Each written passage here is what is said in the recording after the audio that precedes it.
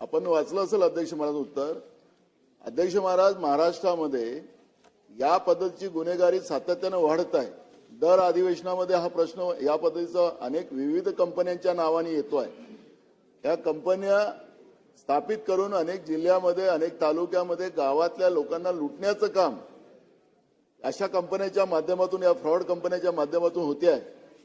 अध्यक्ष महाराज, हे सगळं चालत असताना आम्ही कायदा करतोय, कायदा आम्ही त्यांना सोडणार नाही वगैरे वगैरे मोठे मोठे आश्वासन आपल्याला या सभागृहात मिळतात. अध्यक्ष महाराज, मला या प्रश्नाच्या माध्यमातून एवढंच तुमच्या माध्यमातून सरकारला प्रश्न करायचा अध्यक्ष महाराज, की महाराष्ट्रामध्ये अशा चिटफंड ज्या कंपन्या आहेत, या कंपन्यांना कधी ब्रेक लागणार की नाही? हे सरकार अकार्यक्षम आहे अध्यक्ष महाराज. त्याच्यामुळे या पद्धतीच्या घटना होतात का या महाराष्ट्रामध्ये? हा प्रश्न माझा आहे अध्यक्ष महाराज. नुसता एक ही जी कंपनी आहे अध्यक्ष महाराज, सिस्का एलईडी कंपनी, अशा अनेक कंपन्या महाराष्ट्रामध्ये विविध नावांनी आहेत अध्यक्ष महाराज. तुमच्या मुंबई शहरात अध्यक्ष महाराज, तुमच्या मतदारसंघात अध्यक्ष महाराज, लुटलं जातं अध्यक्ष महाराज. गृहमंत्र्यांनी, राज्याच्या मुख्यमंत्र्यांनी याच्यावरचं नेमकं काय सोल्युशन आहे आणि सरकार त्याच्यामध्ये काय भूमिका घेणार आहे, आणि हे लागू नाही हा काय उत्तराचं नवीन पद्धत आणली आहे, त्याच्याबद्दलचं आम्हाला स्पष्टीकरण द्यावं. अध्यक्ष महोदय, नानाभाऊ काल दिल्लीला होते, त्याच्यामुळे याचा नीट अभ्यास त्याचा झाला नाही. प्रश्नात जरी सिस्का एलईडी आणि ती दुसरी कंपनी याचा उल्लेख असला तरी प्रत्यक्ष घटनेत त्यांचा दोघांचा काही संबंधच नाहीये. ही दोन लोकांची एकाने दुसऱ्याला फसवल्याची फक्त तक्रार आहे, आणि त्या तक्रारीमध्ये आताची परिस्थिती अशी आहे की त्याच्यावर कारवाई तर आपण केलीच आहे, पण त्यांनी यांचे पैसे परत देण्याचं कबूल केलेलं आहे. यांनी आता मला तक्रार पुढे जायची नाही असंही सांगितलेलं आहे. तथापि आता एकदा आपण FIR नोंदवला की आपण आपली कारवाई पूर्ण करतो, तिथपुरतच ही मर्यादित आहे. बाकी हे अनेक वेळा काय होतं की पेपरमध्ये एखादी बातमी येते, त्या बातमीच्या आधारावर प्रश्न तयार होतात. तसं सिस्का एलईडीचा याच्यात काही संबंध नाही. तो जो व्यक्ती आहे, तो व्यक्ती त्यांनी मी माजी संचालक होतो असं सांगून त्या ठिकाणी केलेलं हे कांड आहे, एवढंच मला आपल्याला नमूद करायचं आहे.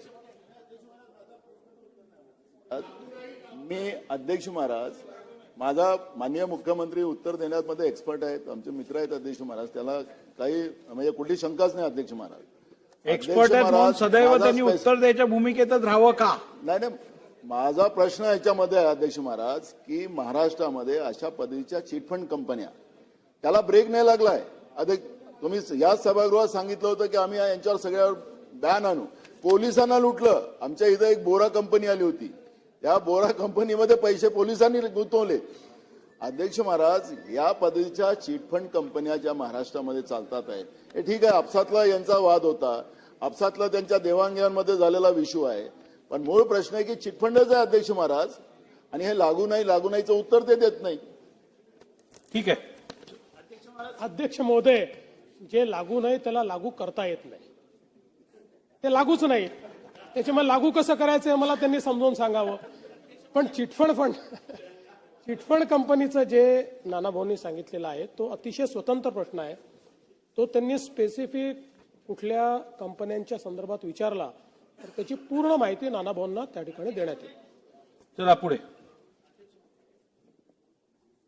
माननीय मुख्यमंत्री, हे महाराष्ट्रात वारंवार घडतं. म्हणजे मी पॉइंटेड प्रश्न विचारतो, ह्याच्यावरती रिझर्व्ह बँकचे नियम आहेत की व्याज किती द्यायचं. व्याजाच्या वरती काही जाणार असेल तर रिझर्व्ह बँकेने त्याच्यावर बंदी घातली. हा प्रश्न त्याच्याशी संबंधित आहे नाही मला माहित नाही, पण हे लुटालुटीचं काम दर महिन्याला कुठेतरी होत असतं. तर आपण पोलिसांना असं काही सांगणार आहात की जिथे पण हे व्याजाचा दर वाढवून पैसे घेतात त्याच्यावर त्वरित कारवाई करावी असे रिझर्व्ह बँकचे आदेश आहेत. मग आपण पोलीस ही कारवाई का करत नाही? पोलिसांना माहिती मिळत नाही का? पोलिसच पैसे गुंतवतात. त्याच्या ह्या बाबतीत सरकारने काहीतरी योग्य धोरण ठरवून, करोडो रुपयाची लूट होते हो गरीब माणसाची. आपण काहीतरी योग्य धोरण ठरवून पोलिसांना आदेश दिले की कंपनी उघडल्या बंद झाली पाहिजे, त्यांना ताब्यात गेलं पाहिजे. तसा रिझर्व्ह बँकेचे आदेश आहेत. आपण असं काही करणार आहात का? असे आदेश जातील का? अध्यक्ष महोदय, पोलिसांनी व्यापक मोहीम हातामध्ये घेतलेली आहे की अशा प्रकारची आमिष दाखवणारी कंपनी, पॉन्झी स्कीम्स चालवणाऱ्या कंपन्या याच्यामध्ये गुंतवणूक करू नका, जाहिराती पण दिलेल्या आहेत. त्या संदर्भात एक मोठी जनजागृतीची मोहीम देखील पोलिसांनी हातामध्ये घेतलेली आहे. अर्थात अशी एखादी कंपनी सुरू झाल्याबरोबर पोलिसांना कळण्याचा कुठला मार्ग नाहीये, कारण अशी कंपनी सुरू करण्याकरता कंपनी अधिनियमाच्या अंतर्गत रजिस्ट्रेशन करावं लागतं, पोलिसांची परवानगी घ्यावी लागत नाही. पण ज्यावेळेस लक्षात येतं ते ऍडव्हर्टिजमेंट देतात. एक आपण फायनान्शियल इंटेलिजन्स युनिट देखील सुरू केलेलं आहे की जे युनिट ट्रॅक करतं, समजा कंपन्यांनी अधिकचा नफा देणारी, जसं आता 15 दिवसात 60%, 1 महिन्यात 14, अजून 20% असं वगैरे जे काही देतात, अशा प्रकारच्या जाहिरातींच्या आधारावरही त्याच्यावर कारवाई आपण करतो आहे.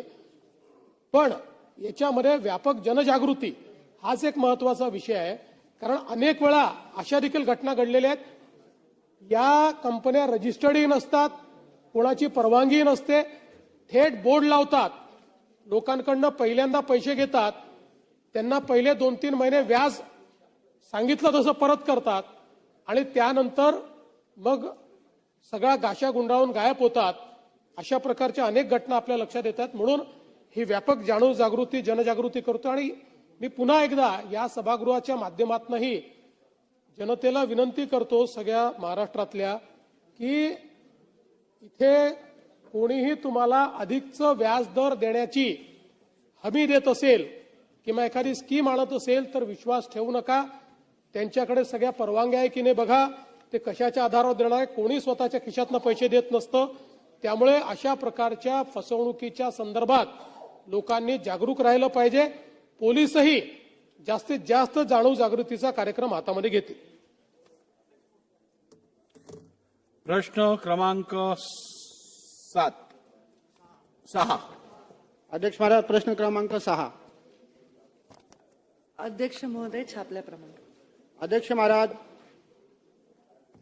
मी प्रश्न विचारला होता की युनायटेड किंगडम व अन्य देशांमधून सुमारे 3 लाखपेक्षा अधिक वापरलेले टायर प्रक्रिया करण्यासाठी कारखान्यामध्ये आणले जातात व हे रबर ऑक्सिजन रहित वातावरणामध्ये 500 डिग्री सेल्सिअस पर्यंत वितळवण्याचे प्रेशर कुकर सारखे बॉयलर्स त्यासाठी वापरले जाणार असून या कारखान्यामध्ये अग्निशामक यंत्रणेची कोणतीही सुविधा नसून वन विभागाच्या परवानग्या न घेता सर्व नियम धाब्यावर बसून कारखाने सुरू असल्याचे निदर्शनास आले. हे खरे आहे का? अध्यक्ष महाराज, याच्यात हे अंशतः खरे आहे. म्हणजे याचा अर्थ शासनाने मान्य केलेला आहे की वन विभागाची परमिशन नाही, अग्निशामक यंत्रणा नाही, प्रदूषण नियंत्रण महामंडळाची परवानगी नाही, असे असून सुद्धा यात हे कारखाने चालू कसे आहेत? ते कारखाने बंद करण्यासाठी असं मी म्हणत नाही, परंतु ह्या परवानगी आहेत का? त्यामध्ये अध्यक्ष महाराज, माझ्या मतदारसंघातल्या 3 कंपन्या आहेत. जय महाराष्ट्र ग्रीन एनर्जी, अपसन इंडस्ट्रीज पुणे, बालाजी इस्पा उद्योग कुईलू, ही सर्व गावं ही इको सेन्सिटिव्ह झोनमध्ये आल्यामुळे शासनाने परमिशन कशी दिली आणि दिली असेल तर ह्या कंपनीवर कायदेशीर कारवाई करणार आहात का? आणि ह्या सगळ्या कंपनीची सखोल चौकशी करून त्याच्यावर कायदेशीर कारवाई करणार आहात का? प्रदूषणाचे नियम, प्रदूषण न करण्यासाठी जे नियम आहेत ते नियम जर कोणी पालन करत नसेल तर त्यांच्यावर कायदेशीर कारवाई होणं क्रमप्राप्त आहे. यामध्ये आपण जे आता विषय मांडलेला आहे त्यामध्ये आपल्या तक्रारीला सभागृहामध्ये सन्माननीय सदस्यांनी सांगितलेला प्रत्येक शब्द हा सत्य मानून, फॅक्ट मानून त्यांच्यावर कारवाई करण्यासाठी आम्ही योग्य त्या उपाययोजना करू. आपण जे स्पेसिफिक विषय मांडला त्याच्यामध्ये वन विभागाची परवानगी आणि अग्निशामन यंत्रणेबद्दलचा आम्ही जे त्यांना नोटीस पाठवली आहे त्याच्यामधला अहवाल त्यांचा अप्राप्त आहे. पण हे सत्य आहे की तिथे एक घटना घडली, काही अपघात झाला आणि त्याच्यामुळे काही लोक जखमी झाले, त्याच्यामुळे त्यांच्यावर फौजदारी गुन्हे दाखल केलेले आहेत आणि त्यांची देखील कारवाई चालू आहे. पण हे जे उद्योग आहे स्पेशली हा उद्योगासाठी एनजीटीनी आपल्याला विशेष नियमावली तयार केलेली आहे आणि त्याच्याप्रमाणे टायर पॅरालिसिसच्या बद्दलची कार्यप्रणाली त्यांनी डिटेलमध्ये दिलेली आहे. त्यामध्ये काही गोष्टी पाळणं त्यांना क्रमप्राप्त आहे आणि त्यांचं न पाळले तर त्याच्यामुळे वेगवेगळे श्वसनाचे रोग आणि अडचणी लोकांना त्या प्रदूषणामुळे होऊ शकतात, हेही तेवढंच खरं आहे. त्यामुळे त्या नियमावली नाही पाळल्या तर तात्काळ त्यांच्यावर कार्यवाही करून त्यांना बंद करण्याचे आदेश आम्ही देतो आणि देण्यात येतील. हो, आणि ते गुन्हे तर पुढे दाखलच होतील. चला, प्रश्न क्रमांक 7. प्रश्न क्रमांक 7 9953. वितरित केल्याप्रमाणे अध्यक्ष. अध्यक्ष महोदय, विचारलेल्या प्रश्नांच्या संदर्भात मंत्री महोदयांना माझे स्पेसिफिक 3 प्रश्न आहेत. पहिला प्रश्न असा आहे की सदर जाहिरात निविदा घोटाळ्याची एसटी महामंडळाच्या अतिरिक्त प्रधान सचिव यांच्यामार्फत चौकशी करण्यात आलेल्या अहवालातील शिफारसी स्वीकारून दोषी अधिकाऱ्यांवर शासन कारवाई करणार का? दुसरा प्रश्न आहे, सदर ठेकेदाराला कायमस्वरूपी ब्लॅकलिस्ट करणार का? आणि तिसरा प्रश्न आहे की नवीन डिजिटल जाहिराती पारदर्शक निविदा काढण्याकरिता शासन स्तरावर समावेशक धोरण तयार करणार आहे का?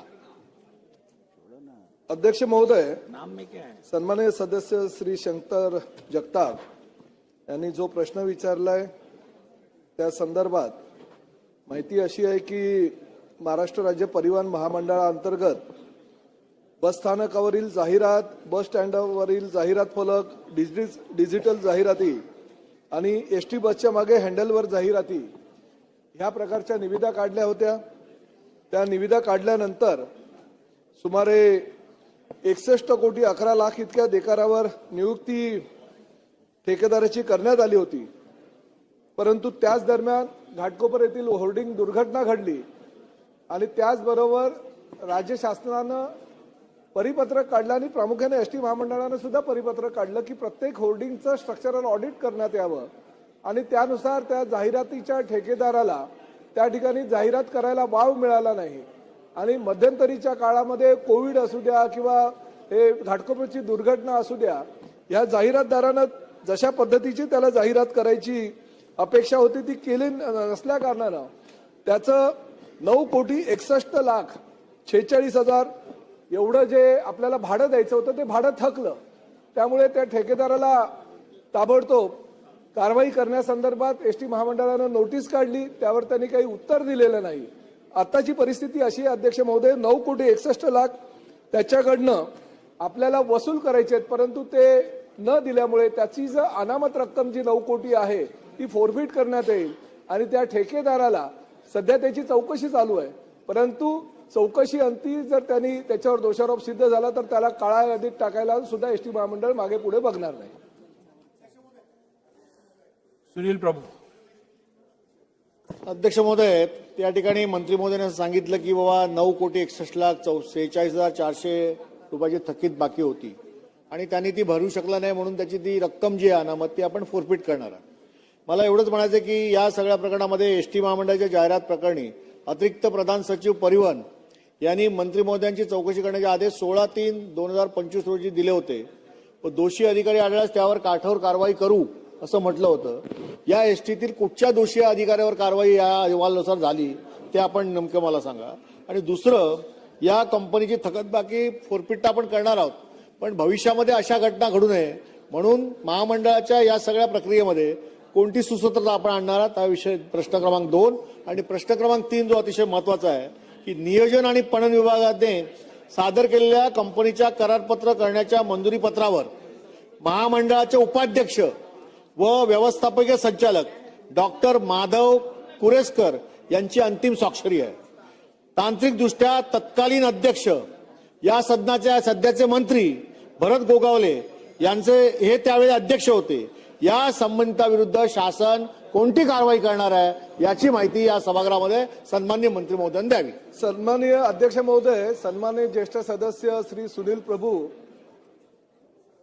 ही माहिती सभागृहाला देत आहेत ती चुकीची आणि खोटी माहिती. अध्यक्ष महोदय, वस्तुस्थिती अशी आहे की हा विषय फक्त होर्डिंगच्या जाहिरातीच्या संदर्भात आहे आणि त्या संदर्भातच तुम्ही प्रश्न विचारलेला आहे. त्या अनुषंगाने मी उत्तर दिलेलं आहे की 61 लाख रुपयाची थकबाकी त्या ठेकेदारावर आहे, परंतु तो भरू शकला नसल्या कारणानं त्याला नोटीस बजावूनही त्यांनी त्याला रिक्त म्हणजे जो काही त्याला प्रतिसाद द्यायचा तो प्रतिसाद न दिल्यानं कारणानं त्याची जी 9 कोटीची रक्कम जी अनामत आहे ती फॉरफिट करण्यात येईल. आणि अशा प्रकारे कुठल्याही ठेकेदाराला एसटी महामंडळामध्ये मागे काय झालं याच्याकडे मला जायचं नाही, पण भविष्यामध्ये तरी एसटी महामंडळाचं उत्पन्न कसं वाढेल यासाठी आम्ही जास्तीत जास्त प्रयत्न करणार आहोत. आणि अध्यक्ष महोदय की शेवटी एसटी महामंडळाचा जे आमचे एमडी असतात तेच प्रमुख असतात, त्यामुळे त्यांच्याच मान्यतेने जे काही निविदा प्रक्रिया वगैरे ती राबवली जाते. ही निविदा प्रक्रिया अतिशय पारदर्शक होती, त्यामुळे कोणाची चौकशी वगैरे करायचा प्रश्नच निर्माण येत नाही. अध्यक्ष महोदय आमचे मित्र प्रताप सरनाईक मंत्री महोदय या ठिकाणी म्हणाले की सुनील प्रभू खोटी माहिती देतात, त्याच्यावर माझी हरकत आहे. अध्यक्ष महोदय, या सदनामध्ये जेव्हा आम्ही प्रश्न विचारतो त्यावेळी हा खोटी माहिती असं बोलले. माझे मित्र प्रताप सरनाईक असं म्हणाले की मी खोटा बोलतोय. अध्यक्ष महोदय, या सदनामध्ये प्रत्येक सदस्याला माहितीनुसार प्रश्न विचारण्याचा अधिकार आहे आणि त्यामुळे माझ्याकडे जी माहिती आहे की सन्माननीय या सगळ्या करारपत्रावरती उपाध्यक्ष आणि व्यवस्थापकीय संचालक माधवराव कुवेसकर यांची स्वाक्षरी होती. तत्कालीन अध्यक्ष त्यावेळेचे त्यांची स्वाक्षरी होती. आणि जर हे प्रकरण खोटं असेल तर मुख्यमंत्र्यांनी या प्रकरणाला स्टे का दिला सांगावं. आणि मी खोटं बोललो असेल तर मी महाराष्ट्राची माफी मागायला तयार आहे. पण या सदनामध्ये माझ्याकडे जी माहिती आहे ती मी सांगण्याचा प्रयत्न केला, त्यामुळे कुठच्याही सदस्यावरती असा आरोप करता येत नाही. अध्यक्ष महोदय, माझी आपल्याला विनंती आहे, कारण आमच्या हक्काचं रक्षण आपण करताय. ठीक आहे. नाही, एक मिनिट मंत्री महोदय, सन्मान्य सदस्य, एक मिनिट मंत्री महोदय. सन्मान्य सदस्य ज्या वेळेला काही माहिती सभागृहासमोर मांडतात त्यावेळेला आपण हे नेहमीच समजतो की ती माहिती सत्य आहे. जर का त्या माहितीत काही वेगळं असेल किंवा आपल्याकडे असणारी माहिती वेगळी असेल तर ती खोटी न म्हणता ती चुकीची आहे असं म्हणावं. आणि असत्य मला जे निर्देश दिलेले आहे त्यानुसार असत्य आणि दिशाभूल करण्याची आणि चुकीची माहिती आपण सभागृहाला नाही. अध्यक्ष महोदय, मला बोलू द्या एक मिनिट बोलू द्या, मला बोलू द्या एक मिनिट. मला बोलू द्या ना, नंतर बोला तुम्ही, मला बोलू तर द्या. अध्यक्ष महोदय, मला तर बोलू द्या ना. भास्कर साहेब, माझं उत्तर तर होऊ द्या. याचं कारण असं आहे, कारण असं आहे की माननीय मुख्यमंत्र्यांनी जो स्थगिती आदेश दिलेला आहे तो 1310 बसेसनं दिलेला आहे. जाहिरातीच्या निविदा प्रक्रियेचा आणि त्या प्रकरणाचा काही एक संबंध येत नाही, म्हणून मी दिशाभूल करणारी माहिती म्हणालो. आणि त्याचबरोबर सन्माननीय सदस्य सुनील प्रभू यांनी ह्या सभागृहातील ज्येष्ठ नेते असलेले आमचे मंत्री भरत गोगावले यांचं नाव घेतलेलं आहे, म्हणून मी ती दिशाभूल करणारी असं म्हणालो. अध्यक्ष महोदय, सुनील प्रभू यांनी महाराष्ट्राची माफी मागायची गरज नाही, त्याने माझं काही समाधान होणार नाहीये. परंतु माहिती सभागृहात देत असताना 288 सभागृहामध्ये सदस्य असतात, त्यामुळे त्यांना चुकीची माहिती तुमच्या माध्यमातून, तुमच्यासारख्या ज्येष्ठ सदस्यांच्या माध्यमातून होऊ नये अशी माझी प्रांजळ भूमिका आहे. ठीक आहे, चला. प्रश्न क्रमांक 8. प्रश्न क्रमांक 8.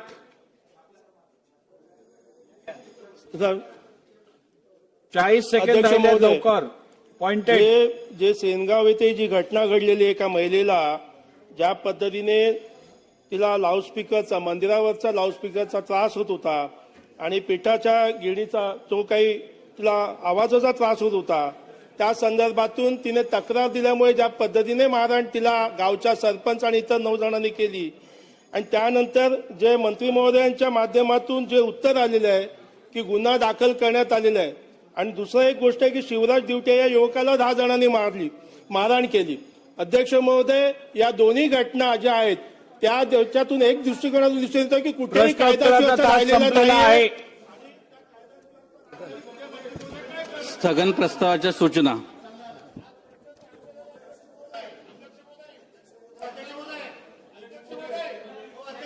आज प्राप्त झालेले सगळ्या स्थगन सूचना मी दालनात अनुमती नाकारलेली आहे.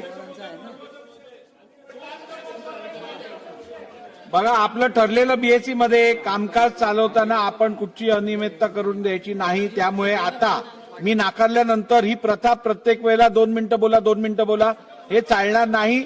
जर का एखादा विषय खरोखर सगळ्यांसाठी योग्य असेल तर मी परवानगी देईन. आता पुढे जाऊया. आज या सभागृहाचे सन्मान्य सदस्य श्री संजय बनसोडे माजी मंत्री विधानसभा सदस्य व या सभागृहाचे सन्मान्य युवा आमदार कुठे गेले अभिमन्यू पवार यांचा वाढदिवस आहे. सभागृहाच्या वतीने मी त्यांना मनापासून शुभेच्छा देतो. चला घ्या पुढे.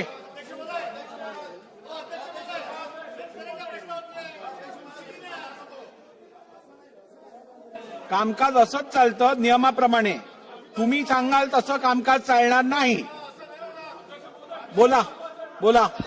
अध्यक्ष महाराज या सदनातले सन्माननीय सदस्य लोणीकर आणि राज्याचे कृषी मंत्री ज्या पद्धतीनं सातत्यानं शेतकऱ्याचा अपमान करतात चिठ्ठी पाठवा चिठ्ठी. शेतकऱ्याचा अपमान करतात अध्यक्ष महाराज. हा अपमान आता राज्यातला शेतकरी अन्नदाता सहन करणार आहे अध्यक्ष महाराज. या राज्याच्या मुख्यमंत्र्यांनी या राज्याच्या शेतकऱ्यांची जाहीर माफी या सभागृहात मागितली पाहिजे अध्यक्ष महाराज. ज्या पद्धतीनं सातत्यानं मोदी तुमचा बाप असेल शेतकऱ्यांचा बाप होऊ शकत नाही अध्यक्ष महाराज. आणि या पद्धतीनं ज्या पद्धतीचं वक्तव्य हेच आहे अध्यक्ष महाराज. अजिबात नाही चालणार अध्यक्ष महाराज. याच्यावर कारवाई झाली पाहिजे. जे सन्मान्य सदस्य नानाभाऊ अध्यक्ष महाराज तुमच्याकडनं असंसदीय भाषेचा उपयोग होणं मला काय बरोबर वाटत नाही. हे चुकीचं आहे. हे चुकीचं आहे. दिनांक 30 जून 2025 पासून काय करताय तुम्ही? काय करताय? काय योग्य नाही. हे काय योग्य नाही. हे योग्य नाही. हे योग्य नाही. नानाभाऊ हे बरोबर नाही. बरोबर नाही. दिनांक 30 जून 2000 हे चुकीचं आहे. चुकीचं आहे. सभागृहाची बैठक 5 मिनिटासाठी स्थगित केली जात आहे.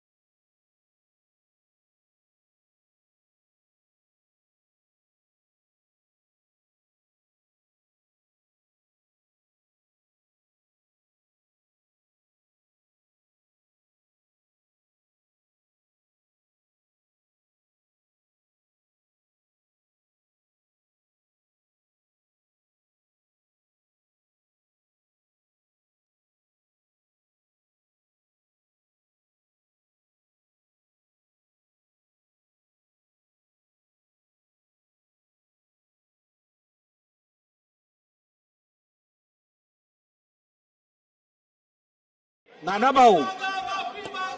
भाऊ हा सभागृह कामकाजासाठी आहे आणि कामकाज नियमाप्रमाणे चालणार. तुम्ही खरं तर तुमच्याकडनंही अपेक्षा मुळीच नव्हती. नाही ना, बसा बसा बसा. अध्यक्ष बोलायला उभे राहिले असताना असं वागणं तुम्हाला जर शोभत असेल तर मला काय म्हणायचं नाहीये पुढे. खरं तर नानाभाऊ पटोले या सभागृहाचे माजी अध्यक्ष राहिलेले आहेत. ते अध्यक्ष असताना या सभागृहात राजदंडाला स्पर्श केल्यानंतर काय कारवाई करावी या संदर्भातलं रुलिंग झालेलं. त्यामुळे नानाभाऊ मला तुम्ही पुढची कारवाई करण्यासाठी अजून मजबूर करू नका. आपण जागेवर बसा अथवा सभागृहाचं नियमित कामकाज चालू ठेवण्यासाठी मला पुढची कारवाई करायला लागेल. आपण जागेवर बसा.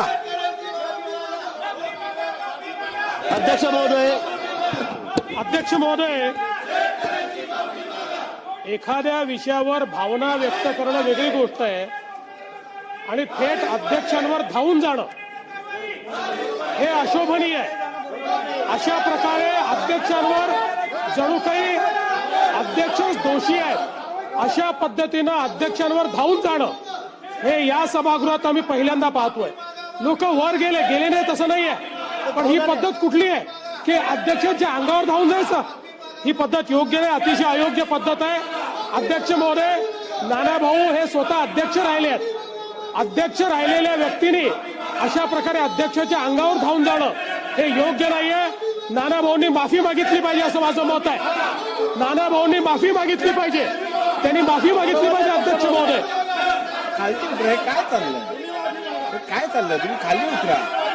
हे चुकीचं आहे. तुम्ही खाली बसा.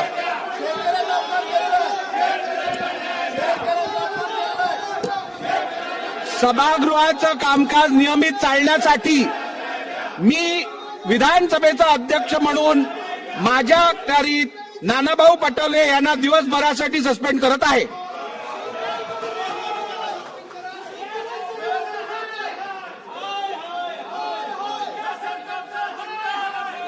चला पुढे घ्या.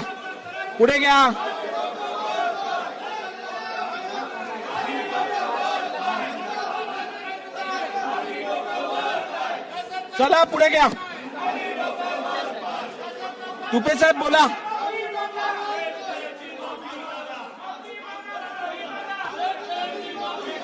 अध्यक्ष महोदय, मी आपल्या मार्फत अतिशय गंभीर आणि संवेदनशील विषयाकडे सभागृहाचं आदरणीय मुख्यमंत्र्यांचं आणि उपमुख्यमंत्र्यांचं लक्ष वेधू इच्छितो.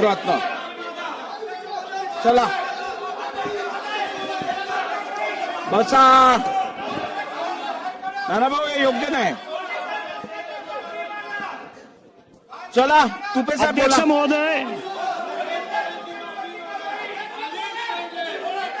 महोदय, गुरु शिष्याच्या नात्याला काळिमा फासला जाईल असं कृत्य या महाराष्ट्रामध्ये घडलंय. गुरु आणि शिष्याच्या नात्यावरचा विश्वास संपून जाईल अशा प्रकारचं कृत्य बीडमध्ये घडलेलं आहे. आणि या बीडमधलं कृत्य घडत असताना अध्यक्ष महोदय, याच्यामध्ये जे 2 आरोपी आहेत त्यापैकी श्री पवार आणि खटावकर या दोघांना अटकही झालेली आहे. दोघांच्या विरोधात पॉस्कोचा गुन्हा सुद्धा नोंदला गेलेला आहे. परंतु या प्रकरणाची सखोल चौकशी व्हावी. महाराष्ट्राच्या मनामध्ये संभ्रम आहे. महाराष्ट्राच्या मनामध्ये मोठा संभ्रम आहे. आम्हाला जातात बाहेर चाललो. बोला झालं बाहेर गेले. अध्यक्ष महोदय,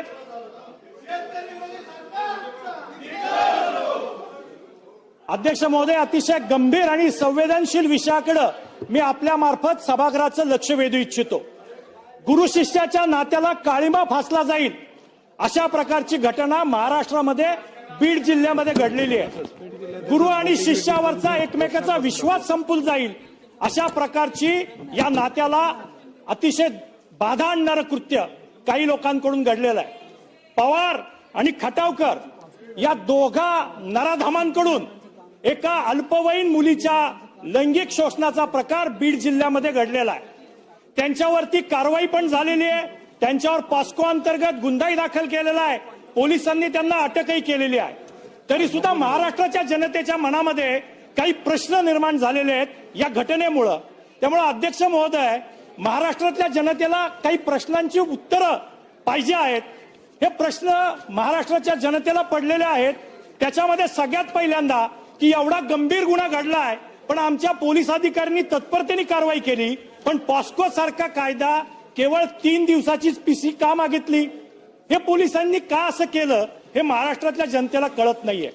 गंभीर गुन्हा आहे, त्याच्यामध्ये माननीय न्यायालय जे देईल ते ठीक, पण पोलिसांनी हा तपास अतिशय सखोलपणे करायला पाहिजे होता. असं काही घडलंय का की त्या दोघांच्या मागे, आरोपींच्या मागे कुणाचा वरदहस्त आहे, राजकीय वरदहस्त आहे? कारण ज्या बातम्या सगळ्या मीडियामधून येत आहेत त्यामुळे महाराष्ट्राच्या जनतेला असं वाटतंय की कुणीतरी गब्बर असे राजकारणी या दोघांच्या मागे उभे आहेत का, ज्याच्यामुळे 3च दिवसाची पीसीआर मागितली गेली. तर हे सुद्धा सगळ्या महाराष्ट्राच्या जनतेच्या मनातला संभ्रम दूर झाला पाहिजे. त्याच्यामुळं अध्यक्ष महोदय, मी या ठिकाणी या प्रकरणाची व्याप्ती जी काही दिसतीये, जी काही बीड मधली जनता तिथं कुजबूज करते, प्रचंड मोठी व्याप्ती आहे. ही एका मुलीने पुढे येऊन डेअरिंग केली आणि गुन्हा नोंदवलाय. पण अशा किती जणींच्या विरुद्ध असं घडलेलं आहे? या दोघा नराधामांनी अजून किती मुलींना या पद्धतीनं त्याच्याबरोबर हे कृत्य केलेलं आहे याची माहिती समोर आली पाहिजे. त्यामुळे अध्यक्ष महोदय, आपल्या मार्फत मी माननीय मुख्यमंत्री महोदयांना विचारू इच्छितो की बाबा या प्रकरणाची सखोल अशी चौकशी आपण करणार का? याच्यावरती एसआयटी नेमली जाईल का? ही एसआयटी नेमताना एखाद्या IPS महिला अधिकाऱ्याला त्याच्यामध्ये त्याला काम करायला तिला सांगितलं जाईल का? आणि ज्या मार्फत इतरही सर्व जे काही असतील त्याही मुलींना विश्वासात घेऊन त्यांच्याबद्दल असं काही घडलंय का? या 2 नराधामांनी त्यांच्याबद्दल असं काही दुष्कृत्य केलंय का? याच्यासाठी काही विशेष यंत्रणा उभी केली जाईल का? आणि त्याची घोषणा मुख्यमंत्री महोदय आज सभागृहात करतील का? असे आपल्या मार्फत माझे प्रश्न आहेत. माननीय अध्यक्ष महोदय, सन्माननीय सदस्य चेतन तुपे साहेबांनी बीडमध्ये घडलेल्या एका अतिशय गंभीर घटनेच्या संदर्भातला मुद्दा या ठिकाणी उपस्थित केलेला आहे. खरं तर ही खरोखर अतिशय गंभीर अशा प्रकारची घटना आहे. कोचिंग क्लासच्या माध्यमातून येणाऱ्या मुलींचं लैंगिक शोषण करण्याची घटनाही समोर आलेली आहे. आणि त्यातल्या एका मुलीने आणि तिच्या आईने हिमतीने या प्रकरणामध्ये गुन्हा नोंदवल्यामुळे याची वस्तुस्थिती बाहेर आली आणि पॉक्सो कायद्याखाली तो गुन्हा नोंदवण्यात आला आहे. सन्माननीय सदस्यांनी काही मुद्दे उपस्थित केले आहेत की 2च दिवसाची कोठडी का मागण्यात आली, तर जरूर त्याही संदर्भातली चौकशी केली जाईल. मोठ्या प्रमाणात बीडमध्ये या संदर्भातला रोष आहे, राज्यातही रोष आहे. कारण या प्रकरणाची व्याप्ती अधिकची असू शकते अशा प्रकारची शंका बोलली जाते. एक मुलगी हिमतीनं समोर आली, पण अशा अनेक किती मुलींसोबत त्या ठिकाणी असा व्यवहार झालेला आहे असंही प्रश्नचिन्ह निर्माण होत आहे. आणि म्हणूनच या संपूर्ण प्रकरणाची व्याप्ती बघत असताना आणि याच्यामधली संवेदनशीलता ही लक्षात घेऊन आपण असा निर्णय केलेला आहे की वरिष्ठ दर्जाच्या IPS महिला अधिकारी यांच्या अध्यक्षतेखाली एक SIT आम्ही तयार करू आणि या SITच्या माध्यमातून या संपूर्ण जी काही गुन्हा आहे त्या गुन्ह्याची चौकशी करू. याची व्याप्ती कुठपर्यंत आहे, कोणाचा वरदहस्त आहे का, कोणी याला राजकीय दृष्ट्या, सामाजिक दृष्ट्या, अजून कुठल्या दृष्ट्या वेगवेगळी वळणं देत आहे का, अशा प्रकारचाही त्याच्यामध्ये प्रयत्न आपला असेल. आणि त्या माध्यमातून ज्या काही आमच्या मुली आहेत त्या मुलींना योग्य न्याय मिळावा या दृष्टीने आपण प्रयत्न करू. त्यामुळे मी सभागृहाला आणि माननीय सदस्यांना आश्वस्त करतो की टाइम बाउंड पद्धतीनं SIT या ठिकाणी चौकशी करेल आणि पूर्ण या प्रकरणाचा छडा लावून सर्व मुलींना न्याय मिळेल आणि अशा प्रकारचे जे नराधम आहेत त्यांना कठोर शिक्षा मिळेल आणि त्यांना कोणी वाचवायचा प्रयत्न करेल तर त्यांनाही शिक्षा मिळेल अशा प्रकारची व्यवस्था केली जाईल. सांगितलं. चला पुढे.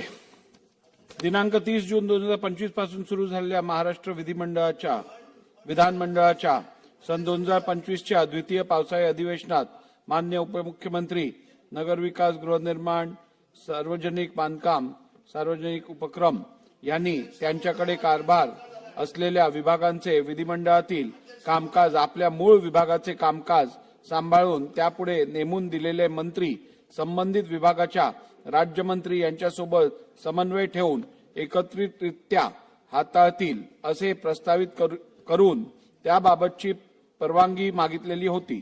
माननीय उपमुख्यमंत्री यांच्याकडे कार्यभार असलेल्या नमूद विभागांचे कामकाज नेमून दिलेले मंत्री संबंधित विभागाच्या राज्यमंत्री यांच्याशी समन्वय ठेवून हाताळण्याबाबत माननीय मुख्यमंत्री महोदयांनी अनुमती दिली आहे. त्यानुसार विभाग व मंत्री महोदयांची नावे पुढील प्रमाणे आहेत. सार्वजनिक बांधकाम, सार्वजनिक उपक्रम मान्य श्री दादाजी भुसे, नगर विकास मान्य श्री उदय सामंत, गृहनिर्माण मान्य श्री शंभूराज देसाई. नाही, मी पॉइंट ऑफ इन्फॉर्मेशन, एक मिनिट बसून घ्या. बघा, BSc मध्ये या विषयातली चर्चा झालेली आहे आणि त्या चर्चेत असं सगळ्याच गटनेत्यांनी ठरवलेलं आहे की पॉइंट ऑफ इन्फॉर्मेशन मध्ये रोज जवळजवळ 1-1.25 तास निघून जातो. त्यामुळे अगदीच महत्वाचं असेल तर मी परवानगी देईन, पण असे 20-20, 25-25 पॉइंट ऑफ इन्फॉर्मेशन काय मांडायला द्यायची परवानगी दिली जाणार नाही. तरीही औचित्याचे मुद्दे आपण रोज घेऊ, अर्धा-पाऊण तास घेऊ, त्यावेळेला आपण मांडा. नहीं, अभी बोलने के बाद वापस आप वही बोल रहे हो. चला पुढे घ्या. राहुल कुल बोला. महोदय, काल माझ्या मतदारसंघामध्ये पंढरपूर व देवदर्शनासाठी निघालेल्या पुणे जिल्ह्यातील वारकरी भजनी मंडळाच्या प्रवासादरम्यान स्वामी चिंचोली, तालुका दौंड या परिसरामध्ये कोयत्याचा धाक दाखवून डोळ्यामध्ये मिरचीची पूड फेकून महिलांच्या अंगावरील सुमारे 1.5 लाख रुपयाचे दागिने व सोनं काढून घेतलं व त्यांच्या समोर असणाऱ्या युवतीला बाजूला नेऊन त्याच्यावर अतिप्रसंग करण्याचा प्रयत्न चोरट्यांनी केला असल्याची प्राथमिक माहिती मिळालेली आहे. याच्यामध्ये घडलेली घटना अतिशय दुर्दैवी, धक्कादायक आणि मानवतेला काळिमा फासणारी आहे.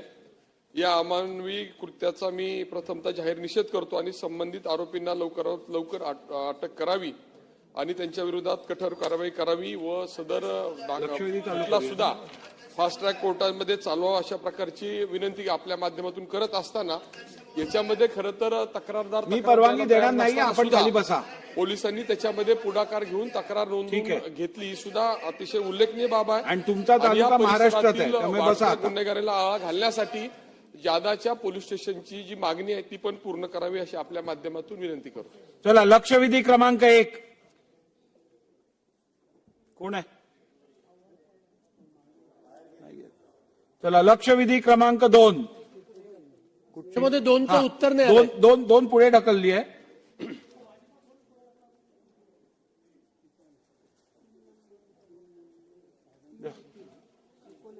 आहेत का? निकोले आहेत. लक्षवेधी क्रमांक 3. लक्षवेधी क्रमांक 3. अध्यक्ष महोदय, माझ्या पालघर जिल्ह्यातील माझ्या डहाणू मतदारसंघामध्ये सुकड आंबा शिरसोणपाडा येथील जल जीवन मिशन अंतर्गत जी पाण्याची टाकी बांधण्यात आली, त्या पाण्याच्या टाकीचा स्लॅब खाली कोसळून 17 मार्च 2025 रोजी सायंकाळी 4:30 वाजता उपाध्यक्ष ना बोलवा. 2 मुलींचा दुर्दैवी मृत्यू झाला. एक मुलगी गंभीर जखमी झाली. ह्या मुली शाळकरी मुली होत्या. अध्यक्ष महोदय, 2 दिवसापूर्वी सुकडांबा या ठिकाणी मी जाऊन आलो. अजूनही त्या शाळकरी मुलींचा ज्यांचा मृत्यू झाला त्यांच्या कुटुंबाला अजूनही न्याय मिळालेला नाही. अध्यक्ष महोदय, या कामाच्या हे काम हे निकृष्ट दर्जाचं झालं होतं. त्या कामाची चौकशी करण्याची जबाबदारी ही उपअभियंता आणि कार्यकारी अभियंता यांची होती. परंतु यांच्या हलगर्जीपणामुळे या दोन शाळकरी मुलींचा दुर्दैवी मृत्यू झालेला आहे. माझा प्रश्न आहे की आजतागायत या अधिकाऱ्यांवर कारवाई झाली नाही. ती कारवाई आपण त्यांच्यावर करणार आहात का? त्यांना आपण निलंबित करणार आहात का? हा प्रश्न आहे. अध्यक्ष महोदय, या मुलींना ज्यांचा दुर्दैवी मृत्यू झाला त्यांच्या कुटुंबाला 1.5 लाख रुपये शिक्षण विभागाकडून त्यांना रक्कम दिलेली आहे. परंतु अध्यक्ष महोदय, ही आमच्या आदिवासी समाजाची चेष्टा असं मला या ठिकाणी म्हणायचं आहे. कारण 1.5 लाख रुपये आपण जीवाची किंमत करू शकतो का? म्हणून माझा प्रश्न या ठिकाणी असा आहे की ज्या मुलींचा मृत्यू झालेला आहे त्या मुलींच्या कुटुंबाला 10 लाख रुपये हे त्यांना दिले पाहिजे, त्यांना भरपाई दिली पाहिजे, त्यांना आर्थिक सहाय्य दिलं पाहिजे. तसंच जी मुली गंभीर जखमी झालेल्या आहेत तिला 5 लाख रुपये ही त्यांना आर्थिक सहाय्य झालं पाहिजे. आपण देणार आहात का? हा दुसरा प्रश्न आहे. त्याचप्रमाणे ज्या कंपनीने, ज्या ठेकेदाराने हे काम घेतलं होतं आणि निकृष्ट दर्जाचं त्यांनी काम केलं, तर यांच्या हलगर्जीपणामुळे या 2 मुलींचा जीव गेलेला आहे, त्या मरण पावलेल्या आहेत. तर यांच्यावर मनुष्यवधाचा गुन्हा दाखल आपण करणार आहात का? असे माझे 3 प्रश्न आहेत अध्यक्ष महोदय. अध्यक्ष महोदय,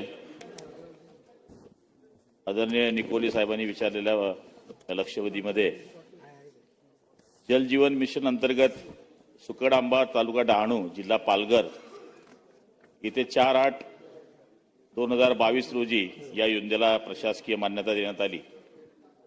त्याची मूळ रक्कम 2,74,00,000 आहे. सदर योजनेचा कार्यारंभ आदेश हा 13/10/22 हरेश बोरवेल्स या कंपनीला हे काम देण्यात आलं. त्याची मुदत ही 18 महिन्याची होती. अध्यक्ष महोदय, आदरणीय आमदार मोदयांनी सांगितल्याप्रमाणे ही 34,000 लिटर ची टाकी, 12 मीटर साठवण टाकीचं 95% काम पूर्ण झालंय. पण जलजीवन मिशन अंतर्गत जी स्लॅबची लगतची लँडिंग होती ती कोसळल्याने 2 मुलांचा मृत्यू या ठिकाणी झाला. अध्यक्ष महोदय, आणि 1 जण जखमी झाला. सायंकाळी 6 वाजेच्या सुमारास ही घटना, मुलं तिथे खेळायला गेले असताना ही घडली. कंत्राटदाराच्या कोणत्याही या ठिकाणी लक्षात न आल्यामुळे सदरहू या योजनेस कंत्राटदारावर आपण गुन्हा सुद्धा दाखल केला. तो कंत्राटदाराला अटक सुद्धा करण्यात आली. अध्यक्ष महोदय, कासा पोलीस स्टेशनमध्ये त्याच्यामध्ये अटक करण्यात आली. तात्काळ कारवाई म्हणून आपण या ठिकाणी कंत्राटी कनेक्शन ती तेजस सख्खे याला निलंबित केलं. अध्यक्ष महोदय, त्याचबरोबर त्याची सेवा सुद्धा समाप्त करण्याचे आदेश या ठिकाणी अध्यक्ष महोदय दिलेले आहे. आदरणीय आमदार महोदयांनी सांगितल्याप्रमाणे या 2 मुलांना संचालक शिक्षण पुणे यांच्या मार्फत जे नियमाने 1.5 लाख रुपये देण्यात येतात ते या ठिकाणी त्यांच्याकरता आपण प्रस्ताव सुद्धा पाठवला. पण त्यांनी म्हटलं ते खरं आहे की 1.5 लाखामध्ये कुठल्या गोष्टी होत नाही. पण आमदार महोदय, आपण मुख्यमंत्री महोदयांना विनंती करून मुख्यमंत्री फंडातून त्यांना आणखी काही पैसे देता येतात का? ही बाब आपली सत्य आहे की 1.5 लाखामध्ये कोणत्याच कुटुंबाचं भलं होऊ शकत नाही किंवा भरपाई होऊ शकत नाही. पण जो नियम आहे 1.5 लाखाच्या वरती आपण देऊ शकत नव्हतो. तरी सुद्धा आपण माननीय मुख्यमंत्री महोदयांना ही या ठिकाणी विनंती करू. नंतर विचार आपण काय असलं तर. आणि त्याचबरोबर संबंधित जो कॉन्ट्रॅक्टर आहे हरेश बोरवेल्स याला काळी यादीत टाकण्याची शिफारस जिल्हा परिषद पालघरकडे आपण केलेली आहे. आपण जे मंत्री महोदयांनी उत्तर दिलं त्याच्यामध्ये बाह्य यंत्रणेमार्फत भरलेल्या अभियंत्याची आपण त्यांना निलंबित केलेलं आहे. परंतु 100% जबाबदारी ही तेथील उपअभियंता आणि कार्यकारी अभियंता यांची होती. त्यांच्यावर अजूनही आपण कारवाई केली, निलंबनाची कारवाई करावी अशी माझी मागणी आहे. अध्यक्ष महोदय, माननीय आमदार मोदयांनी सांगितल्याप्रमाणे कार्यकारी अभियंता जिल्हा परिषद पालघर आर पाध्ये, उपअभियंता डहाणू BK शिंदे यांना मी तात्काळ निलंबित करीत आहे.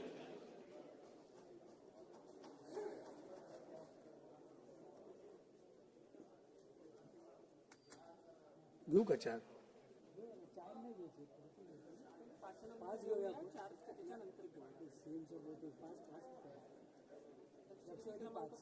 लक्षवेधी क्रमांक 5.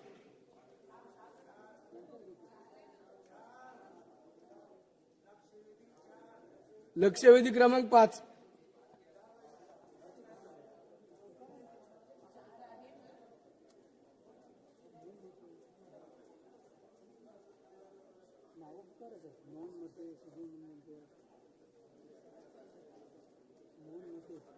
सन्मान्य सदस्य मोहन मते, सुधीर मुनगुटीवार,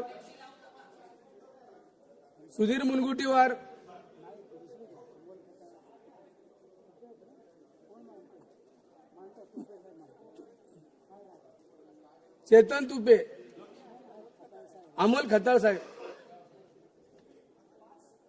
5. अध्यक्ष महोदय,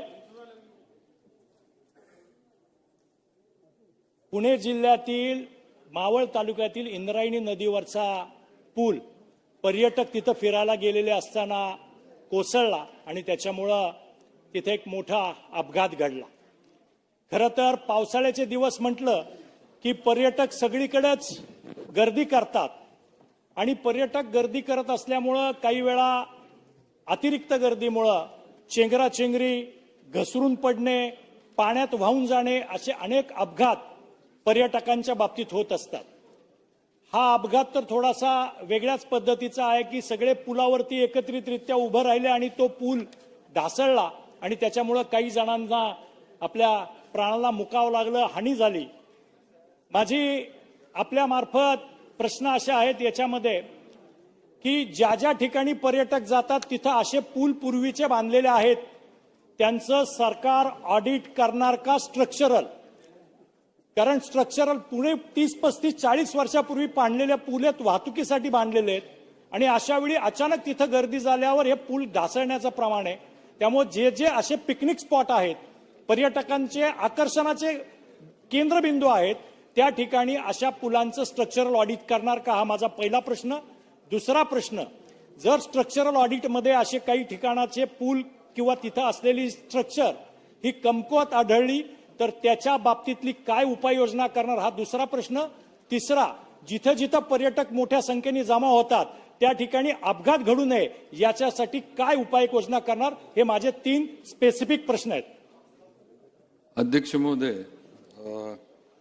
ही घटना जी घडली आहे हा पुलाबद्दलची थोडी माहिती असे हा 30 वर्षापूर्वीचा लोखंडी पूल होता आणि हा पूल बऱ्यापैकी धोकादायक म्हणजे झाला होता. त्याप्रमाणे स्थानिक प्रशासनानं पण हा पूल धोकादायक आणि हा वापरू नये असं त्या ठिकाणी फलक वगैरे लावले होते. पण तरी पण थोडे पर्यटक किंवा या परिसरामध्ये मोठ्या प्रमाणावर येतात ही वस्तुस्थिती आहे आणि अशा याच्यामध्ये त्या पुलावर पर्यटक जास्त आल्यामुळं तो पूल कोसळला आणि दुर्दैवानं 4 लोकांचा मृत्यू त्याच्यामध्ये झाला. म्हणजे ही बाब नक्कीच गंभीर आहे आणि आताच जे की आमदार साहेबांनी जे प्रश्न इथे केले की एकतर धोकादायक पुलांबद्दल त्यांनी किंवा ज्या ठिकाणी पर्यटन किंवा सगळे तर साधारण राज्यामध्ये अध्यक्ष महोदय पीडब्ल्यूडीच्या अंतर्गत एकूण 16,395 पूल आपल्याकडे आहेत आणि यापूर्वी सुद्धा आम्ही विभागाकडनं स्ट्रक्चरल ऑडिट आणि पावसाळ्याच्या आधी पुलांची माहिती केली होती. सद्यस्थितीमध्ये साधारण राज्यातले 4 पूल जे आहेत हे अत्यंत धोकादायक ह्याच्यात आहे. त्याची तातडीनं दुरुस्ती करण्याचं जे काही काम आहे, जे नियोजन आहे ते सुरू आहे. त्याचबरोबर 8 पूल असे आहेत की ते पण त्याचं अजून स्ट्रक्चरल ऑडिट ज्याला आपण म्हणतो ते अजून आमच्या हातामध्ये यायचंय. ते आल्यानंतर त्याची पण दुरुस्ती किंवा नवीन बांधणे म्हणजे हे 4 पूल आणि 12 पूल म्हणजे 4 अत्यंत धोकादायक आणि 8 या 12 पूलचं एकदा स्ट्रक्चरल सगळं ऑडिट आमच्या हातामध्ये आलं की आम्ही त्याच्यावर नक्की लवकरात लवकर कार्यवाही करू. काही ठिकाणी दुरुस्ती करणे किंवा काही ठिकाणी अगदी शक्य नसतं दुरुस्ती करून तर नवा पूल बांधणे हे त्या पद्धतीनं नियोजन विभागाकडनं केलं जाईल. त्याचबरोबर दुसऱ्या काही सूचना म्हणजे आता हा पूल वापरू नये म्हणून हे केलं होतं, तर आपण पुढे सुद्धा अशा पद्धतीनं पर्यटक जिथं येतात तिथं धोकादायक पूल असलं तर त्याची वाहतूक पूर्णपणे बंद करण्यासाठी त्याला सिमेंटचे बोल्डर्स वगैरे लावणं, अन्याय करणं आणि थोडंफार पोलीस प्रशासनाला पण याच्यामध्ये सहभागी करून घेतलं. कारण पोलिसांची कार्यवाही झाली किंवा त्यांची देखरेख असली तर थोडं पर्यटकांवर जरा हे राहतं.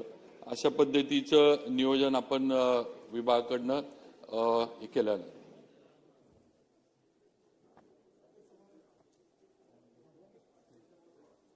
अध्यक्ष महोदय, या लक्षवेधीच्या निमित्ताने माझा आपल्या माध्यमातून सरकारला प्रश्न आहे. पावसाळ्यामध्ये असा निसर्गाच्या सानिध्यात असलेल्या ठिकाणी पर्यटक मोठ्या संख्येने गोळा होत असतात. साधन सामुग्री अपूर्ण असणे, पर्यटन ठिकाणची कोणती वास्तू धोकादायक असल्यावर बोर्ड लावले जातात, परंतु त्या दृष्टीने सुरक्षा उपाययोजना केली जात नाही. इंद्रायणी येथील कुंडमाळा या ठिकाणी सुद्धा पर्यटकांना धोकादायक पुलावर चढू देण्यात मनाई का करण्यात आली नाही? तेथील प्रशासकीय व्यवस्था जर याला जबाबदार असेल तर संबंधित अधिकारी कर्मचारी यांच्यावर आजपर्यंत कारवाई झाली नाही. भविष्यात बऱ्याच पर्यटन स्थळं जे आहेत का तिथं असे अपघात रोखण्यासाठी कायमस्वरूपी काहीतरी उपाययोजना करणं अपेक्षित आहे. शासनाने जर या पुलासाठी गेल्या वर्षी निधी मंजूर केला होता, वर्क ऑर्डर निघायला 1.5 वर्षाचा कालावधी लागलाय. अशीच विकास कामे जर लाल फितीत अडकत राहिली तर विकास कामे कशी होणार? याला जे अधिकारी आहेत त्यांच्यावर काही कारवाई करणार का? अध्यक्ष महोदय, माझ्या संगमनेर मतदारसंघात मागील आर्थिक वर्षामध्ये पीडब्ल्यूडीची बरीच विकास कामं रखडत आहेत. शासन जर पैसा खर्च करणार आहे तर ठरलेल्या वेळेत कामं सुद्धा पूर्ण होणं अपेक्षित आहे. याला जबाबदार कोण? संगमनेर तालुक्यातील बांधकाम विभागाच्या सुरू असलेल्या विकास कामांना वेळेत पूर्ण न करणाऱ्या अधिकारी व ठेकेदारांवर कारवाई करणार का? अध्यक्ष महोदय, माझ्या संगमनेर मतदारसंघात पुणे नाशिक महामार्गावरील संगमनेर बुद्रुक व संगमनेर खुर्द या गावांना जोडणारा जुना पूल हा ब्रिटिशकालीन असून त्या पुलाचं स्ट्रक्चरल ऑडिट होणं सुद्धा गरजेचं आहे. त्या पुलाच्या शेजारी नवीन बांधण्यात आलेल्या पुलाचे लोखंडी गज दिसून येत आहे. या पुलाचे तसेच तालुक्यातील सर्व पुलांचे, राज्यातील सर्व पुलांचे स्ट्रक्चरल ऑडिट करून पुनर्बांधणी किती दिवसात करणार? अध्यक्ष महोदय, मी आता स्ट्रक्चरल ऑडिटच्या बद्दल आणि पुलाची राज्यातल्याच पुलाची माहिती दिली आहे. त्याचबरोबर संगमनेरचा पण जो काही ब्रिटिशकालीन पूल आहे तो पण याच्यामध्ये जे आपण 16,000 पूल जे आहेत ह्याच्यामध्ये त्याचं पण आहे आणि त्याचं पण स्ट्रक्चरल ऑडिट करून जे काही दुरुस्ती किंवा नवीन समजा स्ट्रक्चरल ऑडिट करून अध्यक्ष महोदय दुरुस्त होत नसला आणि तो वाहतुकीला योग्य नसला तर त्या ठिकाणी नवीन पूल बांधण्याचा पण निर्णय आणि प्रक्रिया ही विभागाकडनं केली जाईल. त्याचबरोबर ज्याचा उल्लेख आता आमदार साहेबांनी केला की या इंद्रायणी नदीच्या पुलावर 8 कोटी रुपयाचं एक काम आपल्याकडे मंजूर होतं आणि त्याचं जे काही वर्क ऑर्डर आहे हे देण्यासाठी दिरंगाई झाली. यात काही कारणं आहेत, काही दिरंगाईमध्ये थोडंफार विधानसभेची आचारसंहिता, त्याचबरोबर इंद्रायणी नदीच्या पात्रात ज्या ठिकाणी हा पूल उभा करायचा होता त्या ठिकाणी थोडंफार रांजण खळगे ज्याला आपण म्हणतो असा थोडा त्या पात्राचा प्रकार होता. त्यामुळे जरा त्या ठिकाणी डिझाईनचं आहे, पण तरी पण विभागाकडनं आपण मी मगाशीच म्हटलं की ही घटना गंभीर आहे. कारण 4 लोकांनी याच्यामध्ये आपले प्राण याच्यामध्ये गमावलेले आहेत. काही अनेक लोक याच्यामध्ये म्हणजे अपघातामध्ये जखमी पण झाली. तेव्हा आपण विभागाकडनं त्रिसदस्यीय समिती एक सचिव स्तरावरची स्थापन केली आहे आणि ते या संपूर्ण दिरंगाई होण्याचं कारण काय आहे आणि कुणामुळे दिरंगाई झाली नेमकं याचं तर त्याचा एकदा रिपोर्ट आला. 15 दिवसामध्ये आम्ही हा रिपोर्ट या समितीकडनं मागवलाय आणि तो आल्यानंतर जे कोणी दोषी अधिकारी असतील त्यांच्यावर कार्यवाही विभागाकडनं केली जाईल. विक्रम पाचपुते. धन्यवाद अध्यक्ष महोदय.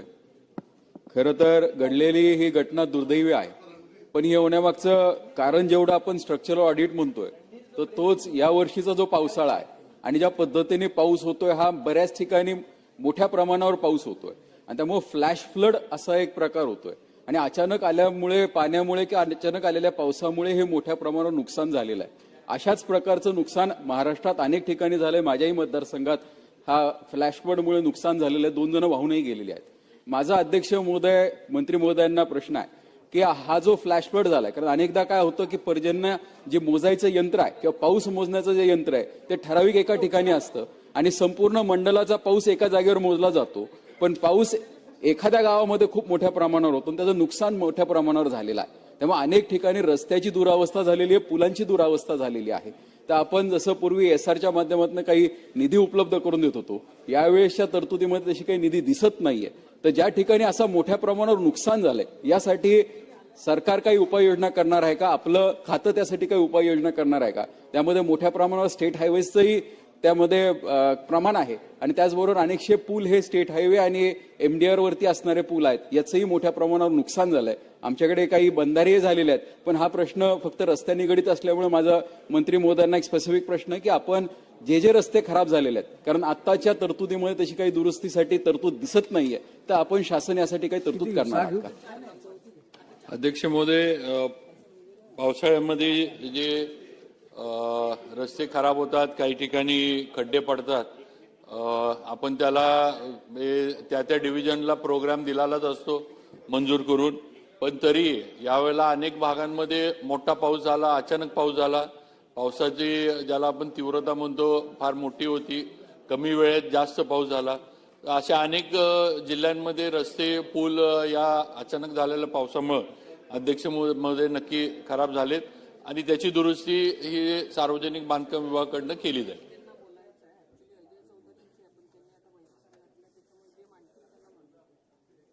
लक्षवेधी 4.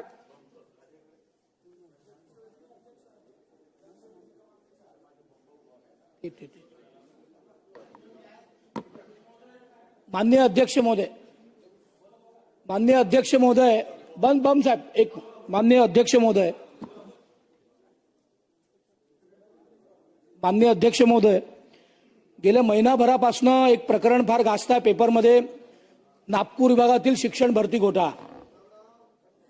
जवळपास एक निवृत्त शिक्षण अधिकारी होते सोमेश्वर नेताम, ते दिवंगत झाले. त्या दिवंगत अधिकाऱ्याच्या बोगस सह्या घेऊन जवळपास सन 2012 ते 2019 दरम्यान काही शिक्षकांची भरती केल्या गेली. ती कोविड नंतर ती परमनंट दाखवली आणि त्या वर्षाचे एरियर्स काढून शिक्षण विभागातील तत्सम सगळे अधिकारी आणि अनेक शाळांचे संचालक यांनी ते सरकारी पैसे वाटून घेतले आणि सरकारला चुना लावला. नंबर 1. नंबर 2, या प्रकरणात फौजदारी गुन्हे दाखल करावे असे शिक्षण आयुक्तांनी निर्देश दिले होते. त्याच्यावर कारवाई झाली आहे का? नंबर 1 माझा पहिला प्रश्न. अशा बोगस पद्धतीने जे काही आकडे येतात आहे, 1500 शिक्षक, 1200 शिक्षक, 1586 शिक्षक, शिक्षकेतर कर्मचारी, लिपिक, या दरम्यान या सगळ्यांची तपासणी आपण करणार आहोत का? तपासणी करणार असेल तर त्यांचा पगार जो आजपर्यंत दिला तो योग्य आहे की अयोग्य आहे? जर अयोग्य असेल तर तो आपण वसूल करणार आहोत का? शासनाने नेमलेली जी समिती आहे त्याचे अध्यक्ष 3 वेळा बदलले माननीय अध्यक्ष महोदय, 3 वेळा, कारण त्या तिघांवरही गुन्हे दाखल झाले आणि त्यातल्या दोघांना अटक झाली. त्यामुळे या समितीवर आपण योग्य अधिकारी नेमणार आहोत का? राज्यात शालार्थ आयडी घोटाळ्यात शिक्षकांच्या मान्यतेचे बनावट प्रस्ताव सादर करून जवळपास 2700 शिक्षक भरले अशी माहिती आहे. तर या 2700 शिक्षक दिनांक 12 मार्च रोजी बोगस प्रकरणी एक FIR पण दाखल झाला आहे. याच्यावर आपण आरोप निश्चित केले आहेत का? जी SIT आपण निश्चित केली आहे त्या SITत हा सगळा विषय समजणारे अधिकारी आहेत का? कारण एका DCBच्या माध्यमातून SIT आली, मग काही अधिकारी नेमले गेले, मग परत काढले गेले. त्यामुळे आपण योग्य ही SIT करून त्याची योग्य माहिती आपण या सगळ्या सदनासमोर आणणार आहोत का? आणि जे दोषी असतील, अधिकारी असतील, शाळा संचालक असतील, रिटायर्ड अधिकारी असतील, त्या सगळ्यांवर आपण ही कारवाई करणार आहोत का? आणि शेवटचा माझा प्रश्न की नुसता नागपूर विभाग नाही तर महाराष्ट्रातल्या इतरही विभागांमध्ये अशी शालार्थ आयडी घोटाळ्याची आपण चौकशी करणार आहोत का?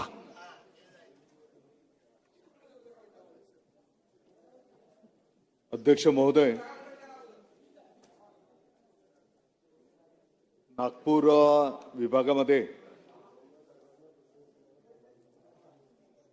बनावट शालार्थ प्रणाली लॉगिंग आयडीचा वापर करून या ठिकाणी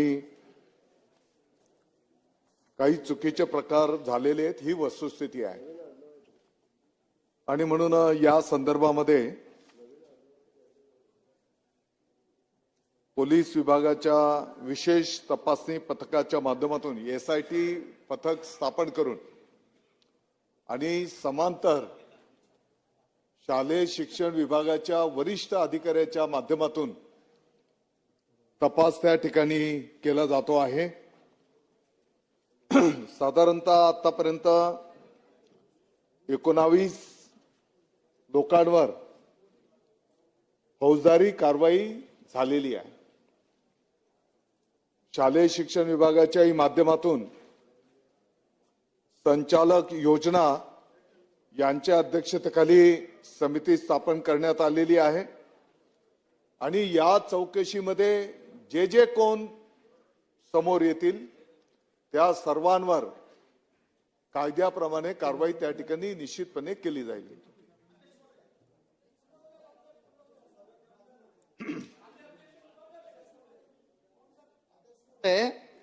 हा प्रकार जो आहे आत्ता जस्ट मंत्री महोदयांनी सांगितलं, जे दोषी आहेत ते, याच्यात एकही एज्युकेशन ऑफिसरचं हे नाहीये.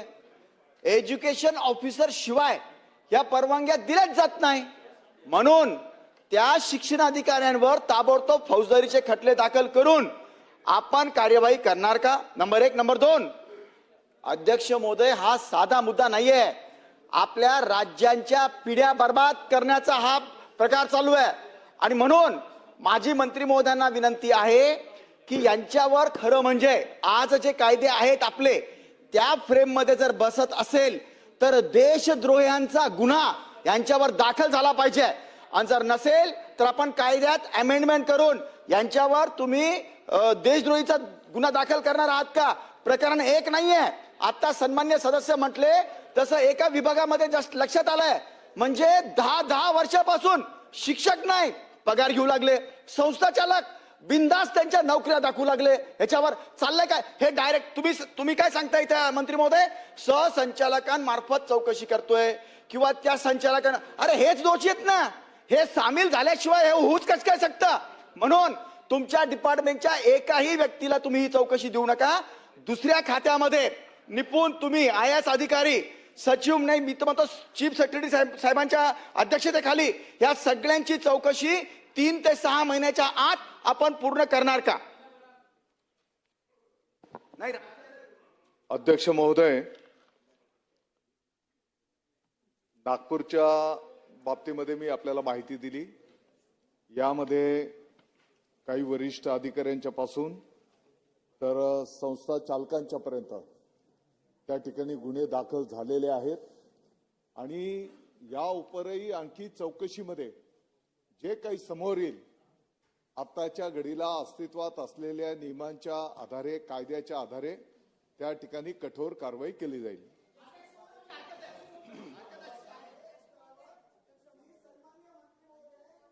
बाबा, एज्युकेशन ऑफिसर शिवाय हे दिलेच जात नाही ना, ह्याच्यात चौकशीची गरज काय?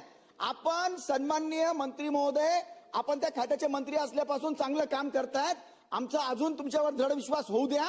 एज्युकेशन ऑफिसर शिवाय हे होऊ शकतं का? मला आज तुम्ही कृपया सन्माननीय मंत्री महोदय उत्तर द्यावा. आणि दुसरं, तुमच्या खात्यातले सहसंचालक तुम्ही सांगतायत त्यांच्या तुम्ही नेमले तेच दोषी याच्यामध्ये, त्यांच्या सगळ्यांच्या तुम्ही बाहेर काढून IAS अधिकारी, किमान ACS असलेले अधिकाऱ्यांच्या मार्फत ही चौकशी आपण करणार का? आणि एज्युकेशन ऑफिसरवर ताबडतोब आज आपण कृपया हे करावं, हाऊसमध्ये डिक्लेअर करावं की त्यांच्यावर सुद्धा तुम्ही फौजदारीचे गुन्हे दाखल करणार म्हणून. अध्यक्ष महोदय, मी सुरुवातीला सांगितलं की जी काही शासकीय पद्धत असते, आता या ठिकाणी सन्माननीय बम साहेब मान्यता घेण्याची जी काही विहित पद्धत आहे त्या पद्धतीला बाजूला ठेवून काही ठिकाणी आपण जसं उल्लेख केला की बनावट सह्या, त्याचा गैरवापर आणि ज्या ज्या अधिकाऱ्यांची यामध्ये मान्यता देत असताना जबाबदारी असते आणि त्यांनी जर ते टाळलेलं असेल तर या सर्वांवर या ठिकाणी कारवाई होते अध्यक्ष महोदय. आणि म्हणून मी आता सांगितलं की यामध्ये साधारणतः आतापर्यंत 17 ते 18 लोकांवर 19 लोकांवर त्या ठिकाणी गुन्हे दाखल झालेले आहेत आणि कारवाई त्या ठिकाणी केली गेलेली आहे. आणि या विषयाच्याही पलीकडे आणखी चौकशीमध्ये जे जे कोण समोर येईल आणि म्हणून अध्यक्ष महोदय अतिशय गंभीर बाब आहे. नरेंद्र बोंडे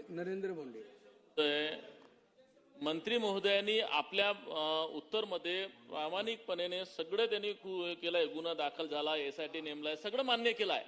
अध्यक्ष महोदय, याच्यामध्ये भंडाराचे माझ्या मतदारसंघातील एका मुख्याध्यापक, बोगस मुख्याध्यापक आणि अध्यक्ष संस्थेचा, त्याला अटक सुद्धा झालाय अध्यक्ष महोदय. परंतु ज्यांनी हा सगळं केलेलं आहे, कारण विदाऊट अधिकाऱ्याच्या शिवाय हा होऊ शकत नाही. याच्यामध्ये उपसंचालक पासून तो शिक्षण अधिकारी पासून तो मोठा रॅकेट होता. परंतु अध्यक्ष महोदय नुसतं गुन्हे थातूरमातूर करून चालला नाही, तर एक तरी अधिकारी आजपर्यंत अटक झाला नाही. अध्यक्ष महोदय, काही अधिकारी फरार आहेत. अध्यक्ष महोदय, हे काही शासन त्यांना पाठीशी घालतंय का? याच्यावरून असं लोकांचा प्रश्नचिन्ह निर्माण होतो. अध्यक्ष महोदय, आपण मंत्री महोदयांना माझा प्रश्न आहे की ह्या सगळ्या अधिकाऱ्याला किती दिवसात आपण अटक करणार? दुसरा, ह्या ज्या संस्था चालकांनी जे घोटाळे केलेले आहेत, 10-10 वर्षापासून जे पगार उचलतात, हे किती संस्थावरती कारवाई करणार, किती संस्थावरती प्रशासक नेमणार? अध्यक्ष महोदय, मंत्री महोदयांनी सांगायला पाहिजे. अध्यक्ष महोदय, मी आधीच उत्तर देताना सांगितलं की साधारणतः 19 लोकांवर कारवाई करण्यात आलेली आहे. यामध्ये संस्थाचालक सुद्धा आहेत, वरिष्ठ अधिकारी सुद्धा आहेत. आणि ही वस्तुस्थिती आहे की साधारणपणे अतिशय हे गंभीर प्रकरण आहे आणि हे फक्त काही नागपूर भागापुरता मर्यादित नाही. आणि म्हणून या संदर्भामध्ये अनेक ठिकाणावरनं अशा प्रकारच्या मागण्या येत आहेत. त्या ठिकाणी तपासणी झाली पाहिजे. या विषयाचा माहिती घेत असताना हे पण आढळून आलेलं आहे की काही चौकशा तर 2000 मध्ये पण तक्रारी आलेल्या आणि त्या काळामध्ये त्या तपासण्या होणं अपेक्षित होतं, परंतु त्याची चौकशी झाली नाही आणि पुढे कारवाई झालेली नाही. ही पण वस्तुस्थिती आहे. आणि म्हणून बोडेकर साहेब, तुम्ही बिलकुल काळजी करू नका. संपूर्ण राज्यामध्ये या संदर्भातले जिथे जिथे गैरप्रकार झालेले असतील, राज्यव्यापी एक स्वतंत्र SIT स्थापन करून या संपूर्ण प्रकरणाची SIT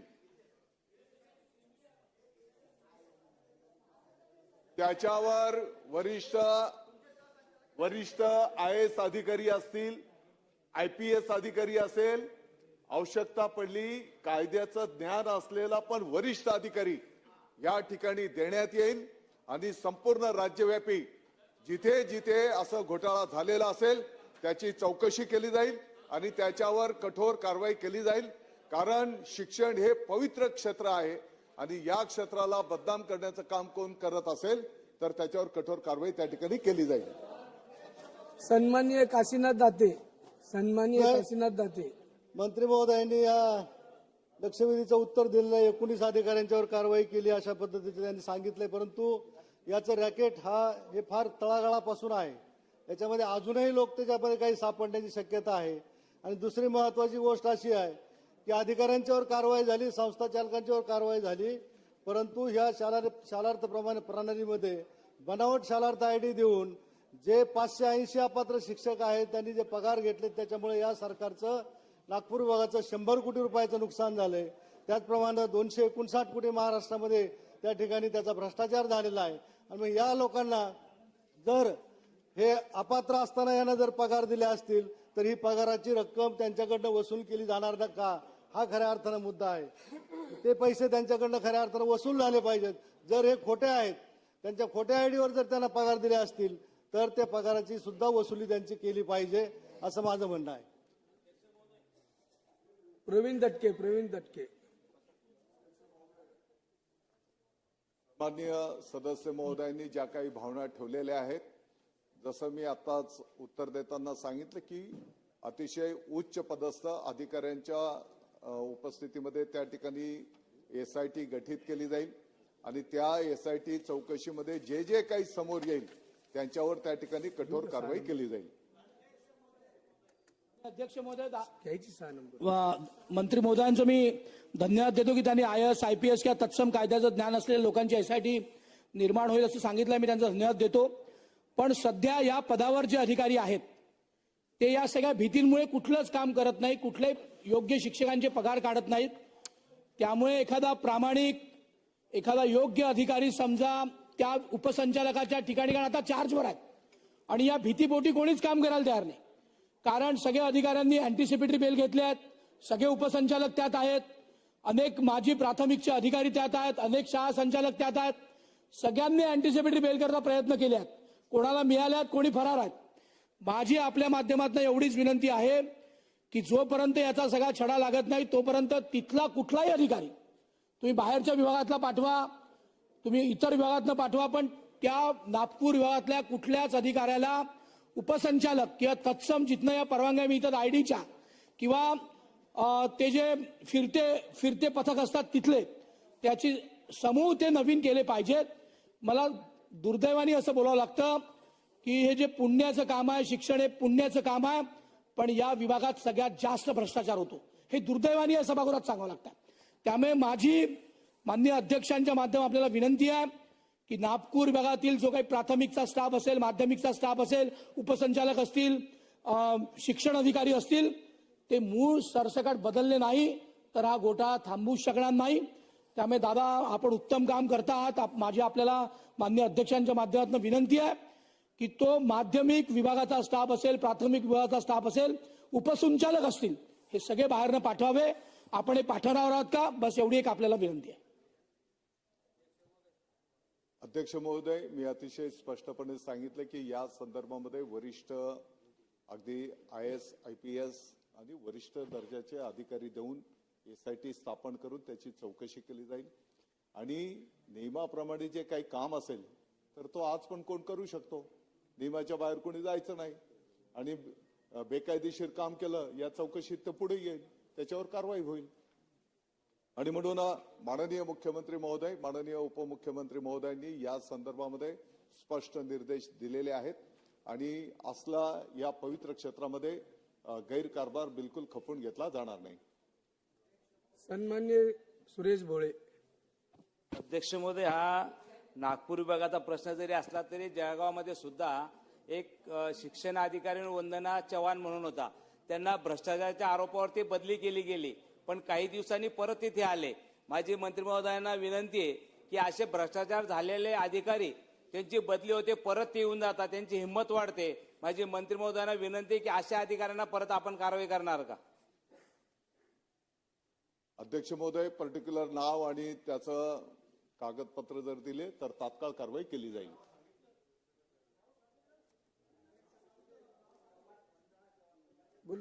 अध्यक्ष महोदय,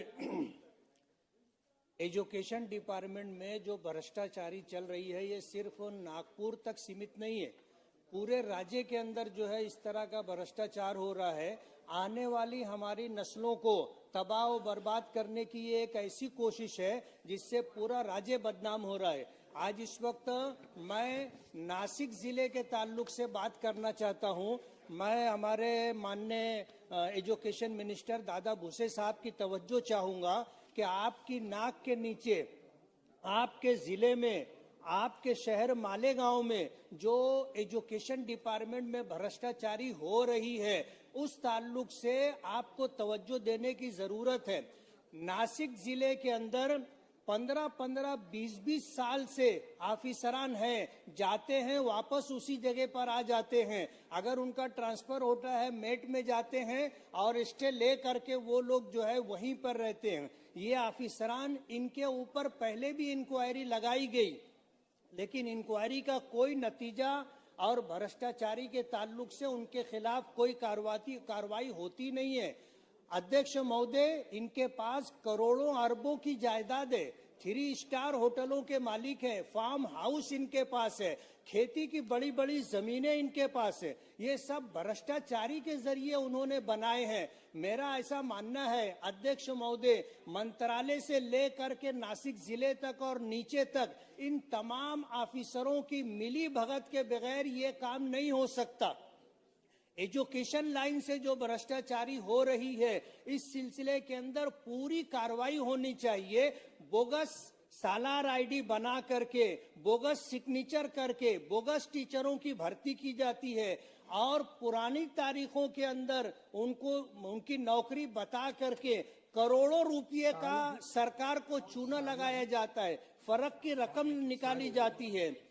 अध्यक्ष महोदय, मेरी मंत्री महोदय से ये मेरा सवाल है कि आप ऐसा बता रहे हैं कि 19 लोगों के ऊपर एफआईआर हुई है। ये तो वो लोग हैं जो छोटी मछलियां हैं, बड़ी मछलियों के खिलाफ कार्रवाई कब होगी? और संस्था चालक जो लोग हैं उनके खिलाफ कार्रवाई कब होगी? नासिक जिले के अंदर अध्यक्ष महोदय, उप संचालक बीबी चौहान, शिक्षण अधिकारी प्राथमिक नितिन बच्छाव, शिक्षण अधिकारी माध्यमिक परवीन पाटिल, उप शिक्षण अधिकारी माध्यमिक उदय देवरे, गणेश फूलसुंदर, प्रकाश आहिरे, उप शिक्षण अधिकारी प्राथमिक भास्कर कनोज, अध्यक्ष प्राथमिक श्री श्रीधर देवरे, अध्यक्ष माध्यमिक श्री सुधीर पगार, अध्यक्ष वेतन व भिनिनी पथक प्राथमिक शरद चौहान, अध्यक्ष वेतन व भिनिनी पथक माध्यमिक नितिन पाटिल। ये वो लोग हैं जो नासिक जिले के अंदर 15-15, 20-20 साल से हैं।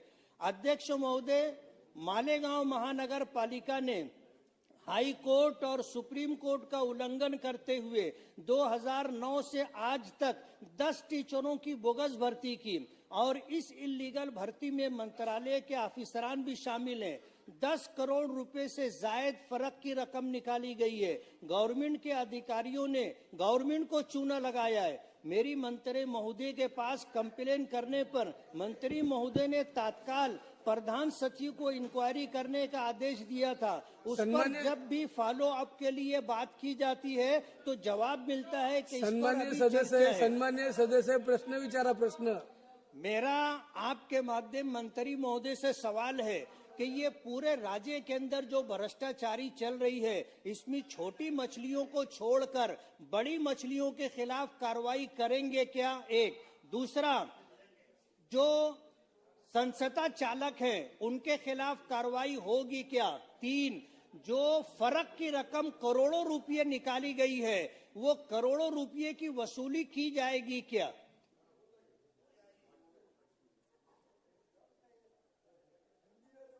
सन्माननीय अध्यक्ष महोदय, त्या मालेगावचेच माननीय आमदार मुफ्ती इस्माईलजींनी जो काही मुद्दा या ठिकाणी उपस्थित केलेला आहे आणि पाठीमागच्या काळामध्ये काही विषयांच्या संदर्भामध्ये त्यांनी चौकशीचे पत्र निवेदन पण दिलेले आहेत आणि त्या संदर्भामध्ये चौकशी ऑलरेडी प्रगतीपथावर आहे। मुफ्ती जी, मैं आपको बताना चाहता हूं, मछली छोटी हो या कितनी भी बड़ी हो,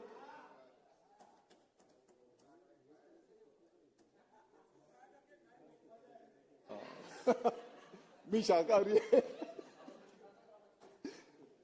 तर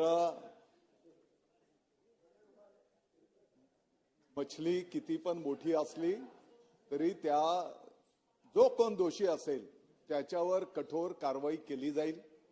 मुद्दा क्रमांक 1, याच्यामध्ये संस्था चालक असू देत, कारण शेवटी प्रस्ताव देत असताना हा संस्था चालकाच्या थ्रूच येत असतो आणि म्हणून ते सुद्धा तेवढेच जबाबदार आहेत आणि म्हणून त्या ठिकाणी आपण बघितलं असेल यापूर्वी सुद्धा नागपूरच्या तिकडे संस्था चालकांवर पण कारवाई करण्यात आलेली आहे आणि म्हणून या संपूर्ण चौकशीमध्ये जे जे कोण दोषी असतील त्यांच्यावर कठोर कारवाई केली जाईल। कोणी कितीही मोठा असला तरी त्याचा बिलकुल त्याने जर चूक केलेली असेल तर त्याच्यावर कठोर कारवाई केली जाईल आणि ज्याने कोणी चुकीचं, तुम्ही जसं सांगितलं काय चुकीचे कागदपत्र देऊन काय फरक काढण्यात आला, ज्याने असे फरक खोटे काढले असतील तर ती रक्कम सुद्धा त्या ठिकाणी वसूल केली जाईल आणि बमजी एक टाइम बाउंड कार्यक्रम या वरिष्ठ SITच्या माध्यमातून किमान एक 3-4 महिन्याच्या आत याचा संपूर्ण राज्यव्यापी चौकशी करून त्या ठिकाणी कारवाई केली जाईल. लक्षवेधी क्रमांक 6. अध्यक्ष महोदय, लक्षवेधी क्रमांक 6. प्रमाणे अध्यक्ष महोदय, महाराष्ट्रात आणि संपूर्ण देशातच टीबी या संसर्गजन्य रोगानं भयानक असं स्वरूप धारण केलेलं आहे आणि आकडेवारी अशी सांगते की महाराष्ट्रामध्ये दरवर्षी टीबीच्या रुग्णांची संख्या ही सातत्यानं वाढते. 2023 असेल त्यापेक्षा 2024 मध्ये ती संख्या वाढलेली आहे आणि 2025च्या पहिल्या 5 महिन्यातच ही संख्या अतिशय झपाट्यानं वाढते. आणि या सगळ्यामध्ये महत्वाची गोष्ट अशी आहे की सरकार उत्तम काम करत आहे. खरं तर ही आकडेवारी सरकारने जी मोहीम राबवली त्या मोहिमेमुळेच समोर आलेली. त्यामुळे सरकार याच्या बाबतीत अतिशय जागरूक आहे. सरकारचं काम चांगलं आहे. सरकार त्याच्यावरती संवेदनशीलपणे काम करतंय, त्यामुळे सरकारचं अभिनंदन. पण याच्यातून काही प्रश्न असे निर्माण होतात की एवढं सगळं करून सुद्धा सातत्यानं जर रुग्णांची संख्या वाढतीये तर नक्की कुठं चुकतंय. टीबीवरती जी औषधं आलेली आहेत त्या औषधांचा प्रतिरोध मंदावलाय का? मग ती औषधं दिली जात आहेत पण ती औषधं लागूच पडत नाहीयेत आणि त्याच्यामुळे टीबीचा संसर्ग फैलावतोय. हा एक सगळ्यांच्या पानामध्ये प्रश्न तयार होतो. दुसरा जो विषय आहे याच्यामध्ये बघितलं तर टीबीची जी लागण आहे ती तरुण लोकांना जास्ती होते.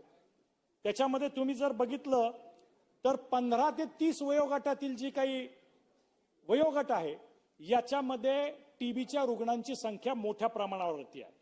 जवळपास 34% रुग्ण हे 15 ते 30 वयोगटातील म्हणजे युवकांना, तरुणांना याची मोठ्या प्रमाणावरती लागण होती. लहान मुलांमध्ये या आजाराचं प्रमाण सुद्धा लक्षणीयरित्या मोठं असल्याचं या सगळ्या सर्वेक्षणामधून समोर आलेलं आहे.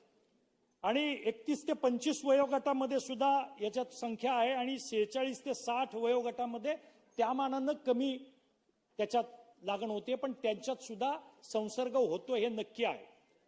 त्यामुळं या सगळ्याचा जर आपण एकंदर जो सरकारने सर्वेक्षण केले ते पाहिलं तर आपल्या लक्षात येईल की आपण उच्चाटन करायच्या दिशेने निघालो होतो, पण दरवर्षी ती संख्या मात्र वाढतच चाललेली आहे. त्याच्यामुळं माझ्या आपल्या मार्फत मंत्री महोदयांना काही स्पेसिफिक प्रश्न आहेत की हा टीबी संसर्गजन्य रोग आहे. आपण सगळीकडे बघतोय की बाबा लोक बिनदिक्कतपणे रस्त्यावरती थुंकतात आणि याच्यामुळे हा संसर्ग वाढतो आणि लोकांना लागण होते आणि जे तरुण सगळे बाहेर जात आहेत त्यांना ही जास्ती लागण होते. तर हे रोखण्यासाठी व रुग्णांची संख्या कमी करण्यासाठी आपण काही अभियान राबवणार का? त्याच्यामध्ये काही जनजागृती निर्माण करण्यासाठी एखादी योजना सरकार आणणार का? हा माझा पहिला प्रश्न आहे.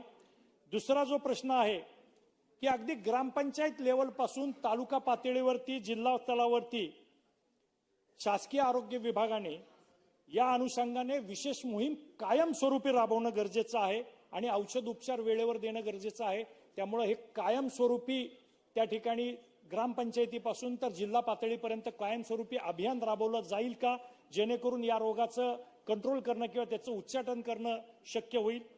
तिसरा प्रश्न जो आहे की केंद्र सरकारने, राज्य सरकारने ज्या ज्या वेळोवेळी गाईडलाईन देतात, सूचना देतात, त्याची अंमलबजावणी संबंधित अधिकारी काटेकोरपणे करतात की नाही हे पाहण्यासाठी काही यंत्रणा उभी केली जाईल का, ज्याच्या माध्यमातून कुणी चुकारपणा तर करत नाहीये किंवा फक्त कागदावरतीच यंत्रणा काम करते असा तर प्रकार होत नाही ना, याच्यासाठी काही यंत्रणा उभी केली जाईल का? हा तिसरा प्रश्न आहे.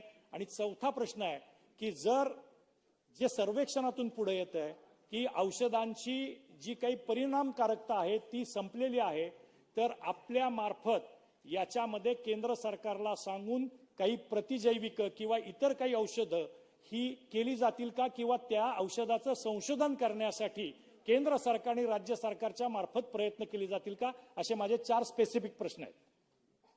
अध्यक्ष महोदय, सन्माननीय पंतप्रधान नरेंद्रजी मोदी साहेब यांच्या मार्गदर्शनातून 2020-30 पर्यंत टीबी फ्री इंडियाची घोषणा मोदीजींनी केलेली आहे. त्यासाठी टीबी हारेगा देश जीतेगा ह्या अभियानाअंतर्गत टीबी निर्मूलनासाठी, दूरीकरणासाठी detect, treat, prevent and build ह्या धोरणावर राष्ट्रीय क्षयरोग दूरीकरण कार्यक्रम पूर्ण देशभरामध्ये राबवला जातो आणि राज्यामध्ये सुद्धा ह्या कार्यक्रमाची प्रभावी अंमलबजावणी होत असते. अध्यक्ष महोदय, सन्मान्य सदस्यांनी जी आकडेवारी सांगितली की दरवर्षी टीबीची रुग्णांची संख्या वाढतीये, तर हे चुकीचं आहे. कारण की ह्या वर्षी 100 दिवसाचा जो कार्यक्रम राबवलेला आहे त्यामुळे चाचण्यांची संख्या वाढलेली आहे. म्हणजे 2024 मध्ये 35,39,941 संशयित रुग्णांची तपासणी केली होती आणि त्यानुसार 2,30,515 एवढे क्षयरुग्ण सापडले होते. परंतु 2025 मध्ये मे 2025 ते आजपर्यंत 17,30,808 एवढ्या चाचण्या झालेल्या आहेत आणि 95,437 रुग्ण क्षयरोगाचे सापडलेले आहेत. जेव्हा की 2024 मध्ये हाच आजपर्यंतचा आकडा मे पासून जून पर्यंतचा आकडा हा 11,63,000 होता. मग ही आकडेवारी सांगते की यावर्षी चाचण्या जास्त झालेल्या आहेत आणि एकूण 2,700च्या आसपास रुग्णांची संख्या कमी झालेली आहे. त्यामुळे 27% क्षयरुग्णांची संख्येमध्ये घट झालेली आहे. खरं तर ह्या क्षयरोगासाठी जनजागृती होणं गरजेचं आहे. म्हणून हा 100 दिवसाचा कार्यक्रम सन्मान्य पंतप्रधानांनी राबवला होता. महाराष्ट्रात देखील आदरणीय मुख्यमंत्री देवेंद्र फडणवीस साहेबांच्या मार्गदर्शनामध्ये 100 दिवसीय कार्यक्रमामध्ये आपण जास्तीत जास्त टेस्टिंगवर भर दिलेला आहे. या ठिकाणी मला सांगायला आनंद होतो की आपल्या 7,402 ग्रामपंचायती म्हणजे एकूण महाराष्ट्रातल्या ग्रामपंचायतीपैकी 27% ग्रामपंचायती ह्या टीबी फ्री ग्रामपंचायती म्हणून डिक्लेअर झालेल्या आहेत. सन्मान्य सदस्यांनी प्रश्न विचारला की 18 वर्षावरील मुलांना जास्त 18 ते 30 वर्षामध्ये जास्त लागण झालेली दिसते. तर हा गटातील मुलं, मुली, महिला ह्या जास्त प्रवास करत असतात, जास्त ठिकाणी जात असतात. त्यामुळे त्यांना बाधा होण्याची जास्त शक्यता असते आणि म्हणून आपण दिनांक 3 सप्टेंबर 2024 पासून राज्यातील निवडक 40 NTP जिल्ह्यांमध्ये 18 वर्षावरील पात्र लाभार्थ्यांना भविष्यात क्षयरोग होऊ नये म्हणून BCG लस एक्स्ट्रा एक अतिरिक्त मात्रा देण्यात येत आहे अध्यक्ष महोदय.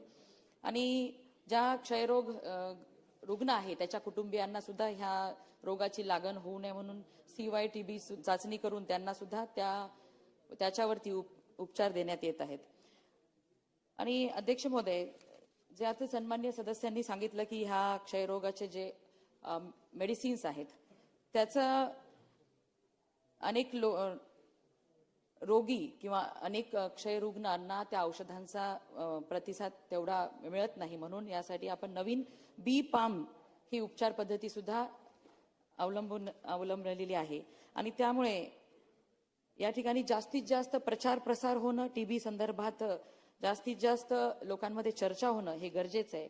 आणि आज सभागृहाच्या माध्यमातून मी सर्वांना विनंती करते की ज्या पद्धतीने सन्माननीय मुख्यमंत्री महोदयांनी आपल्या या ठिकाणी टीबीचे जे पेशंट असतात त्यांना प्रोटीनयुक्त खायला द्यावं लागतं किंवा त्यांनी आहार तसा घेतला पाहिजे. म्हणून केंद्र सरकार टीबीच्या पेशंट्सला 1,000 रुपये दरमहा देतं. पण त्याच पद्धतीने या ठिकाणी प्रत्येक क्षय रुग्णासाठी निक्षय मित्र म्हणून एक संकल्पना आणलेली आहे आणि त्याच्या माध्यमातून गाव पातळीवर, शहर पातळीवरती किंवा अनेक आपल्या सदस्यांनी सुद्धा आणि सांगायला आनंद होतो आदरणीय मुख्यमंत्री देवेंद्र फडणवीस साहेबांनी सुद्धा निक्षय मित्र बनवून अनेक क्षयरुग्णांना फ्रूट बास्केट देण्याच्या मोहिमेमध्ये सहभाग घेतलेला आहे. आज ह्या लक्षवेधीच्या माध्यमातून मी सभागृहाला सुद्धा विनंती करते की जास्तीत जास्त आपणही निक्षय मित्र बनून क्षय रुग्णांना मदत कशा पद्धतीने करता येईल यासाठी पुढाकार घेतला पाहिजे. आणि नॅशनल ट्युबरक्युलोसिस इरॅडिकेशन प्रोग्राम प्रत्येक जिल्ह्यामध्ये, आपल्या राज्यामध्ये 40 जिल्हे आपण या दृष्टीने काम चालू आहे आणि जास्तीत जास्त प्रचार प्रसार त्याचं टेस्टिंग आणि त्याच्यावरती वेळेत उपचार ह्यावरती भर देणं चालू आहे. म्हणून मला खात्री आहे की येणाऱ्या दिवसांमध्ये जे 2030चं मोदीजींचं ध्येय आहे तोपर्यंत आपण पूर्णपणे राज्यामध्ये सुद्धा टीबी मुक्त राज्य करण्याचा प्रयत्न करत आहोत. बाबासाहेब देशमुख. अध्यक्ष महाराज, आत्ताच मंत्री महोदयांनी जे उत्तर दिलं, निश्चितपणे हे सरकार, केंद्र सरकार टीबी मुक्त देश करण्यासाठी प्रयत्न करते, त्याबद्दल सरकारचं अभिनंदन. पण माझी आपल्या माध्यमातून सरकारला काही प्रश्न आहेत की हा संसर्गजन्य रोग आहे आणि ज्या ठिकाणी गर्दीची ठिकाणं आहेत, बस स्थानक असेल, रेल्वे स्टेशन असेल, त्या बस स्थानकावरती जे व्यावसायिक आहेत किंवा पाणी विकणारी काही मुलं असतील, खाऊ विकणारी काही मुलं असतील, यांना आपण रेल्वे स्टेशनच्या आवारात आणि बस स्थानकाच्या आवारात त्यांची टीबीची चाचणी कंपल्सरी करणार आहात का? रेल्वेमध्ये जे काही मुलं फिरतात ते पाणी आणि खाऊ विकताना त्यांना एखाद्या त्या मुलाला जर टीबीचा आजार असेल, XDR सारखा आजार असेल आणि तो जर एखाद्या डब्यामध्ये खोकत असेल तर त्या व्यावसायिक धारकामुळे हजारो नागरिकांना हा संसर्गजन्य रोग तयार होऊ शकतो. तर यासाठी केंद्र सरकार आणि आपलं राज्य सरकार काय निर्बंध घालणार आणि त्यांची चाचणी केल्याशिवाय त्यांना परवानगी देणार का? हा माझा प्रश्न आहे. महोदय, सन्मान्य सदस्याचा प्रश्न अत्यंत महत्वाचा आहे आणि त्याच्यावरती निश्चितच विचार केला गेला पाहिजे. ज्या ठिकाणी फूड स्टॉल्स असतील किंवा ह्या रिलेटेड जे काही सर्व्हिसेस चालतात त्या ठिकाणच्या विक्रेत्यांच्या तपासण्या केल्या तर निश्चितच ह्या आजाराचा प्रसार होणार नाही. पण ह्याच्यावरती निश्चित बैठक घेऊन आम्ही विचार करू की अशा पद्धतीचा एक काही कायदा किंवा रिगरस टेस्टिंग अशा लोकांची करता येते का आणि निश्चित ह्याच्यानी सुद्धा टीबीचं संख्या कमी होण्यात मदत होणार आहे. चांगलं आपला जो विषय आहे तो चांगला आहे. श्रीमती मनीषा चौधरी. अध्यक्ष महोदय, आपल्या सर्वांचे लाडके पंतप्रधान नरेंद्र मोदीजी यांनी निक्षय ही मित्र व्हावं असं आव्हान केल्यानंतर माझ्या मतदारसंघामध्ये अध्यक्ष महोदय आम्ही हे टीबी रुग्णाचं प्रमाण हे कमी केलं आणि आमच्या विभागातले BMCचे अधिकारी असतील, काही मित्र असतील, ह्यांनी प्रत्येक टीबी पेशंटला 6 महिन्यासाठी आम्ही अडॉप्ट केलं आणि त्याच्यामध्ये आम्ही टीबी पेशंट कमी केले. पण अध्यक्ष महोदय, माझं सन्माननीय मंत्री महोदयांना विनंती आहे की जो CSR फंड आहे, औषधं ही चांगल्या प्रमाणात आपण देतो त्यांना, पण त्याला लागत असलेलं जे प्रोटीनयुक्त अन्न मिळायला पाहिजे तर ते न मिळाल्यामुळे अध्यक्ष महोदय टीबी पेशंट लवकर बरा होत नाहीये. तर हा टीबी पेशंट लवकर बरा होण्यासाठी आपण 6 महिन्यासाठी हे निक्षय मित्र म्हणून लोकांना आव्हान करायला पाहिजे व त्याचसोबत जर त्या विभागातील CSR फंड अवेलेबल झाला, काही बँकांना सांगून किंवा काही मोठ्या इंडस्ट्रीजना सांगून जर त्यांना 6 महिन्याचे किट दर महिन्याला आम्ही ज्या पद्धतीने आमच्या महापालिकेतील R वॉर्ड मधला R सेंट्रल वॉर्ड असेल, R नॉर्थ वॉर्ड असेल, ह्या इकडचे आमचे MOH आणि आमचे BMCचे अधिकारी ह्यांनी इतकं प्रचार आणि प्रसार केला की आमच्यासारखे कार्यकर्त्यांनी सुद्धा 6 महिन्यासाठी टीबी पेशंटला निक्षय मित्र म्हणून घेतलं.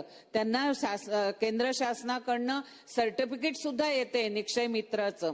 त्यामुळे लोकांना सुद्धा वाटतं की नाही बाबा, एका महिन्याला मला एका पेशंटला 1000 रुपये, 6 महिन्याला मला इतके 600 रुपये एकाला एक किट द्यायला, तर 6 महिन्याचे ते पैसे देऊ शकतात. त्यामुळे ह्याची आपण प्रसिद्धी करायला पाहिजे, लोकांना आव्हान करायला पाहिजे. औषधं खूप चांगल्या दर्जाचे आहेत पण त्यांना पूरक धान्य अन्न मिळत नाही, म्हणून हा टीबी लवकर बरं होत नाही. आणि खास करून शाळांमध्ये सुद्धा अवेअरनेस करायला पाहिजे. आता चांगल्या चांगल्या मोठ्या शाळा आहेत त्या सर्व AC शाळा आहेत आणि AC रूम असल्या कारणाने तिकडे व्हेंटिलेशन नसल्या कारणाने टीबी हा लवकर दुसऱ्या मुलांना संसर्ग याच्यातून होऊ शकतो. तर त्याची सुद्धा काळजी घेणं गरजेचं आहे. मध्ये क्षयरोगाची ट्रीटमेंट ज्या पेशंटची रुग्णाची चालू आहे त्याला 6 महिन्यासाठी आपण 1,000 रुपये केंद्र सरकार देतं. सन्माननीय सदस्य मनीषाताईंचं सूचना अत्यंत योग्य आहे आणि आपण त्यासाठी निश्चय मित्र हा जो आपण आपल्या मतदारसंघामध्ये प्रयोग राबवला, सर्व सन्मान्य सदस्यांनी पण आपापल्या मतदारसंघामध्ये राबवला तर आणखी चांगला फायदा होईल. पण सरकार म्हणून सुद्धा ह्या क्षयरोग निर्मूलनासाठी प्रसार मोठ्या पद्धतीने चालू आहे. शाळांमधून जनजागृती चालू आहे आणि निश्चितच ह्या सगळ्या गोष्टींचा फायदा येणाऱ्या दिवसांमध्ये आपल्याला दिसणार आहे.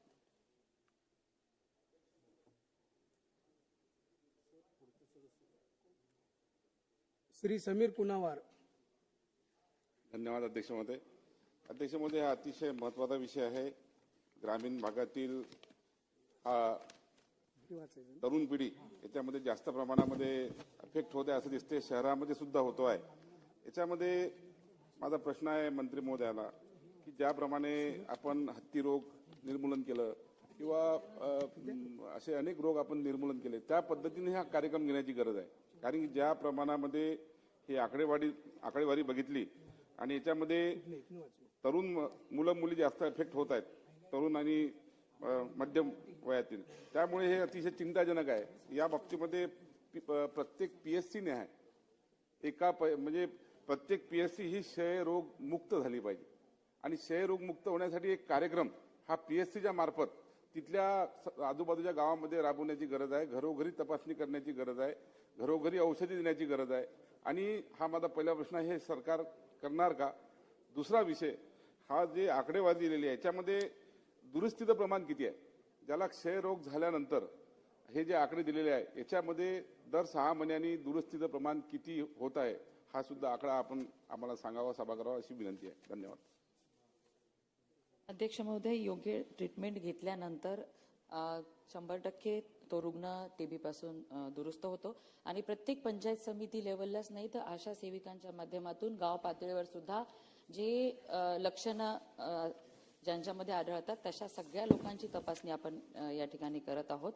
आणि जसं मनीषाताईंनी त्यांच्या मतदारसंघात हा चांगला उपक्रम राबवला तसाच आणखीन आपल्या महाराष्ट्रामध्ये लवकरात लवकर महाराष्ट्र TB मुक्त व्हावा यासाठी आणखीन सन्मान्य सदस्यांच्या ज्या काही सूचना असतील तसं चांगला उपक्रम राज्यामध्ये आपण सगळ्यांच्या मार्गदर्शनामध्ये आणू आणि 2030 पर्यंत जे देशाचे पंतप्रधान मोदीजींचं स्वप्न आहे TB फ्री इंडियाचं, तसंच महाराष्ट्र सुद्धा लवकरात लवकर त्यामध्ये आदरणीय मुख्यमंत्र्यांच्या मार्गदर्शनामध्ये आपण AI ची टेक्नॉलॉजी सुद्धा वापरणार आहोत जेणेकरून डिटेक्शन सोपं आणि जास्त लवकर होईल, जास्त संख्येमध्ये आपण डिटेक्शन करू शकू.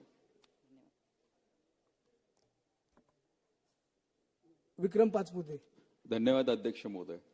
विषय अतिशय महत्वाचा आहे आणि गंभीर सुद्धा आहे. TB ज्याला आपण क्षयरोग म्हणतो हा मोठ्या प्रमाणावर संसर्जन्य आहे आणि माझ्या अहिल्यानगर जिल्ह्यामध्ये हे काम खूप चांगल्या पद्धतीने चालू आहे.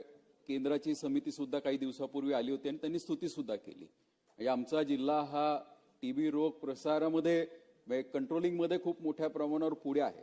पण हे होत असताना एक गोष्ट दुर्दैवी मला वाटतं की आपण या सभागृहाच्या माध्यमातून अध्यक्ष महोदय काहीतरी सरकारने गंभीर पावलं उचलणं गरजेचं आहे. मधल्या काळामध्ये स्वाईन फ्लू असेल, कोरोना असेल, हे TB पेक्षा जास्त संसर्गजन्य आजार होते जे सहजासहजी स्प्रेड होत होते, ते आपण थांबवण्यामध्ये यशस्वी झालो. पण TB पसरण्यामध्ये एक महत्वाचं कारण म्हणजे TB spread due to spitting, म्हणजे थुंकण्यामुळे हा आजार पसरतो, हा एक सगळ्यात महत्वाचा भाग आहे. आणि अलीकडच्या काळामध्ये आपण पाहिलं पान, गुटखा, पान मसाला इतक्या मोठ्या प्रमाणावर खाऊन लोक कुठेही थुंकत असतात. कधी कधी असं वाटतं की भिंतीवरती आर्टवर्क करण्यासाठी सगळ्या जागा आपण मोकळ्या करून ठेवल्यात की काय. आणि ही थुंकणारा व्यक्ती जर TBचा त्या ठिकाणी रोगी असेल, जर एखादा पेशंट असेल तर नक्कीच हा प्रसार झाल्याशिवाय राहणार नाही. माझे जर आपण पूर्वीचे मूव्हीज पाहिले, पिक्चर पाहिले तर त्याच्यामध्ये तुम्ही पहा, पूर्वी पान खाणारा व्यक्ती असेल तर तो थुंकदान घेऊन फिरायचा. म्हणजे खायचंय, तुम्ही खाण्याविषयी आम्हाला आक्षेप नाही, ज्याला पान खायचं तो खा, पान मसाला खायचा खा, पण तुम्ही तुमचं थुंक स्वतःकडे घेऊन फिरा. बाहेर जमिनीवरती जनतेमध्ये त्या ठिकाणी रोग पसरेल अशी काही कोणी व्यवस्था करू नका. तर हे जे जुने इंग्रजांच्या काळातले नियम होते हे आपण लागू करणार आहात का? कारण हे खूप महत्वाचे आहेत. कारण लोकांमध्ये नुसता अवेअरनेस आणून चालणार नाही, तर लोकांमध्ये कुठेतरी सोशल अवेअरनेस आणणं गरजेचं आहे. सोशल लोकांविषयी जी आपली रिस्पॉन्सिबिलिटी आहे याची जाणीव करून देणं गरजेचं आहे. कारण जर हे थांबलं तरच 2030 पर्यंत आपण हे रोखू शकू. आदरणीय पंतप्रधानांनी जे काही मनात ठेवलेलं आहे हे जर पूर्ण करायचं असेल तर हा वन ऑफ द महत्वाचा निर्णय असेल. मंत्री महोदयांनी सांगितलं की ज्या ज्या सूचना असतील करा. माझी अध्यक्ष महोदय आपल्यामार्फत सरकारला विनंती आहे की तात्काळ थुंकण्यावरती बंदी कशी आणता येईल. मधल्या काळामध्ये कोरोनाच्या काळात आपण पाहिलं की ज्यावेळेस भीती बसली होती की थुंकलं की कोरोना वाढतोय, सगळे थुंकायचे बंद झाले होते. याला काहीतरी आपल्याला कारवाई, यासाठी नवीन योजना किंवा नवीन कायदा आणावा लागणार आहे. चांगली सूचना आहे, पण हे सगळं self discipline, self etiquettes, self manners वरती डिपेंड आहे. आणि ह्याच्यासाठी सुद्धा स्वच्छ भारत मोहिमेअंतर्गत लोकांना जागृती करणं, कारण की ही एक सामाजिक चळवळ उभी राहिली पाहिजे. प्रत्येक गोष्टीला सरकारसोबत जनतेने सुद्धा तसाच प्रतिसाद दिला पाहिजे. पण शासन, सरकार टीबीच्या बाबतीमध्ये गांभीर्याने घेत आहे, म्हणून ह्या सगळ्या सूचना अंमलात आणण्यासाठी आम्ही विचार करू. शासकीय विधेयक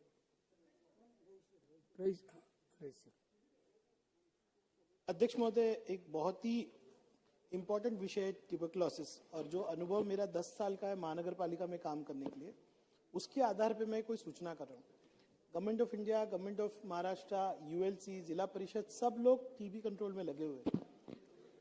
1.5 साल से 3 ऐसे ओकेशन हुए हैं कि जहाँ पे ट्यूबरक्लोसिस की जो बेसिक मेडिसिन है वो टीबी प्रोग्राम में नहीं थी.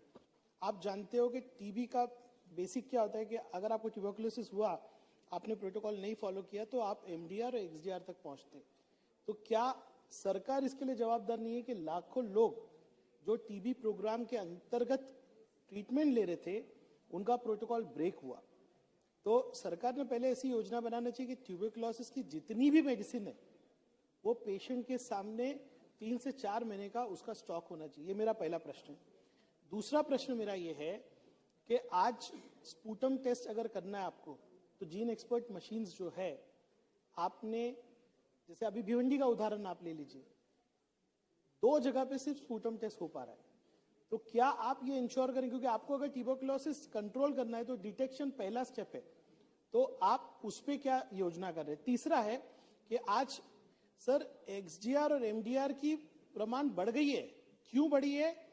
क्योंकि जितने भी मेडिकल ऑफिसर्स है, हमारे नीचे लेवल पे जो डॉक्टर्स है, आज टीबी का प्रिस्क्रिप्शन को एमबीबीएस नहीं करता, बीओएमएस, बीएमएस सब लोग कर रहे हैं.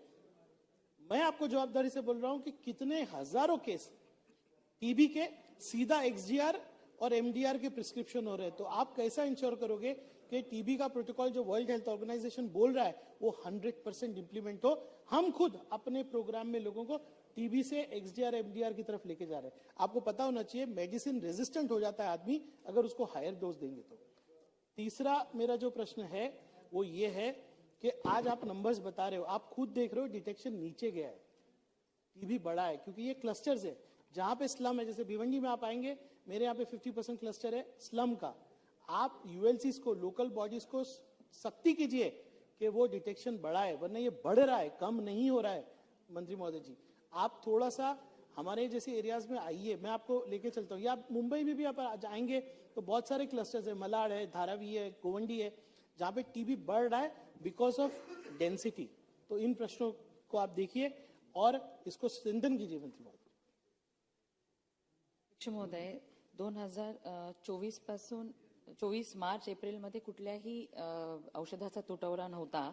सार्वजनिक आरोग्य विभागाच्या नियोजनामुळे राज्यामध्ये क्षय रुग्णांना औषध वेळेवर मिळतात, त्यापासून ते वंचित राहिलेले नाही. आणि टेस्टिंगसाठी सुद्धा आपल्याकडे 99 डिजिटल हँडी एक्सरे मशीन्स मुव्हेबल अशा अवेलेबल आहेत. 170 अद्यावत सीबी नॅट आणि ट्रू नॅट मशीन आपल्याकडे आहेत, ज्या आणि 649 ट्रू नॅट मशीन्स आहेत, ज्यामध्ये 1.5 तासामध्ये जर आपण थुंकीचं सॅम्पल घेतलं तर त्यामध्ये लगेचच्या लगेच टीबी पॉझिटिव्ह आहे की नाही लगेच कळून जातं. मग अशा अत्याधुनिक सगळ्या यंत्रणा आपल्याकडे उपलब्ध आहेत आणि आपण त्या मुव्हेबल सुद्धा आहेत, म्हणून एकदम छोट्या एरियामध्ये सुद्धा त्या जाऊन टेस्टिंग होतं. आणि टेस्टिंग जास्तीत जास्त करणं ह्यावर सरकारचा भर आहे आणि ते काम चालू आहे.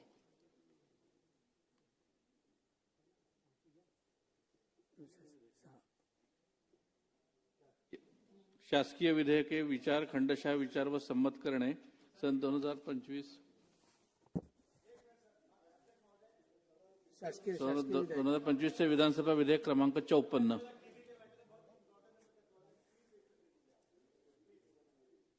अध्यक्ष महोदय, सन 2025 चे विधानसभा विधेयक 54 महाराष्ट्र ग्रामपंचायत, जिल्हा परिषद व पंचायत समितीच्या विवेकशीत निवडणुकीकरता वैधता प्रमाणपत्र सादर करण्याची मुदत तात्पुरती वाढवणे विधेयक 2025 विचारात घेण्यात यावे.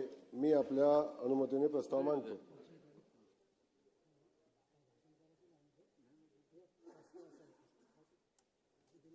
प्रस्ताव असा आहे की सन 2025 विधानसभा विधेयक क्रमांक 54 महाराष्ट्र ग्रामपंचायतीच्या, जिल्हा परिषदांच्या, पंचायत समित्यांच्या विकसित निवडणुकाकरता वैधता प्रमाणपत्र सादर करण्याची मुदत तात्पुरती वाढवणे विधेयक 2025 विचारात घेण्यात यावे.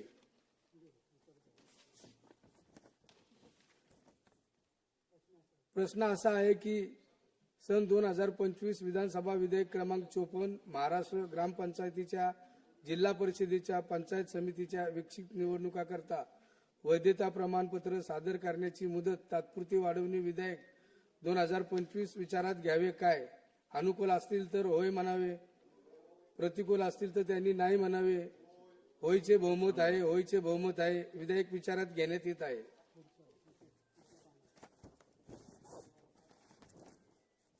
खंड 2 ते 6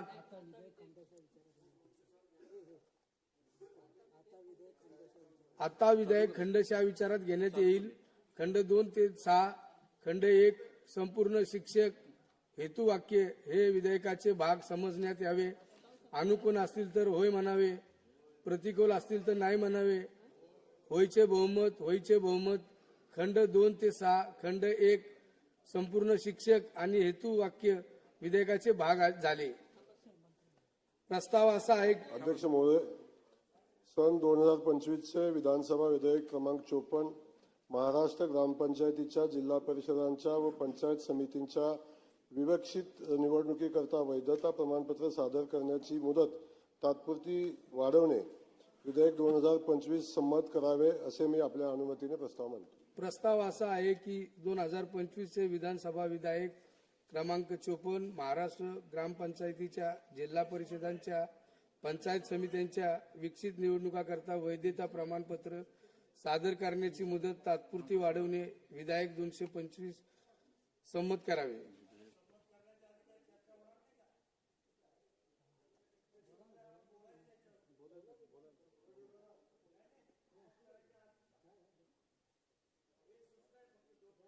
बोला ना, बोला.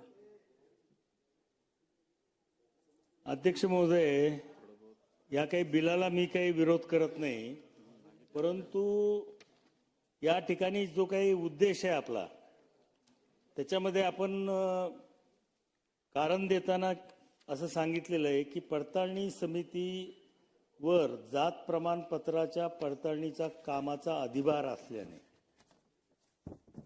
हे प्रमाणपत्र मिळत नाहीत. परंतु माझ्याकडे एक उदाहरण असं घडलेलं आहे की गांजपूर ग्रामपंचायत तालुका धारूर इथल्या सरपंचाला समितीनं प्रमाणपत्र दिलं होतं, परंतु त्यांनी ते निवडणूक अधिकाऱ्याला सबमिट न करता स्वतःच्या घरात ठेवलं. तरी सुद्धा आता त्याला ही मुदत वाढ, म्हणजे अशा लोकांना खरं म्हणजे या विधेयकाच्या माध्यमातून संरक्षण नाही मिळायला पाहिजे. ज्यांना मिळालंय सर्टिफिकेट, परंतु त्यांच्या निष्क्रियतेमुळं म्हणा किंवा इतर कारणामुळं त्यांनी जर सबमिट केलं नसेल तर त्यांना अपात्र करण्यात यावं, एवढीच मला या विधेयकाच्या निमित्तानं सूचना करायची. सदस्य महोदयांनी स्पेसिफिकली एक विषय सांगितलेला आहे आणि अशा प्रकारे स्पेसिफिक असं कुठं असेल तर त्या संदर्भात कारवाई करण्यात येईल. परंतु जवळजवळ 17,863 सदस्यांना हे प्रमाणपत्रच मिळालं नाही आणि अशा परिस्थितीमध्ये एवढ्या मोठ्या संख्येनं या सदस्यांना अपात्र करणं हे न्यायसंगत होणार नाही. म्हणून आपण यांना मुदतवाढ देण्यासंदर्भातला प्रस्ताव आणलेला आहे. स्पेसिफिक आपला जो विषय आहे तो तपासून कारवाई केली जाईल. प्रश्न असा आहे की सन 2025चे विधानसभा विधेयक क्रमांक 54 महाराष्ट्र ग्रामपंचायतीच्या जिल्हा परिषदांच्या पंचायत समित्यांच्या विकसित निवडणुकाकरता वैधता प्रमाणपत्र सादर करण्याची मुदत तात्पुरती वाढवणे विधेयक 2025 संमत करावे. अनुकूल असतील तर त्यांनी होय म्हणावे, प्रतिकूल असतील त्यांनी नाही म्हणावे. होयचे बहुमत आहे. विधेयक संमत झाले. सन 2025चे विधानसभा विधेयक क्रमांक 55.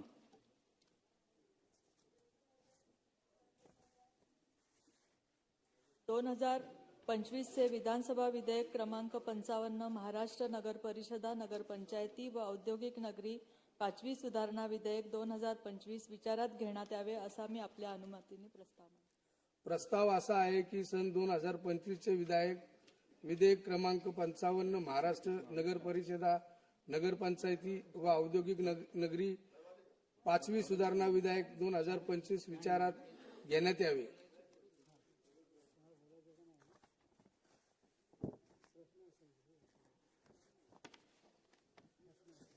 प्रश्न असा आहे की 2025चे विधानसभा विधेयक क्रमांक 55 महाराष्ट्र नगर परिषदा नगरपंचायती औद्योगिक नगरी विधेयक 2025 विचारात घ्यावे काय?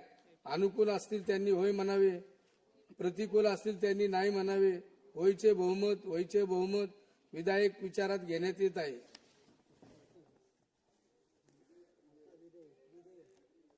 आता विधेयक खंडशः विचारात घेण्यात येईल. खंड 2 व 3 खंड 1 संपूर्ण शीर्षक हेतुवाक्य हे विधेयकाचे भाग समजण्यात यावे.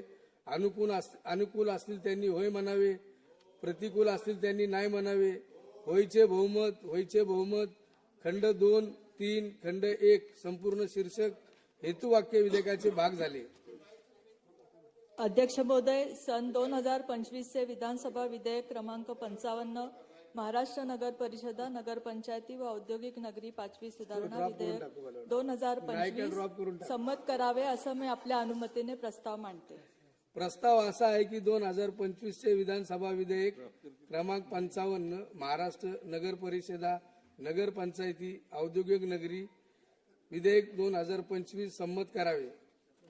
प्रश्न असा आहे की 2025चे विधानसभा विधेयक क्रमांक 55 महाराष्ट्र नगर परिषदा नगरपंचायती औद्योगिक नगरी संमत करावे.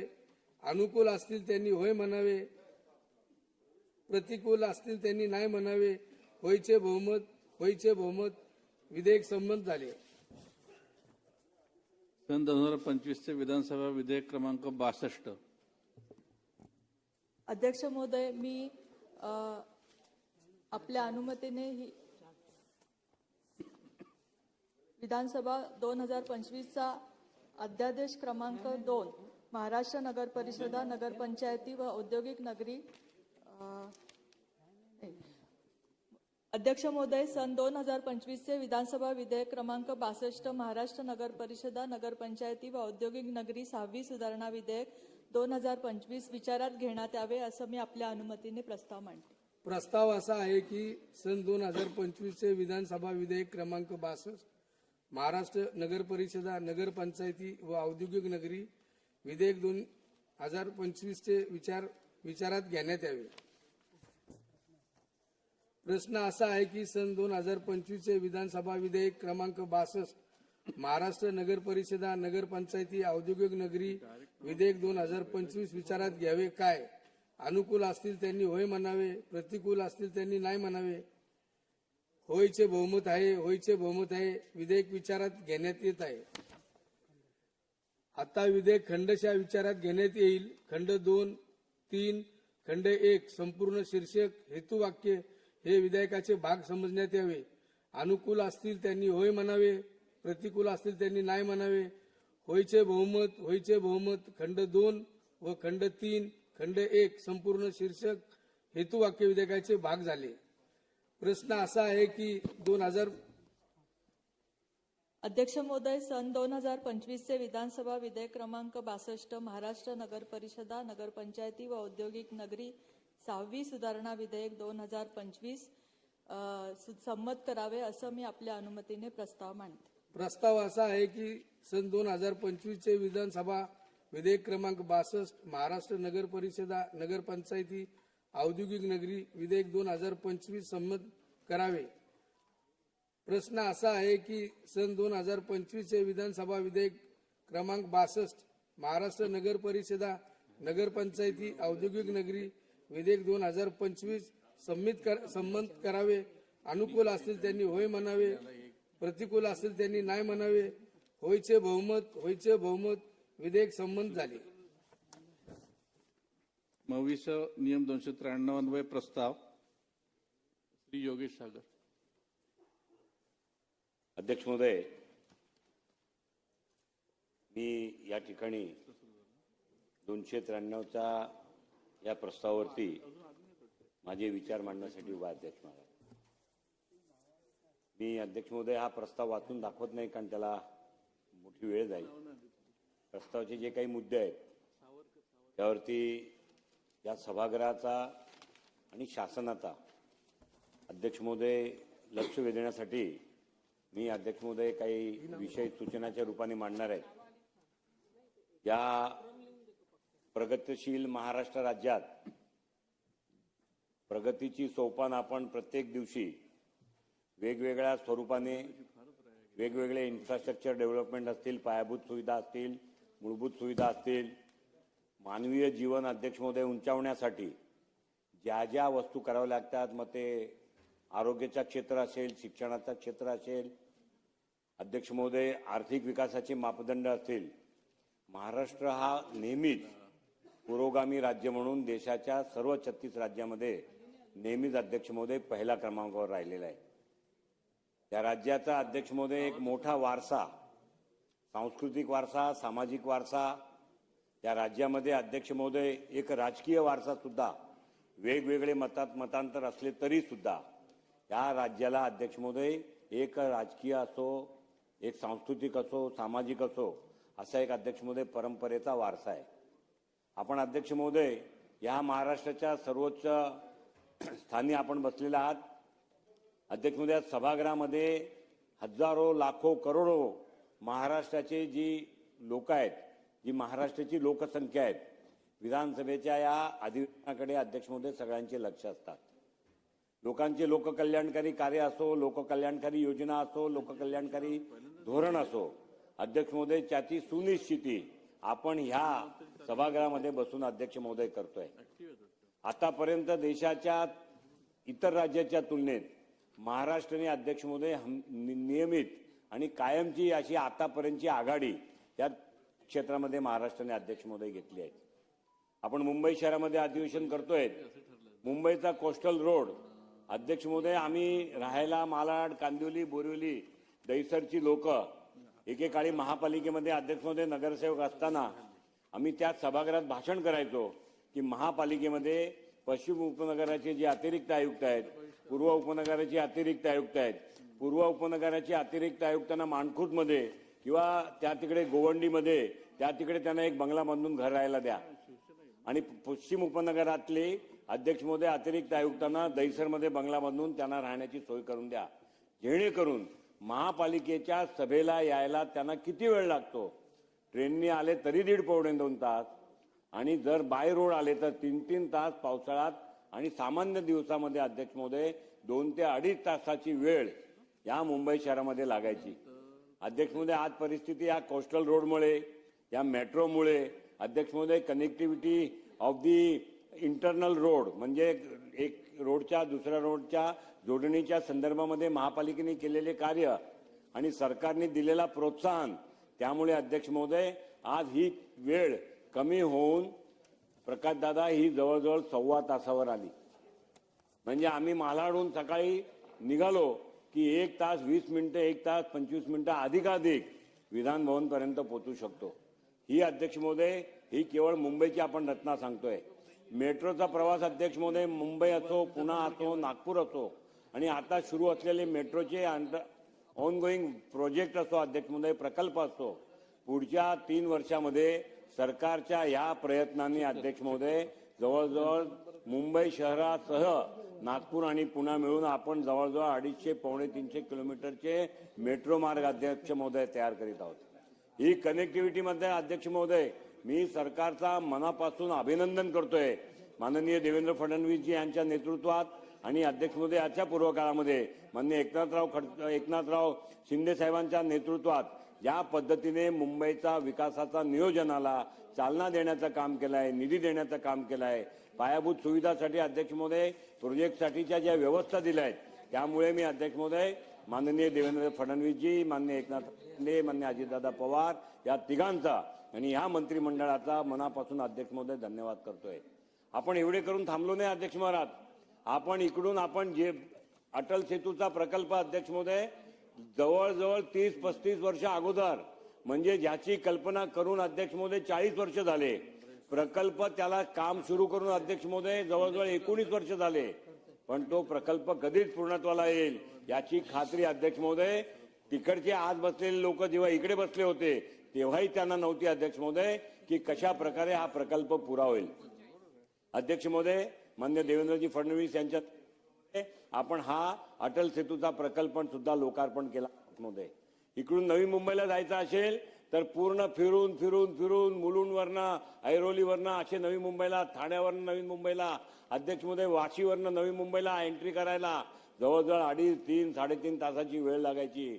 आज अध्यक्ष महोदय महेश बालदी आमचे सहकारी इथे सभागृहात नाहीये, ते सांगायचे की उरणवरनं निघालो की विधान भवनात पोहोचायला आम्हाला 1 तास ते 1 तास 20 मिनिटं अधिक लागतात. जिथे 3-3 तास अध्यक्ष महोदय लागायचे तिथे 1 तास 15-20 मिनिटात उरणवरनं मुंबईच्या विधान भवन पर्यंत या विस्तारापर्यंत येता येते. अध्यक्ष महोदय हा त्याचा दुसरा अध्यक्ष महोदय उदाहरण आहे. मुंबईचा विकास अध्यक्ष महोदय, मुंबई हा ग्रोथ इंजिन आहे. त्या पद्धतीने आपण एक आर्थिक राजधानी महाराष्ट्राला आणि मुंबईला देशाची आर्थिक राजधानी म्हणतोय अध्यक्ष महोदय. हा मुंबई शहर हा पूर्ण महाराष्ट्राचा आणि येणाऱ्या काळामध्ये अध्यक्ष महोदय पूर्ण देशाचा एक ग्रोथ इंजिन म्हणून काम करणारे अध्यक्ष महोदय. आपल्याकडे जेएनपीटीची व्यवस्था आहे. आपल्याकडे अध्यक्ष महोदय मुंबई शहराला नैसर्गिक काही नाहीये. मुंबईच्या तिन्ही बाजूला समुद्र अध्यक्ष महाराज. मुंबईला नॅशनल पार्क, संजय गांधी राष्ट्रीय उद्यान म्हणून फॉरेस्ट अध्यक्ष महाराज. मुंबईला अध्यक्ष महोदय पोयसर नदी, Oshiwara river, Dahisar river, वालभाट river, मिठी रिव्हर हा नदीचा प्रवाह अध्यक्ष महोदय ज्याच्यावरती आपण आता पुनर्जीवनचं काम सुरू केलं आहे. आणि म्हणून अध्यक्ष महोदय या मुंबईला नैसर्गिक वारसामध्ये समुद्र आहेत, नद्या आहेत, डोंगर आहेत, खोरे आहेत अध्यक्ष महाराज. या सगळ्या व्यवस्था या मुंबई शहराला लाभलेल्या आहेत अध्यक्ष महोदय. त्यामुळे लोकांच्या सगळ्या केवळ महाराष्ट्र नाही देशभरांच्या लोकांच्या अध्यक्ष महोदय आपण ज्यांना म्हणतो तो प्रवाह हा मुंबईकडे सुरू असतो. या मुंबईमध्ये अध्यक्ष महोदय सकाळी माणूस भुका उठतो कारण रात्री झोपताना जेवण होत नाही. झोपल्यानंतर सकाळी उठतो भुका, पण कधी भुका झोपलेला माणूस या मुंबई शहरामध्ये आपल्याला मिळणार नाही. हा मुंबईची अध्यक्ष महोदय आमच्या मुंबादेवी मातेची, मुंबई आमच्या सिद्धिविनायक देवाची अध्यक्ष महोदय महालक्ष्मी मातेची कृपा आहे की हा शहर, या शहरामध्ये असलेला कुठलाही व्यक्ती, कुठल्या समाजाचा, कुठल्या प्रांताचा, कुठल्या धर्माचा, कुठली भाषा बोलणारा हा न बघता अध्यक्ष महोदय सगळ्यांचं पोट भरणारी ही आमची आई म्हणजे मुंबई अध्यक्ष महोदय आहे. पण हे मुंबईकडे जशा लोकांचे अध्यक्ष महोदय प्रवाह येतोय तशा मुंबई शहरांच्या अपेक्षाही फार मोठ्या आहेत. अध्यक्ष महोदय आपण जर बघाल तर आपण या मुंबई शहराला कुठल्याही सरकारने, आज ही सरकार आहे अध्यक्ष महोदय, काल ती सरकार होती, त्यांनी सुद्धा मुंबईला अध्यक्ष महोदय एक कार्य करायचा प्रयत्न केला. सगळ्यांचे माप छोटे मोठे राहिले असतील, त्या सरकारच्या वेळेला जे काम करायला पाहिजे होते ते झाले नाही अध्यक्ष महोदय. त्या सरकारच्या वेळेला ज्या योजना सुरू केल्या त्यांना पूर्णत्वाला नेलं नाही अध्यक्ष महोदय. हा कोस्टल रोडचा विषय असेल या सभागृहामध्ये अध्यक्ष महोदय मी 2009 पासून सदस्य आहेत. पृथ्वीराज बाबा असतील, अशोकराव चव्हाण साहेब असतील अध्यक्ष महोदय, त्यांची व्यवस्थामधले कार्यकाळ मी पाहिलेत. कुठलीही डबल इंजिन सरकार आज नवीन नाही अध्यक्ष महोदय. डबल इंजिन सरकार त्याही काळी होती. दिल्लीमध्ये 10 वर्ष काँग्रेसची सरकार होती, महाराष्ट्रात 10 वर्ष काँग्रेसची सरकार होती, परंतु या डबल इंजिन सरकारचा फायदा महाराष्ट्राला आणि मुंबईला ज्या पद्धतीने मिळायला पाहिजे होता त्या पद्धतीने अध्यक्ष महोदय मिळाला नाही. आणि त्यामुळे अध्यक्ष महोदय जे बॅकलॉग राहिलं आहे ते भरण्यासाठीचा अध्यक्ष महोदय काही धाराधोरण असतील, काही विषय असतील, काही मागण्या असतील, काही सूचना असतील, मी आज आपल्या माध्यमातून या सरकारच्या निदर्शनास अध्यक्ष महोदय आणून देणार आहे. अध्यक्ष महोदय मुंबईचा जवळ असलेला वाढवण बंदराची आता कामाची सुरुवात अध्यक्ष महोदय होत आहे. वाढवण बंदर अध्यक्ष महोदय 298 दशलक्ष मेट्रिक टन 298 दशलक्ष मेट्रिक टनची वाहतूक प्रत्येक वर्षी वाढवण बंदरच्या माध्यमातून अध्यक्ष महोदय होणार आहे. अध्यक्ष महोदय वाढवण बंदराचा जेव्हा डेव्हलपमेंट पूर्णत्वाला येईल, जवळजवळ 76,000 कोटी आजचा एस्टिमेट अध्यक्ष महोदय, तो बंदर पूर्णत्वाला आणायला आणि त्याला कार्यान्वित करायला अध्यक्ष महोदय आहेत. म्हणजे ज्या बंदराची कॅपॅसिटी JNPT पेक्षा मोठी आहे, जगातल्या सगळ्या पहिल्या 10 जे बंदर आहेत अध्यक्ष महोदय, त्या बंदरामध्ये हा बंदराचा वाढवणचा 4था नंबर अशा पद्धतीने उभा राहणार आहे अध्यक्ष महोदय. तर त्यासाठी लागणारा इन्फ्रास्ट्रक्चर, त्या बंदराला अध्यक्ष महोदय जे माल पोचवले जाणार आहेत त्याचा अधिकाधिक लाभ हा महाराष्ट्राला अध्यक्ष महोदय मिळणार आहे. आपण आज समृद्धी महामार्ग त्या तिकडे आपण अध्यक्ष महोदय कार्यान्वित केलाय. ह्या समृद्धी महामार्गासाठी पण सरकारचं जेवढं अभिनंदन करावं, माननीय देवेंद्रजींच्या दीर्घदृष्ट्यानं अध्यक्ष महोदय जेवढं अभिनंदन करावं तेवढं कमी अध्यक्ष महोदय. 18 जिल्हे महाराष्ट्रातले त्या समृद्धी महामार्गाला जोडून आहेत. त्याचं इंडस्ट्रियल ग्रोथ अध्यक्ष महोदय पुढच्या काळामध्ये होणार आहे. त्यासाठी लागणारी जी व्यवस्था आहे अध्यक्ष महोदय, त्याच्यावरती सरकारने माझी मागणी आहे की वाढवण बंदर हे पुढच्या 10 वर्षात 8 वर्षात तयार होऊन कार्यान्वित फेज वाईज जेव्हा सुरू होईल, त्या वाढवण बंदराच्या विकासाबरोबर त्याला लागणारा इन्फ्रास्ट्रक्चरचा केवळ रोड इन्फ्रास्ट्रक्चर नाही, पण तालुकापर्यंतचे, कारण केवळ जिल्हे विकास झाले म्हणजे देशाचा महाराष्ट्राचा विकास होणार नाही. शेवटचा गाव असेल अध्यक्ष महोदय, जिथे कॉटेज इंडस्ट्री चालू असेल, तिथे हाऊसिंग होम इंडस्ट्री चालू असेल, घरात बसून माणूस काम करणारा असेल, स्मॉल स्केल इंडस्ट्री MSMEच्या माध्यमातून कार्य होत असतील, तर अध्यक्ष महोदय तोही इन्फ्रास्ट्रक्चर या वाढवण बंदरला कनेक्टिंग करण्यासाठीची योजना सरकारने आखली पाहिजे, त्याची तयारी केली पाहिजे. त्यासाठी लागणारी जी व्यवस्था असेल त्याचे टप्पे ठरवायला लागतील. त्यासाठी माझी सरकारकडे अध्यक्ष महोदय एक विनंती आणि मागणी आहे की सरकारने या संदर्भामध्ये मग ते नैना आणि वाढवण बंदर, नवी मुंबईचा अध्यक्ष महोदय तो नैनाचा प्रकल्प, त्याचीही प्रगती अध्यक्ष महोदय पुढच्या काळामध्ये आपल्या सगळ्याला अनुभवात येणार आहे आणि ती तर अगदी जवळ म्हणजे 2-3 वर्षात अध्यक्ष महोदय येणार आहे. तर नैना प्रकल्प अध्यक्ष महोदय आणि वाढवण बंदरच्या प्रकल्पाला ज्या इन्फ्रास्ट्रक्चर आणि पायाभूत सुविधा लागणार आहे त्या संदर्भातली शिफारशी करण्यासाठीची तज्ज्ञांची एक समिती, जी इन्फ्रास्ट्रक्चर डेव्हलपमेंट मधले काम करणारी लोक असतील, जे आर्थिक क्षेत्रामध्ये काम करणारी लोक असतील, जे प्लॅनिंग मध्ये नियोजन मध्ये काम करणारी लोक असतील, ज्या अध्यक्ष महोदय एक्सपर्टाईज असतील, त्यांची एक समिती नेमून या संदर्भाचा अहवाल सरकारने घ्यावा आणि त्याच्यावरती काम करण्याची अध्यक्ष महोदय आपल्याला गरज आहे. अध्यक्ष महोदय मुंबई शहर हा मूलभूतरीते अध्यक्ष महोदय माझा परिवार या मुंबई शहरामध्ये जवळजवळ 114 वर्षापासून राहतोय, 114 इयर्स. अध्यक्ष महोदय मी कोळीवाडे पाहिलेत, मी गावठणं पाहिले आहेत. त्या अध्यक्ष महोदय मुंबईचा मूळ रहिवासी हा आगरी, कोळी, पाचकळशी अध्यक्ष महोदय आणि भंडारी अशा प्रकारे अध्यक्ष महोदय हा मुंबईचे मूळ रहिवासी आहेत. सर्वात जुने मुंबईमध्ये राहणारी लोक आहेत अध्यक्ष महोदय. त्यांचे मुंबईमधले कोळीवाडे असतील, त्याशिवायची गावठणं असतील अध्यक्ष महोदय. मी ज्या मतदारसंघाचा प्रतिनिधित्व करतोय तो उपनगरातील माझ्या मतदारसंघामध्ये 5 अध्यक्ष महोदय गावठण आहेत. 5 आजही गावठण आहेत ती अध्यक्ष महोदय. त्या गावठणांचं आणि कोळीवाडांचं सीमांकनांचं आपण या इथे इरादा जाहीर केला होता. सरकारने त्या संदर्भामध्ये कार्यवाही सुरू केली. काही सीमांकनांची अध्यक्ष महोदय जी आपण मार्किंग होती किंवा जी सीमांकन आखायची होते ते अध्यक्ष महोदय करून घेतले. परंतु अध्यक्ष महोदय माझी सरकारला विनंती आहे की आपण कोळीवाड्यांसाठी सर्व उपाय करतात. कोळीवाड्यांच्या विकासासाठी आणि त्यांच्या पुढच्या भवितव्यासाठी, त्यांच्या मासेमारीच्या उद्योगासाठी जी आवश्यक असेल त्या सगळ्या व्यवस्था आपल्या सरकारच्या माध्यमातून त्यांना वेगळ्या वेगळ्या पद्धतीने दिले जातात.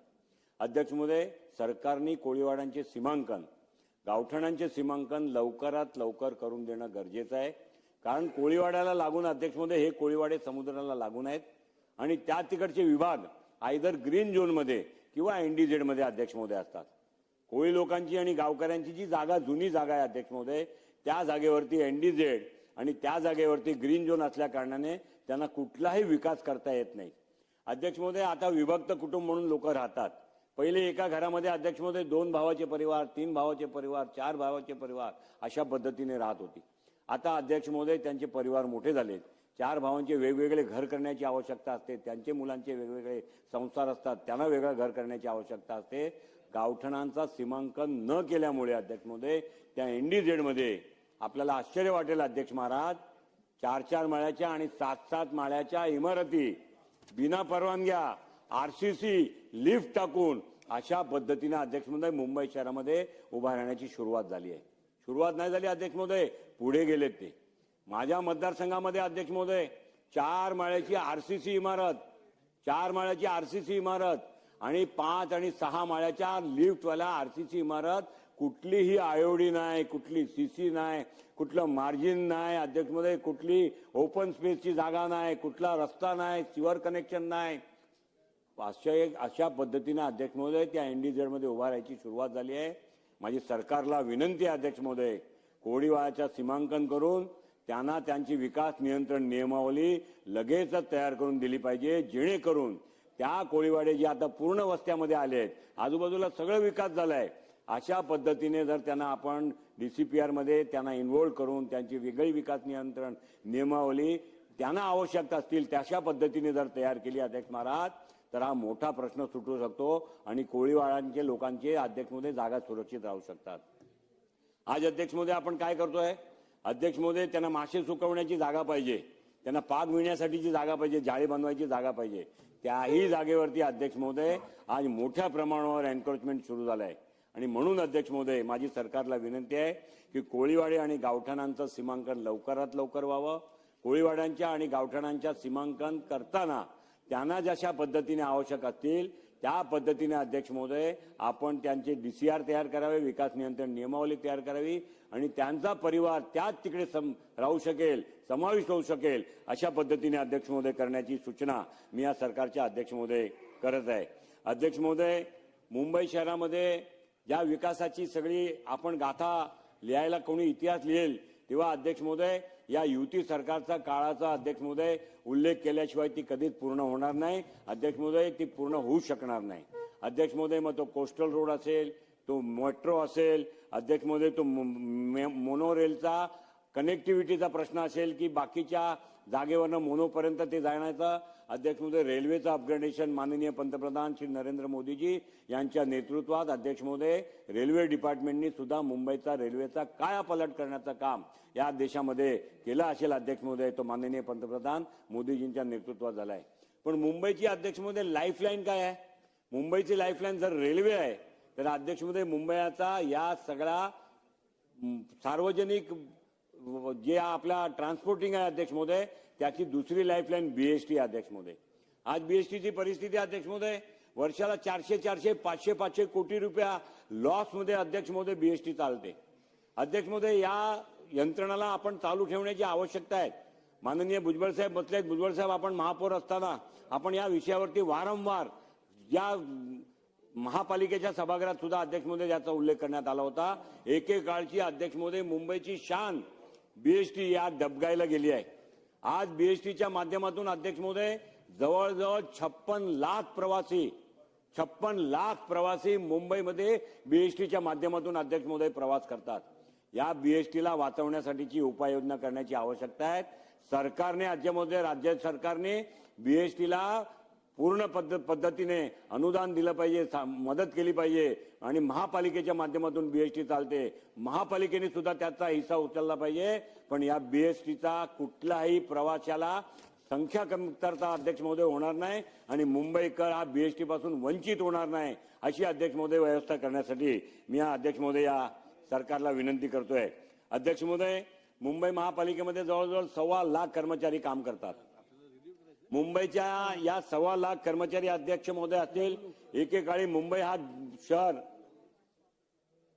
शहर अध्यक्ष महोदय मुंबई आपण त्याला इंग्लंडचं जसं मँचेस्टर आहे तसं आपण भारतातला मँचेस्टर म्हणायचो अध्यक्ष महोदय. मोठ्या मोठ्या अध्यक्ष महोदय या इथे कापड गिरण्या होत्या अध्यक्ष महोदय. हजार कर्मचारी त्या कापड गिरण्यामध्ये अध्यक्ष महोदय काम करायचे. काळानुसार अध्यक्ष महोदय कापड गिरण्या बंद झाला, तिकडे व्यावसायीकरण झालं, जागेचं व्यावसायीकरण झालं. कापड गिरण्या ज्यांच्या रक्ताने ज्यांच्या घामाने त्यांना त्या कापड गिरण्या अध्यक्ष महोदय चालू ठेवल्या अशा गिरणी कामगारांच्या परिवारासाठी अध्यक्ष महोदय खेदाने सांगावं लागते मागच्या सरकारने या संदर्भामध्ये केवळ बिल्डरांच्या घशात त्या गिरणीच्या जागा घालायच्या आणि कामगारांना देशोधडीला लावायचा हे काम अध्यक्ष महोदय काँग्रेसच्या त्या कालच्या सरकारने अध्यक्ष महोदय केलं. आज अध्यक्ष महोदय त्या सगळ्या गिरणी कामगारांना त्यांच्या स्वतःचा हक्काचं घर मिळवण्यासाठी जो संघर्ष चालू आहे अध्यक्ष महोदय, आपल्या सरकारचं मी मनापासून अभिनंदन करतोय. माननीय देवेंद्रजी फडणवीस, माननीय एकनाथराव शिंदे आणि अजितदादा पवार, आपण केवळ त्यांना इथपर्यंत नाही, त्यांचा गावापर्यंत देऊन त्यांची जी पात्रता असेल अध्यक्ष महोदय ते ठरवायचं आपण काम केलं. त्यांना आवश्यक ते घर बांधण्याचं काम केलंय, पण त्याला अजून गती देण्याची आवश्यकता आहे अध्यक्ष महोदय. त्यांना अजून स्पीड वाढवायची आवश्यकता आहे अध्यक्ष महोदय. त्यांचं एक जनरेशन गेलं, गिरण्या बंद झाल्या अध्यक्ष महोदय. जवळजवळ 1980, 85, 90 पर्यंत सगळ्या गिरण्या बंद झाल्या अध्यक्ष महोदय. मग टेक्सटाईल कॉर्पोरेशन ऑफ इंडियाच्या गिरण्या असो, खासगी गिरण्या असो, सगळ्या गिरण्या अध्यक्ष महोदय संपल्या. 1990 पासून शेवटची संपलेली गिरणीपासून मोजलं तरी 35 वर्षात एक जनरेशन आपल्या व्यवसायातून बाहेर पडतो. मग तो कर्मचारी असेल, नोकरदार असेल, मालक असेल, 35-40 वर्षात तो बाहेर पडतो. अध्यक्ष महोदय काम केलेले 35 वर्ष आणि न घर मिळालेले 35 वर्ष, 70 वर्षापर्यंत ज्या गिरणी कामगारांच्या परिवारांनी या मुंबई शहराचा वैभवासाठी आपले रक्त वाहिले अध्यक्ष महोदय, आपला पसीना त्या तिथे घाम व्हायला, त्यांना घरात मिळण्यासाठी सरकारने त्याची एक कालबद्ध योजना गिरणी कामगारांच्या पात्रतेची आणि गिरणी कामगारांच्या मुलांना घर मिळण्यासाठीची ही सरकारने केली पाहिजे अध्यक्ष महोदय, असं माझा या संदर्भामध्ये मत आहे. अध्यक्ष महोदय, मुंबईचं दुसरं दुर्भाग्य हे आहे अध्यक्ष महोदय, मुंबईला अध्यक्ष महोदय वाली कोण? मुंबईचा वाली कोण? आपले सभागृहाचे एक सन्मान्य सदस्य आणि तत्कालीन आमच्याबरोबर महापालिकेत काम करणारे गोपाल शेट्टी साहेब वारंवार म्हणायचे, मुंबईचा वाली कोण? मुंबई महानगरपालिका मुंबईची वाली, स्लम रिडेव्हलपमेंट ऑथॉरिटी SRA मुंबईची वाली, म्हाडा मुंबईची वाली, एअरपोर्ट ऑथॉरिटी ऑफ इंडिया मुंबईची वाली, बॉम्बे पोर्ट ट्रस्ट हा मुंबईचा वाली, किंवा MIDC ही मुंबईची वाली, की MSRDC हे मुंबईची वाली, किंवा MMRDA हे मुंबईचं वाली. अध्यक्ष महोदय, या एका मुंबईमध्ये 7-7, 8-8 प्लॅनिंग ऑथॉरिटी काम करतात आणि nobody is answerable to anybody. कोण कोणाला जबाबदार राहत नाही. माझी अध्यक्ष महोदय वारंवार या सभागृहात मागणी असते, वारंवार माननीय मुख्यमंत्री महोदय, त्याचे अध्यक्ष, माननीय दोन्ही उपमुख्यमंत्री महोदय, त्याचे अध्यक्ष महोदय, कार्यकारी अध्यक्ष आणि जेवढे एजन्सीज असतील त्यांचे जे हेड असतील, म्युन्सिपल कमिशनर असतील, MMRDA कमिशनर असतील, CO SRA असतील, BPTचे असतील, MIDCचे अध्यक्ष असतील अध्यक्ष महोदय, या सगळ्यांना MMRDA कमिशनर असतील ते त्यांचे सदस्य करून एक प्रकल्प मुंबई शहरामध्ये राबवायचा असेल तर सगळ्या एजन्सीनी आपापले रोल काय राहणार, आपापली मदत काय राहणार, आपापलं रिस्ट्रिक्शन काय राहणार, आपलं बोलणं काय आहे, हे सगळं अध्यक्ष महोदय तिकडे केलं पाहिजे. आणि प्रत्येक 2 महिन्यांनी 3 महिन्यांनी याची रिव्ह्यू बैठक माननीय मुख्यमंत्री महोदयांनी घेतली पाहिजे अध्यक्षतेखाली. आणि पूर्ण मुंबईचा एकत्रित विकास अध्यक्ष महोदय होतंय काय? मुंबईचे CC रोडचे काम चालू आहेत. CC रोडचे काम चालू असताना महापालिकेची अवस्था कशी असते? त्या CC रोडवरती आपण डग केलेत, आपको मालूम आहे डग की आहे, त्याच्यामध्ये सगळे युटिलिटी त्यातून जायचे. ते CC रोड अर्धवट असेल आणि त्या तिकडे इलेक्ट्रिसिटी चालवणारे मग ते आपले अदानी असतील किंवा BST असतील किंवा आपली ही कंपनी असतील, सरकारी कंपनी असतील, महावितरण, हे मध्ये येणार की आता आमचं केबल टाकायचं राहिलंय, केबल अपग्रेडेशन राहिलंय. हे आजच्यामध्ये ऑप्टिकल फायबरच्या संदर्भात असं होतंय, पाण्याच्या लाईनच्या संदर्भात असं होतंय, टेलिफोनच्या संदर्भात असं होतंय, इलेक्ट्रिक केबलच्या संदर्भात असं होतंय, महानगर गॅस लिमिटेडच्या संदर्भात असं होतंय. अध्यक्ष महोदय, त्याही तिकडे ही परिस्थिती आहे. माझी विनंती आहे, या सर्व एजन्सी चांगले काम करतात, अधिक चांगलं काम त्यांना करण्याची संधी द्यायची असेल आणि त्यांच्याकडनं करून घ्यायचं असेल तर माननीय मुख्यमंत्री महोदयांनी स्वतःच्या अध्यक्षतेखाली एक कमिटी नेमून head of the department all एजन्सीचे त्यांची रिव्ह्यू मीटिंग आणि ती समिती कायद्याने करा. म्हणजे उद्या आज मुख्यमंत्री देवेंद्र फडणवीस जी आहे उद्या तेच राहतील, परंतु जेव्हा काळ बदलेल तेव्हा कोण नवीन येऊन त्याचा काय निर्णय वेगळा करतील असं न करता कायद्याने ही व्यवस्था उभी करून मुंबई शहराचं नियोजन करण्याची आवश्यकता आहे. अध्यक्ष महोदय, ही पण माझी एक सूचना आहे. अध्यक्ष महोदय, मुंबई शहरामध्ये अध्यक्ष महोदय बिल्डिंग बांधतात लोक, महानगरपालिकेच्या परवानगीने बांधतात. अध्यक्ष महोदय, आता तर म्हाडाला एक वेगळी एजन्सी प्लॅनिंग ऑथॉरिटी केली आहे, त्यांच्या माध्यमातून बांधतात. काही बिल्डिंग MMRDAचा एक सेक्टर तयार केला होता जोगेश्वरी आणि त्या तिकडे MMRDAच्या माध्यमातून बिल्डिंग बांधतात. अध्यक्ष महोदय, माझी माहितीप्रमाणे मुंबई शहरामध्ये हजारो बिल्डिंग आणि त्याची संख्या जवळजवळ 19,000च्या वर आहे, ज्यांना ऑक्युपेशन सर्टिफिकेट नाही. अध्यक्ष महाराज, छोटे असतील, 2 माळ्याचे असतील, 4 माळ्याचे असतील, जुने काळचे बांधलेले असतील. अध्यक्ष महोदय, अशा बिल्डिंगना ऑक्युपेशन सर्टिफिकेट नाही. ऑक्युपेशन सर्टिफिकेट नाही, त्यामुळे जे गाळेधारक आहेत, जे तिकडे राहतात, त्यांना भूर्दंड लागतो, त्यांना पाण्याचं बिल हे अधिकचा अध्यक्ष महोदय भरावा लागतो. आणि अशा पद्धतीने अध्यक्ष महोदय दंड एकाने करायचा आणि दंडाचा भुगतान दुसऱ्यांनी करायचा, म्हणजे कृत्य एकाचा असेल आणि दंडाचा भुगतान अध्यक्ष महोदय त्यांनी करायचा.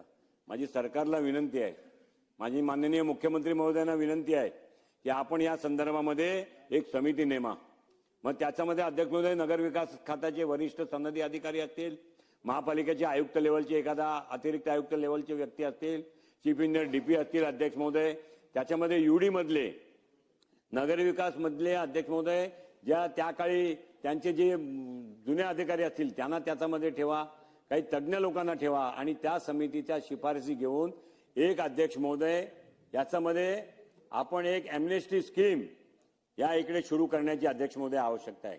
या एमनेस्टी स्कीमच्या माध्यमातून मुंबई शहरामध्ये अशा ज्या बिल्डिंग आहेत ज्यांना OC सर्टिफिकेट नाही आहेत, त्या ऑक्युपेशन ताबा प्रमाणपत्र नसलेल्या इमारतींना ताबा प्रमाणपत्र कशा पद्धतीने मिळेल, जशा पद्धतीने डीम कन्व्हेन्सच्या संदर्भामध्ये माननीय देवेंद्रजीच्या नेतृत्वात ज्या प्रकारचे निर्णय घेतले गेले, त्याच पद्धतीने अध्यक्ष महाराज ऑक्युपेशन सर्टिफिकेट ताबा प्रमाणपत्राच्या संदर्भामध्ये काही अटी शिथिल करून, काही अध्यक्ष महोदय त्यांना सवलती देऊन सरकारने या संदर्भामधली समिती नेमून त्याचा अहवाल मागून पुढच्या काळामध्ये अध्यक्ष महोदय या ऑक्युपेशन नसलेल्या बिल्डिंगला ऑक्युपेशन सर्टिफिकेट मिळेल, त्यासाठी अध्यक्ष महोदय हे करण्याची आवश्यकता आहे.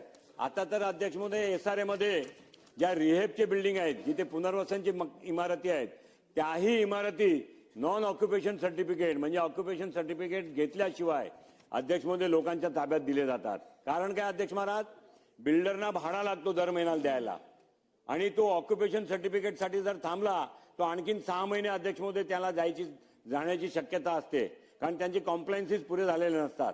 त्यामुळे तो पोझिशन देऊन टाकतो अध्यक्ष महोदय आणि लोक अशा पद्धतीत राहतात. 22 माळ्याच्या इमारतीमध्ये अध्यक्ष महोदय फायर फायटिंगच्या सिस्टम काम करत नसतात. 22 माळ्याच्या इमारतीमध्ये अध्यक्ष महोदय लिफ्ट हे नॉन मेंटेनन्स असतात, पाणी गळतो अध्यक्ष महोदय. अशा पद्धतीने सगळ्या एवढे मोठ्या प्रमाणात मी अध्यक्ष महोदय नाव घेऊन सांगू शकतो, काही बिल्डर तर याच्यामध्ये चॅम्पियन आहे अध्यक्ष महाराज, champion. Non occupation, non compliances.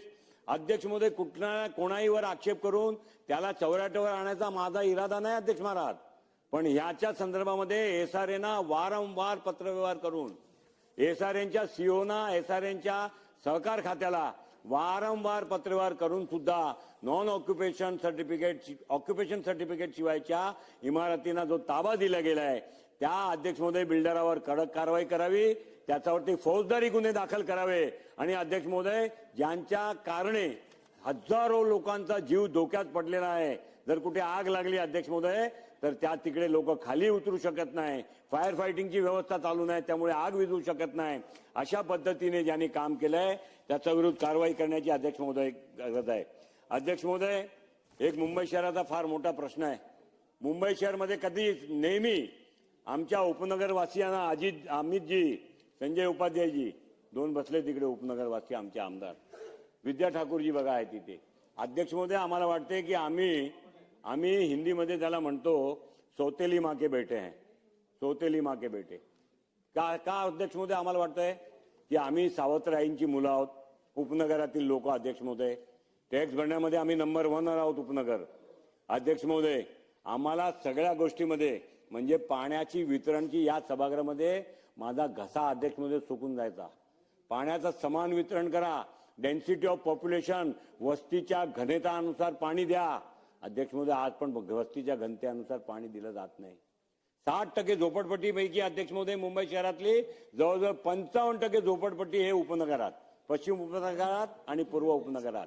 अध्यक्ष महोदय, मुंबई शहरामध्ये जर म्हाडाच्या ज्या इमारती आहेत किंवा मुंबई शहरातील जे सेस इमारती आहेत अध्यक्ष महोदय ते सेस भरतात आणि ते सेस भरतात, त्यामुळे त्यांचा विकास करायचा असेल जर त्याचा मालक तयार नसेल अध्यक्ष महोदय तर म्हाडा ती ताब्यात घेते. म्हाडा ताब्यात घेऊन म्हाडा त्याचा पुनर्विकास संदर्भातील टेंडर बाहेर पाडते किंवा म्हाडा आता स्वतंत्र एजन्सी म्हणून काम करते म्हणून विकास करते. पण उपनगराची दशा अशी आहे अध्यक्ष महोदय, उपनगरातील एखादा लँडलॉर्डची इमारत असेल त्या इमारतीमध्ये होऊन द्या त्यांना, मी पण 2 मिनिटं रेस्ट घेऊन टाकतो. शेखरजी, अध्यक्ष महाराज, उपनगरातील फार मोठा प्रश्न आहे तुमचा, त्यांचा समजून घ्या, माझ्यापेक्षा मोठा आहे प्रश्न. नंतर मी बोलतो. नको ना बोलू द्या ना, रेकॉर्डवर अध्यक्ष निर्देश देतील. अध्यक्ष महोदय, ज्या इमारती हे लँडलॉर्डशिपच्या इमारती आहेत, ज्याचे इमारतीचे मालक आहेत आणि तिकडे भाडोत्री आहेत, तेही जवळजवळ 70, 80, 90 वर्ष जुन्या इमारती आहेत. अध्यक्ष महोदय, महापालिकेच्या कायद्याचा उपयोग करून त्या इमारतीला जीर्ण अवस्था जाहीर करायची आणि त्या इमारती तोडून टाकायच्या. भुजबळ साहेब, आपण सरकार आहात, आपणच सरकार आहात, कारण आपण सभागृहात आता एकटे बसलेले आहात. हे सगळा मुंबईचा, पुण्याचा, नाशिकचा, ठाण्याचा, संभाजीनगरचा हा मोठा प्रश्न आहे आणि म्हणून आमच्यासाठी आज आपण सरकार आहात. आपण या विषयावरती लक्ष द्या भुजबळ साहेब. आपण सरकारच्या ज्या कॅबिनेटच्या मीटिंग असेल तिकडे तुमचा हा एजेंडा तिकडे सामील करा की मुंबईच्या उपनगरातील राहणाऱ्या भाडोत्रीच्या इमारतीच्या संदर्भात आपण एक कायदा केला की सरकारने असा कायदा केला की तो इमारत जर तुटली किंवा पडली किंवा पाडली गेली, जी जीर्ण अवस्थेत असल्या कारणाने, आणि 1 वर्षाचा आत जर त्या मकान मालकांनी तो निर्णय नाही घेतला डेव्हलपर अपॉइंट करून बांधायचा, तर आपण भाडोत्रीने तो अधिकार दिला. आपण अधिकार दिला पण त्याचं डीसीपीआर काही तयार केला नाही. आपल्या डीसीपीआर मध्ये असं म्हणणं आहे की मला जिथे बिल्डिंग बांधायची आहे त्या जागेची मालकी माझी पाहिजे किंवा त्या मालकाचं एनओसी पाहिजे किंवा त्याचे माझ्या बरोबरचे डेव्हलपमेंटचे करार झालेले पाहिजे. त्या संदर्भामध्ये अध्यक्ष महोदय, आपण त्यांना कुठलाही अधिकार दिला नाही, आपण केवळ कायदा करून त्यांना खुश केला. माझी विनंती आहे अध्यक्ष महोदय, आज या सभागृहामध्ये वारंवार मी सरकारला विनंती करतो की हा कायदा आणा. मुंबई शहरामध्ये जर्जरित झालेल्या इमारतीच्यासाठी आपण म्हाडाला जशी नोडल एजन्सी केली आहे तशी महापालिकेच्या उपनगराच्या विस्तारामध्ये सुद्धा म्हाडाला ती पॉवर द्या. लँडलॉर्डचे जे इंटरेस्ट असतील त्याला ते रिझर्व्ह ठेवतील, भाडोत्र्यांना जे मिळायचं असेल ते मिळतील आणि म्हाडाने बाकीचे योजना तयार करून त्याची लॉटरी काढून ते विकत काढा. अध्यक्ष महोदय, त्याशिवाय त्याचा मार्ग निघणार नाही. माझी सरकारला विनंती आहे की सरकारने अशा ज्या इमारती जे तोडल्या गेल्या आहेत मुंबई शहरामध्ये, केवळ माझ्या मतदारसंघामध्ये अध्यक्ष महोदय 12 बिल्डिंग अशा पद्धतीने तोडल्या गेल्या आहेत. 12 बिल्डिंगचे जवळ शेकडो भाडोत्री अध्यक्ष महोदय, मग तो बोरिवली असेल अध्यक्ष महोदय, जोगेश्वरी असेल, गोरेगाव असेल, मालाड असेल, घाटकोपर असेल, माटुंगा असेल, मुलुंड असेल, भांडूप असेल, कंजूरमार्ग असेल, अशा ठिकाणी सुद्धा शेकडो बिल्डिंग अशा पद्धतीने. आता तर मॉडस ऑपरेंडी सुरू झाली अध्यक्ष महोदय. मॉडस ऑपरेंडी ही आहे, लँडलॉर्ड जाऊन महापालिकेच्या अधिकाऱ्यांशी बोलतो आणि बसतो. ही बिल्डिंगला 70 वर्ष झालेत, ही बिल्डिंग जुनी झाली आहे, त्याला तुम्ही डिलॅबिलिटेड जाहीर करा आणि ती डिमोलिशन करायची नोटीस काढा. जर मी नाही काढली तर तुम्ही तोडा, त्याचा खर्च असेल ते माझ्याकडे वसूल करा. एक वेळा ती प्लॉट जमीनदोस्त झाला, भाडोत्री देशोधडीला लागले की त्याला तिकडे कधी परत येता येणार नाही, त्याची काही खात्री नाही अध्यक्ष महाराज. मुंबई शहरामध्ये ज्यांनी 70, 80, 60 वर्ष आपल्या घरात काढलेत त्याला तुम्ही जर अशा पद्धतीने देशोधडीला लावणार असाल तर सरकार मायबाप आहे भुजबळ साहेब, सरकार मायबाप आहेत. आपण मायबाप त्या उपनगरातील भाडोत्री इमारतीच्या संदर्भामध्ये कायदा करून त्यांना सुरक्षित करा. जसं मुंबई शहराच्या लोकांना त्यांचा लँडलॉर्डनी जर बिल्डिंग बांधली नाही तर म्हाडाला अधिकार दिलाय, तशा पद्धतीने उपनगरातील बिल्डिंगाचे सुद्धा अधिकार म्हाडाला अशा पद्धतीने द्या जेणेकरून Maharashtra area and housing development authority केली आपण. लोकांना घर बांधण्यासाठी ती एजन्सी आहे आणि म्हणून अध्यक्ष महोदय त्या संदर्भात केलं पाहिजे अशा माझा अध्यक्ष महोदय मागणी आहे. या मुंबई शहरामध्ये अध्यक्ष महोदय प्रायव्हेट लेआउटचे रस्ते असतात. अध्यक्ष महोदय माझा शेवटचा मुद्दा आहे. अध्यक्ष महोदय, एक लेआउटला सरकार मंजुरी देते, 20 वर्ष, 30 वर्ष, 35 वर्ष, 40 वर्ष जुना लेआउट असेल, ज्या महापालिकेच्या रस्त्यातून त्याला एंट्री आहे तो डायरेक्ट त्याला एंट्री आहे. त्या लोकांचे प्रॉपर्टी टॅक्स आपण वसूल करतो, त्याकडनं आपण सगळ्या सर्व्हिसेसचे पैसे घेतो, वृक्षकर घेतो, एज्युकेशन सेस घेतो, आपण सगळे पैसे त्यांच्याकडनं घेतो. पण जेव्हा त्यांची रोड बनवायची पाळी येते भुजबळ साहेब, महापालिकेच्या डीपी रोडला कनेक्टेड असणारे लेआउट असतील, नॉन कंपाऊंडेड असतील, गेट न लावलेले असतील, सार्वजनिक वाहतूक तिकडे चालत असतील, तरी सुद्धा तसे रस्ते आपण तयार करत नाही. अध्यक्ष महोदय, या देशामध्ये महात्मा गांधींनी असहकार आंदोलन केला होता, नॉन कॉपरेटिव्ह मुवमेंट. अध्यक्ष महोदय, मुंबई शहराचा हा आता मुंबईकर या मानसिकतेपर्यंत गेलाय की पुढच्या काळामध्ये जे रस्ते महापालिकेच्या रस्त्याला जोडून आहेत, ज्या रस्त्यावरती तुम्ही इमारती मंजूर करता, तो रस्ता अध्यक्ष महोदय महापालिकेने बनवायला पाहिजे, कायमस्वरूपी त्यांचा ताब्यात घेतला पाहिजे, दिवाबत्तीची सोय केली पाहिजे, पाणी वाहून जाण्याची पावसाळी पाणी वाहून जाण्याची सोय करून दिली पाहिजे, सिवर लाईन टाकली पाहिजे. अशा पद्धतीने जर केलं तर अध्यक्ष महोदय मुंबई शहरामध्ये प्रायव्हेट लेआउट मध्ये राहणारे हजारो नाही लाखो परिवार अध्यक्ष महोदय असे आहेत जे अशा पद्धतीने जातात, त्यांच्या संदर्भामध्ये अध्यक्ष महोदय याचा मार्ग निघू शकतो. शेवटचा अध्यक्ष महोदय, आपण किंवा कोणी कमिशनर हा तिकडचे गेलेच आहे अध्यक्ष महोदय, आणि वेळ मलाच देऊन गेले की तूच बोलत राहा. अध्यक्ष महोदय, अमितजी बोलतील, संजयजी बोलतील. अध्यक्ष महोदय, डेव्हलपमेंटसाठी महापालिका, ह्याच महापालिकेने त्याच यंत्रणेने कन्सेशनचे प्रीमियम घेऊन, कन्सेशनचे अमितजी कन्सेशनचे प्रीमियम घेऊन इमारती मंजूर केल्या, 7 माळ्याच्या 12 माळ्याच्या, आता त्याला पेन्सिल एक्सेस म्हणतात. 9 मीटरपेक्षा छोटा रस्ता आहे. मुंबई शहरामध्ये अध्यक्ष महोदय अशा ज्या इमारती असतील या संदर्भामध्ये आपण त्यांना थांबवतो. याचं कारण काल तिकडे समजा आगची घटना झाली, आगजनीची घटना झाली, तिकडे फायरची घटना घडली, तर कसं करता येईल त्या पद्धतीने असेल तर त्याला फायरचे आणखी नियम कडक लावा, त्यांची व्यवस्था उभी करण्यासाठी त्यांना सोय करा, ऍडिशनल वॉटर टँकची त्यांना अट घाला. अध्यक्ष महोदय, सगळी व्यवस्था करून अशा ज्या इमारती आहेत ज्यांचं डेव्हलपमेंट पाईप ऍक्सेस छोटा रस्ता म्हणून होत नाही, त्याला अध्यक्ष महोदय माननीय मुख्यमंत्री महोदयांनी आणि माननीय नगरविकास खात्याचे आपले उपमुख्यमंत्री माननीय एकनाथराव शिंदे साहेबांनी या संदर्भामध्ये लक्ष घालून याचा मार्ग काढण्याची अध्यक्ष महोदय आवश्यकता आहे.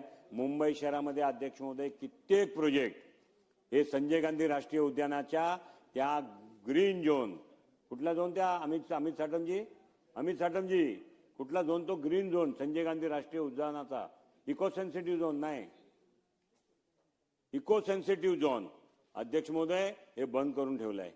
संजय गांधी राष्ट्रीय उद्यान कुठे, बोरिवली ते जोगेश्वरी ते पासून वसईपर्यंत, आणि काम बंद कुठे अध्यक्ष महोदय, गोरेगावला काम बंद, जोगेश्वरीला काम बंद, वेस्टला काम बंद, समुद्रकिनारी काम बंद, वर्सोव्याला काम बंद. अशा पद्धतीने अध्यक्ष महोदय जर काम होणार असेल तर याच्यावर सुद्धा विचार करण्याची आवश्यकता आहे. मी अध्यक्ष महोदय सरकार मायबापला हात जोडून विनंती करतोय की ज्या काळी आवश्यकता होती त्या काळी आपण ऑर्डिनन्स डेपो उभे केले, आवश्यकता होती, आजही आवश्यकता आहे, पण त्या ऑर्डिनन्स डेपोच्या कारणाने आजूबाजूचा जो विस्तार आहे त्याचं जर डेव्हलपमेंट थांबत असतील तर सरकार जर विचार नाही करणार तर कोण विचार करणार. कालपर्यंत चालू होते डेव्हलपमेंट, 22 माळ्याच्या टोलेजंग इमारती तिकडे उभे राहिला अध्यक्ष महोदय. आवश्यक असेल ते सगळे निर्बंध घाला. तो सिक्युरिटीचा प्रश्न आहे, तो सुरक्षेचा प्रश्न आहे, तो प्रथमच असला पाहिजे, त्याला पहिलीच प्रायोरिटी असली पाहिजे. परंतु अध्यक्ष महोदय त्याच्या आजूबाजूचा लोकांचा जो थांबलेला डेव्हलपमेंट आहे त्या संदर्भामध्ये राज्य सरकारने पुढाकार घेण्याची आवश्यकता आहे. केंद्र सरकारशी या विषयात चर्चा करण्याची आवश्यकता आहे. सुरक्षाचे सर्व नियम व अटीच्या अधीन त्यांचं डेव्हलपमेंट कसं होईल त्या संदर्भात अध्यक्ष महोदय विचार केला पाहिजे, एवढी माझी विनंती आहे. मी पुन्हा एकदा या सरकारचा मनापासून अभिनंदन करतोय. ज्या अध्यक्ष महोदय देशाच्या आपण आज 5 ट्रिलियन इकॉनॉमीकडे पंतप्रधान देशाची जेव्हा वाटचाल नेतृत्वात करीत आहेत त्यांच्या नेतृत्वात, महाराष्ट्राचे माननीय मुख्यमंत्री देवेंद्र फडणवीसच्या नेतृत्वात आपण सुद्धा $1 ट्रिलियन इकॉनॉमीकडे पुढे जात आहोत. आणि त्यासाठी ज्या ज्या व्यवस्था लागतील, महाराष्ट्राची पूर्ण 12.5 कोटी जनता या महायुतीचा पाठी उभी होती, आजही उभी आहे आणि उद्याही उभी राहील, एवढा विश्वास व्यक्त करतो आणि थांबतो. नमस्कार. एक मिनिट सर. बॅलेटद्वारे 30 तारखेला जे ठरलं होतं, सुधीर भाऊंचं एक अर्धा चर्चा आहे, 3 चर्चा आधी दाखवल्या आणि 293. तर आपलं 293 किती वाजेपर्यंत चालणार, नंतर ऑनलाईन ठेवणार आहे का आपण, आणि यांच्या चर्चा कधी सुरू होतील मॅडम, किती वेळापर्यंत? मी प्रत्यक्ष भेटलो. माझा पॉइंट ऑफ इन्फॉर्मेशन एक महत्वाचा आहे. मी अनेक वर्षापासून या सभागृहाचा सदस्य आहे. 293ची चर्चा ही राज्याच्या प्रगतीसाठी अति आवश्यक असते आणि मी सन्माननीय सदस्य योगेश सागरजींचं अतिशय मनापासून त्यांचं भाषण ते देत होते ते ऐकत होतो.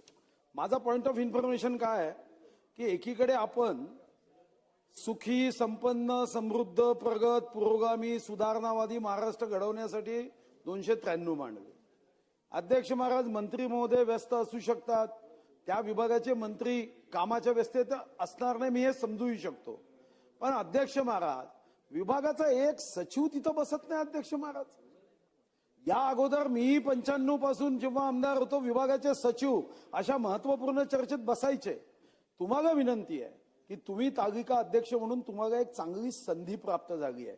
ती पुन्हा प्राप्त होईल की नाही मला माहित नाही, पण एक तालिका अध्यक्ष म्हणून या राज्याची जेव्हा विधिमंडळाची शताब्दी होईल तेव्हा तुमचं नाव सुद्धा तिथं आदराने घेता यावं, यासाठी एवढे तर निर्देश द्या की 293च्या चर्चेला सचिवांनी बसलं पाहिजे. आणि सचिव बसत नसेल तर जसं ब्रिटनच्या पार्लमेंटमध्ये बांधून घेऊन यायचे तशी काही आपल्याला परवानगी देता येईल का? आणि तुमचं नाव सोन्याच्या अक्षरात लिहून घ्या, पुन्हा ही संधी येणार नाही, एवढी माझी विनंती. सन्मान्य सदस्य सुधीर भाऊ मुनगंटीवार यांनी जो मुद्दा उपस्थित केला, एक मिनिट, बर बोला. अध्यक्ष महोदय, या सभागृहाचे ज्येष्ठ सदस्य माननीय सुधीर भाऊ मुनगंटीवारने एक अत्यंत महत्वाच्या विषयाकडे लक्ष वेधलं. अध्यक्ष महाराज, काळ सोकातो जसं आहे ना तशी परिस्थिती आत्ताची. जर अशा महत्वपूर्ण विषयावर 293 हा जवळपास 50 ते 60 आमदारांनी हा विषय दिलेला आहे आणि मुंबईपासून तर राज्यातल्या सर्व विकासाच्या संदर्भातलं विजन या 293 मध्ये अध्यक्ष महाराज.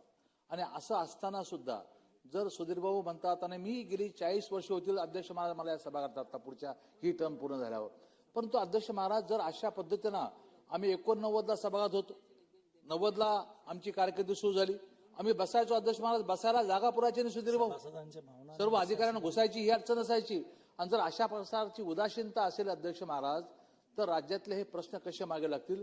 त्यामुळे सुधीर भाऊच्या प्रस्तावाला मी पूर्णपणे पाठिंबा देऊन त्यांनी ब्रिटिश पार्लमेंटचं जे उदाहरण दिलं की त्या ठिकाणी बांधून आणता येतील तसं काही करता येते का बघा अध्यक्ष महाराज. एक मिनिट, ह्या विषयावर आदरणीय सदस्य सन्माननीय सदस्य सुधीर भाऊ मुनगंटीवार यांनी अतिशय गंभीर असा विषय उपस्थित केला. खोतकर साहेबांनी त्याच्यावरती भाष्य केलेलं आहे. जरी सभागृहामध्ये ही गॅलरी अदृश्य असली तरी सुद्धा विषयाचं आणि सभासदांच्या भावनांचं गांभीर्यानं त्या ठिकाणी लक्षात घेऊन शासनानं या संदर्भात कारवाई करावी. बऱ्याचदा टीव्हीवर सगळं बघितलं जातं, गरज पडल्यास हे टीव्ही बंद करावेत, त्याच्यामुळे सगळ्यांना सभागृहात येण्याची सवय लागेल, तर शासनाने योग्य ती कारवाई करावी.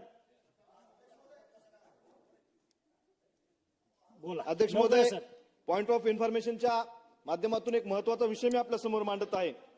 महाट्रान्सको मधील भरती संदर्भात महाराष्ट्र राज्याच्या अखत्यारीतील महाट्रान्सको विविध पदांसाठीची भरती प्रक्रिया चालू आहे. डिसेंबर 2024च्या संदर्भात जाहिरात प्रसिद्ध झाली. Lower division clerk, finance and accounts या पदासाठीची परीक्षा 6 जुलै 2025 ला होणार आहे. या परीक्षेच्या माध्यमातून अधिकृत माहिती महाट्रान्सकोने अद्याप प्रसिद्ध केलेली नाही.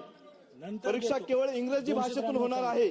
त्यामुळे मराठी माध्यमातून शिक्षण घेतलेल्या विद्यार्थ्यांना एक मोठा अन्याय त्या माध्यमातून होत आहे. अध्यक्ष महोदय, मी आपल्या माध्यमातून एवढंच सांगू शकतोय की इंग्रजी भाषेत परीक्षा देणं ही या विद्यार्थ्यांसाठी कठीण आहे. आज मला किमान 500 SMS आलेले आहेत. मला वाटलं इंग्रजी सोबतच मराठी भाषेतून सुद्धा ही परीक्षा घेण्यात यावी.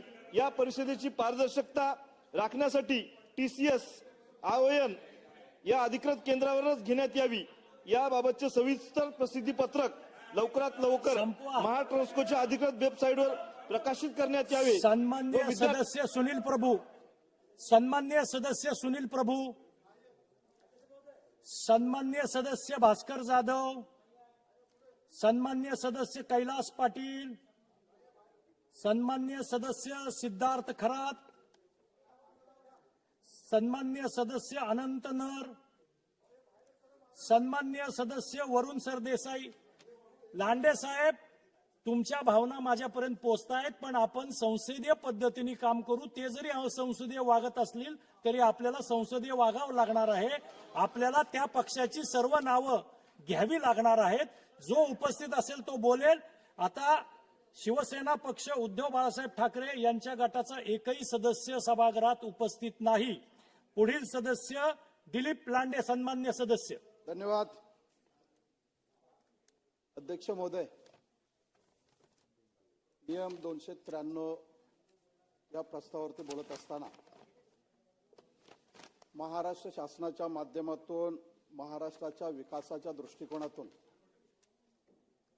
महाराष्ट्रामधले असणारे महानगर आणि या महानगराच्या माध्यमातून महाराष्ट्राचा विकास या दृष्टिकोनातून महाराष्ट्र शासनाची असणारी वाटचाल ही यशस्वी वाटचाल देशाचे पंतप्रधान असतील, महाराष्ट्राचे मुख्यमंत्री असतील, महाराष्ट्राचे दोन्ही उपमुख्यमंत्री असतील, त्यांच्या नेतृत्वामध्ये महाराष्ट्राच्या विकासाच्या दृष्टिकोनातून सुरू असलेली ही विकासाचा रथ, हा रथ पुढे जात असताना या मुंबई शहरातील विकासाच्या दृष्टिकोनातून काही मुद्दे मांडण्यासाठी मुंबई शहरातील लोकांच्या भावना, ज्या विकासाच्या दृष्टिकोनातून असणाऱ्या अपेक्षा हे पूर्ण व्हाव्यात या दृष्टिकोनातून या ठिकाणी मुंबई शहरातील, विशेषतः मुंबई उपनगरातील भावना आपल्यासमोर मांडण्यासाठी त्या ठिकाणी उभा आहे. अध्यक्ष महोदय, देशाची मुंबई ही आर्थिक राजधानी आहे आणि या राजधानीच्या माध्यमातून मुंबई शहरामधील लोकांचं आणि देशातील लोकांचं लक्ष मुंबई शहरावरती आहे की मुंबई विकसित झाली पाहिजे. मुंबईच्या विकासाच्या माध्यमातून महाराष्ट्र शासन असेल, केंद्र शासन असेल, या विकासाच्या दृष्टिकोनातून काही वाटचाल केली पाहिजे. या दृष्टिकोनातून महाराष्ट्र ही आर्थिक महासत्ता बनली पाहिजे. या दृष्टिकोनातून देशाचे पंतप्रधान, महाराष्ट्राचे मुख्यमंत्री, दोन्ही उपमुख्यमंत्री जे प्रयत्न करतात, या प्रयत्नाच्याच अनुषंगाने काही गोष्टी या विकसित झाल्या पाहिजेत, या लोकांच्या अपेक्षा आहे. आणि म्हणून अध्यक्ष महोदय, मुंबई शहराचा विकास होत असताना मुंबई शहरातील मूळ नागरिक हा कोळी समाज आहे आणि या कोळीवाड्याचा विकास होणं गरजेचं आहे. कोळीवाड्याबरोबरच गावठाणाचा विकास होणं गरजेचं आहे आणि या गावठाणाबरोबरच मुंबई शहराला जोडणारे जे बंदर आहेत याचाही विकास होणं महत्वाचं आहे. या दृष्टिकोनातून शासनाने जे आपलं ध्येय धोरण आहे, या धोरणाच्या माध्यमातून विशेषतः लक्ष देऊन मुंबई शहरातील गावठाण असेल, कोळीवाडे असतील, हे विकसित करणं गरजेचं आहे. ही अपेक्षा सरकारसमोर मी ठेवत आहे. हे करत असताना शासनाचं एक स्वप्न आहे, महाराष्ट्र शासनाचं एक स्वप्न आहे आणि या स्वप्नाच्या माध्यमातून महाराष्ट्राचे माजी मुख्यमंत्री, आताचे उपमुख्यमंत्री आदरणीय एकनाथ शिंदे साहेबांनी एक स्वप्न घेऊन चाललेले होते की या ठिकाणी हिंदू हृदय सम्राट बाळासाहेब ठाकरे यांचं एक स्वप्न होतं, या मुंबई शहरातील मराठी माणूस मुंबई शहरात राहिला पाहिजे. या दृष्टिकोनातून मुंबई शहरातील मराठी माणूस हा बाहेर गेलेला आहे. या मुंबई शहरामध्ये मराठी माणूस पुन्हा आला पाहिजे. या दृष्टिकोनातून अध्यक्ष महोदय, शासनाला विनंती करतो, तो गिरणी कामगार आहे, या गिरणी कामगारांचा घरांचा प्रश्न शासन सोडवत आहे, परंतु काही गिरणी कामगारांचा प्रश्न आज पण प्रलंबित आहे. माझी अध्यक्ष महोदय आपल्या माध्यमातून शासनाला विनंती आहे की शासनाचं स्वप्न आहे की मराठी माणूस पुन्हा या मुंबई शहरामध्ये आला पाहिजे, टिकला पाहिजे. या दृष्टिकोनातून सर्वात महत्वाचा प्रश्न तो गिरणी कामगार. या गिरणी कामगारांना मुंबई शहरातच घर द्यावं अशी महाराष्ट्र शासनाला माझी विनंती आहे.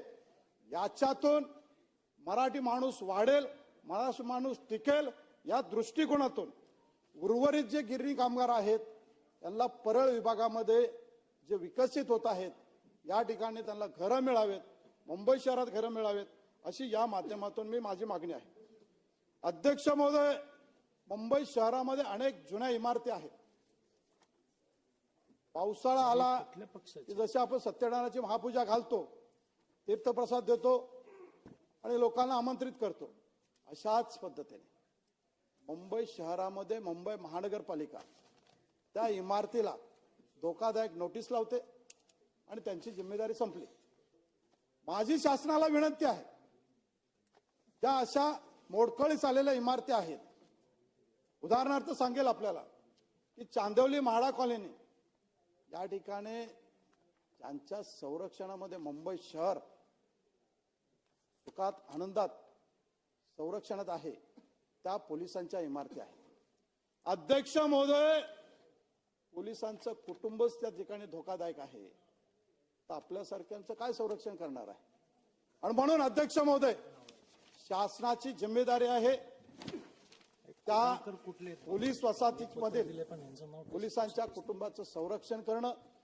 त्या दृष्टिकोनातून ज्या धोकादायक इमारती आहेत, त्या मोडकळीस आलेल्या इमारती आहेत, पोलीस वसाहत असेल, बेस्ट वसाहत असेल, फक्त नोटीस देऊन होणार नाहीये.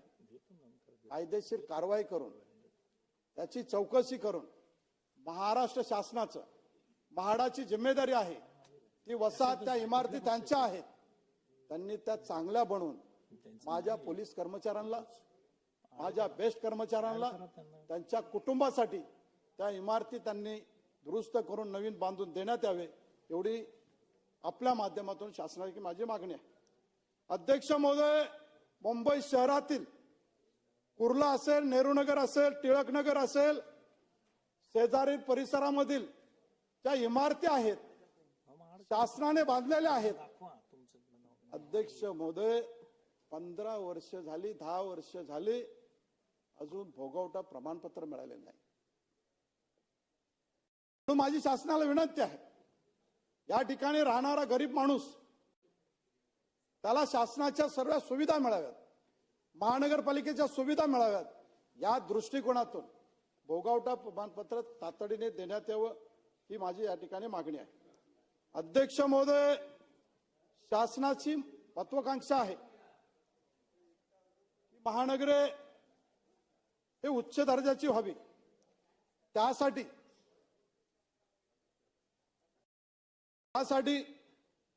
या वर्षीच्या अर्थसंकल्पामध्ये मुंबई शहरासाठी 64,783 कोटीची तरतूद करण्यात आली.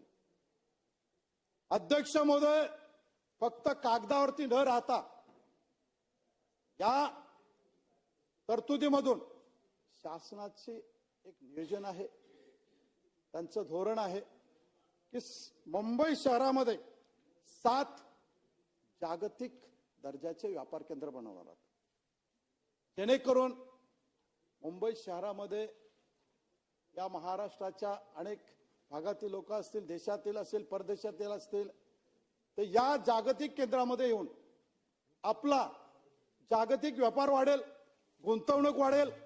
ही सर्व वाढवत असताना अध्यक्ष महोदय, या केंद्राच्या शेजारी उदाहरणार्थ एक जागतिक केंद्र बांद्राला बनणार आहे.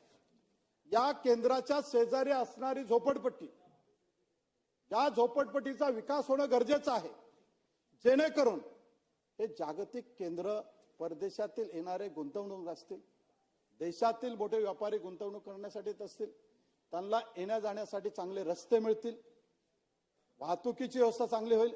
अध्यक्ष महोदय, जर जागतिक केंद्र बांद्र्याला बनवलं तर कुर्ल्याच्या दोन्ही बाजूनी जी असणारी झोपडपट्टी आहे, रस्ते नाहीयेत, या अडथळ्यामध्ये आज योगेश सागर यांनी सांगितलं की मुंबई शहरातील काही आयुक्त वेगवेगळ्या ठिकाणी बसवावेत. का बसवावेत? त्यांना मुंबई सेंट्रलला येण्यासाठी, मुंबई महानगरपालिकेच्या मुख्य ऑफिसला येण्यासाठी 2-2, 2.5 तास लागतात. आणि याच दृष्टिकोनातून जे आपलं बांद्रा आहे, या ठिकाणी जागतिक केंद्र बनवणार आहोत. याच्या परिसरामध्ये असणाऱ्या झोपडपट्टीचा विकास होणं, या परिसरातील कुर्ला असेल, या कुर्ल्यातील रस्त्याचा विकास होणं, एक चांगले रस्ते या विकास केंद्राला जोडले तर आपला जो ध्येय आहे की व्यापारपेठ मोठी व्हावी, जागतिक दर्जाचे व्यापारी या ठिकाणी हवेत, या लोकांसाठी एक वाहतुकीसाठी चांगला मार्ग तयार होईल अशी या ठिकाणी माझी विनंती आहे. अध्यक्ष महोदय, मी तुम्हाला झोपडपट्टीचा प्रश्न सांगितला. या शेजारील मी पक्षाच्या वतीने एकदाच बोलणार आहे. पक्षाला जो टाइम आहे तेवढा मला देऊन टाका. जे आता उद्धव ठाकरे गटाचे गेले त्याचा टाइम मला देऊन टाका. अध्यक्ष महोदय, आणि अध्यक्ष महोदय तुम्ही माझ्या गावाला येतो, मला अजून 2 तास वाढून द्यायला पाहिजे तुम्ही. अध्यक्ष महोदय, बघा सागरबाई तिकडे आमच्याकडे असताना देत होते. अध्यक्ष महोदय, या जागतिक केंद्राच्या बाजूला आंतरराष्ट्रीय छत्रपती शिवाजी महाराज विमानतळ आहे आणि म्हणून याच्यात शेजारील विमानतळ असेल, जागतिक केंद्र बनवणार असेल आपण व्यापारी, या शेजारील असणारे झोपडपट्टीचा विकास होणं गरजेचं आहे. आणि म्हणून जे आपण मुंबई शहरासाठी जी तरतूद केलेली आहे, या विमानतळाच्या बाजूला, या जागतिक केंद्राच्या बाजूला विमान प्राधिकरणाच्या जागेवरती असणारी झोपडपट्टी आहे. या झोपडपट्टीचा विकास झाला पाहिजे, पुनर्वसन झालं पाहिजे. या लोकांसाठी गेल्या अनेक वर्षापासून बांधलेल्या बिल्डिंग्स आहेत, इमारती आहेत, धोकादायक परिस्थिती आलेल्या आहेत, पण लोकांना घरं मिळाली नाहीत, लोकांच्या हक्काची घरं मिळाली नाहीयेत. अध्यक्ष महोदय, या महायुतीकडे लोकांची अपेक्षा आहे, लोकांना या महायुतीवरती विश्वास आहे, म्हणूनच एवढ्या मोठ्या प्रमाणामध्ये आपल्याला या ठिकाणी आमदार म्हणून निवडून दिलेले आहेत. माझी शासनाला विनंती आहे, या 64,783 कोटीपैकी 122 कोटी जे गोरगरिबांसाठी बांधलेल्या इमारती आहेत त्या धोकादायक झालेल्या आहेत. या धोकादायक इमारतीसाठी 122 कोटी याची तरतूद करून सदर इमारती नूतनीकरण करून त्या इमारतीमध्ये एअरपोर्टच्या बाजूला असतील, जागतिक केंद्राच्या बाजूला ज्या झोपडपट्टी आहे याची पुनर्वसन करून त्यांना त्यांच्या हक्काचं घर द्यावं, एवढीच या ठिकाणी मागणी करतोय. अध्यक्ष महोदय, या मुंबई शहरामध्ये मनोरंजन उद्योगाची राजधानी बनवण्याचं सरकारचं ध्येय आहे. हे करत असताना मुंबई शहरातील रस्ते चांगले बनले पाहिजेत. आज वाहतुकीची काय अडचण आहे हे पाहिलं असेल आपण. त्याचबरोबर मुंबई शहरातील त्या बेस्ट डेपोचं विकासन झालं पाहिजे, ते विकसित झाले पाहिजे. बेस्ट थांबे चांगले बनवले पाहिजेत. अध्यक्ष महोदय, तेच 1856 आहेत. पावसाळा आला तरी पाऊस लागतोय, उन्हाळ्यात प्रवाशांना ऊन लागतंय, काही शेड बांधलं जात नाही. माझी शासनाला विनंती आहे, चांगल्या दर्जाचे त्याच्याकडे बस थांबे बांधावेत. त्याच पद्धतीने आज लोकलचा प्रश्न लोकांच्या भीतीमध्ये आहे. मुंबई शहरातील रेल्वेचे लोकल स्टेशन आहेत, याचाही विकास करावा अशी या ठिकाणी करत. आणि हे करत असताना छोटा काश्मीर आहे आपल्या मुंबई शहरामध्ये, याचा विकास झाला पाहिजे आणि पर्यटक वाढले पाहिजेत. या दृष्टिकोनातून विकास करणं गरजेचं आहे. त्याच धर्तीवरती पवई तलाव चांगला आहे, याही तलावाचा विकास करून पूर्व उपनगरामध्ये एक चांगलं पर्यटन स्थळ बनवावं, एवढी या ठिकाणी विनंती करतो. अध्यक्ष महोदय, एकच मुद्दा सांगतो, या महाराष्ट्राच्या विकासाच्या दृष्टिकोनातून अन्न, वस्त्र, निवारा, आरोग्य आणि शिक्षण या गोष्टी अतिशय महत्वाच्या आहेत. आणि म्हणून अध्यक्ष महोदय, पूर्व उपनगरामध्ये एकही शासनाचं हॉस्पिटल नाहीये. लोकांना आरोग्य सेवा द्यायची असेल तर आपल्याला हॉस्पिटल बांधणं गरजेचं आहे. अध्यक्ष महोदय, माझी आपल्याला शासनाला विनंती आहे, 650 बेडचं हॉस्पिटल प्रीमियर कंपनीच्या जागेवरती अर्धवट बांधून पडलेलं आहे.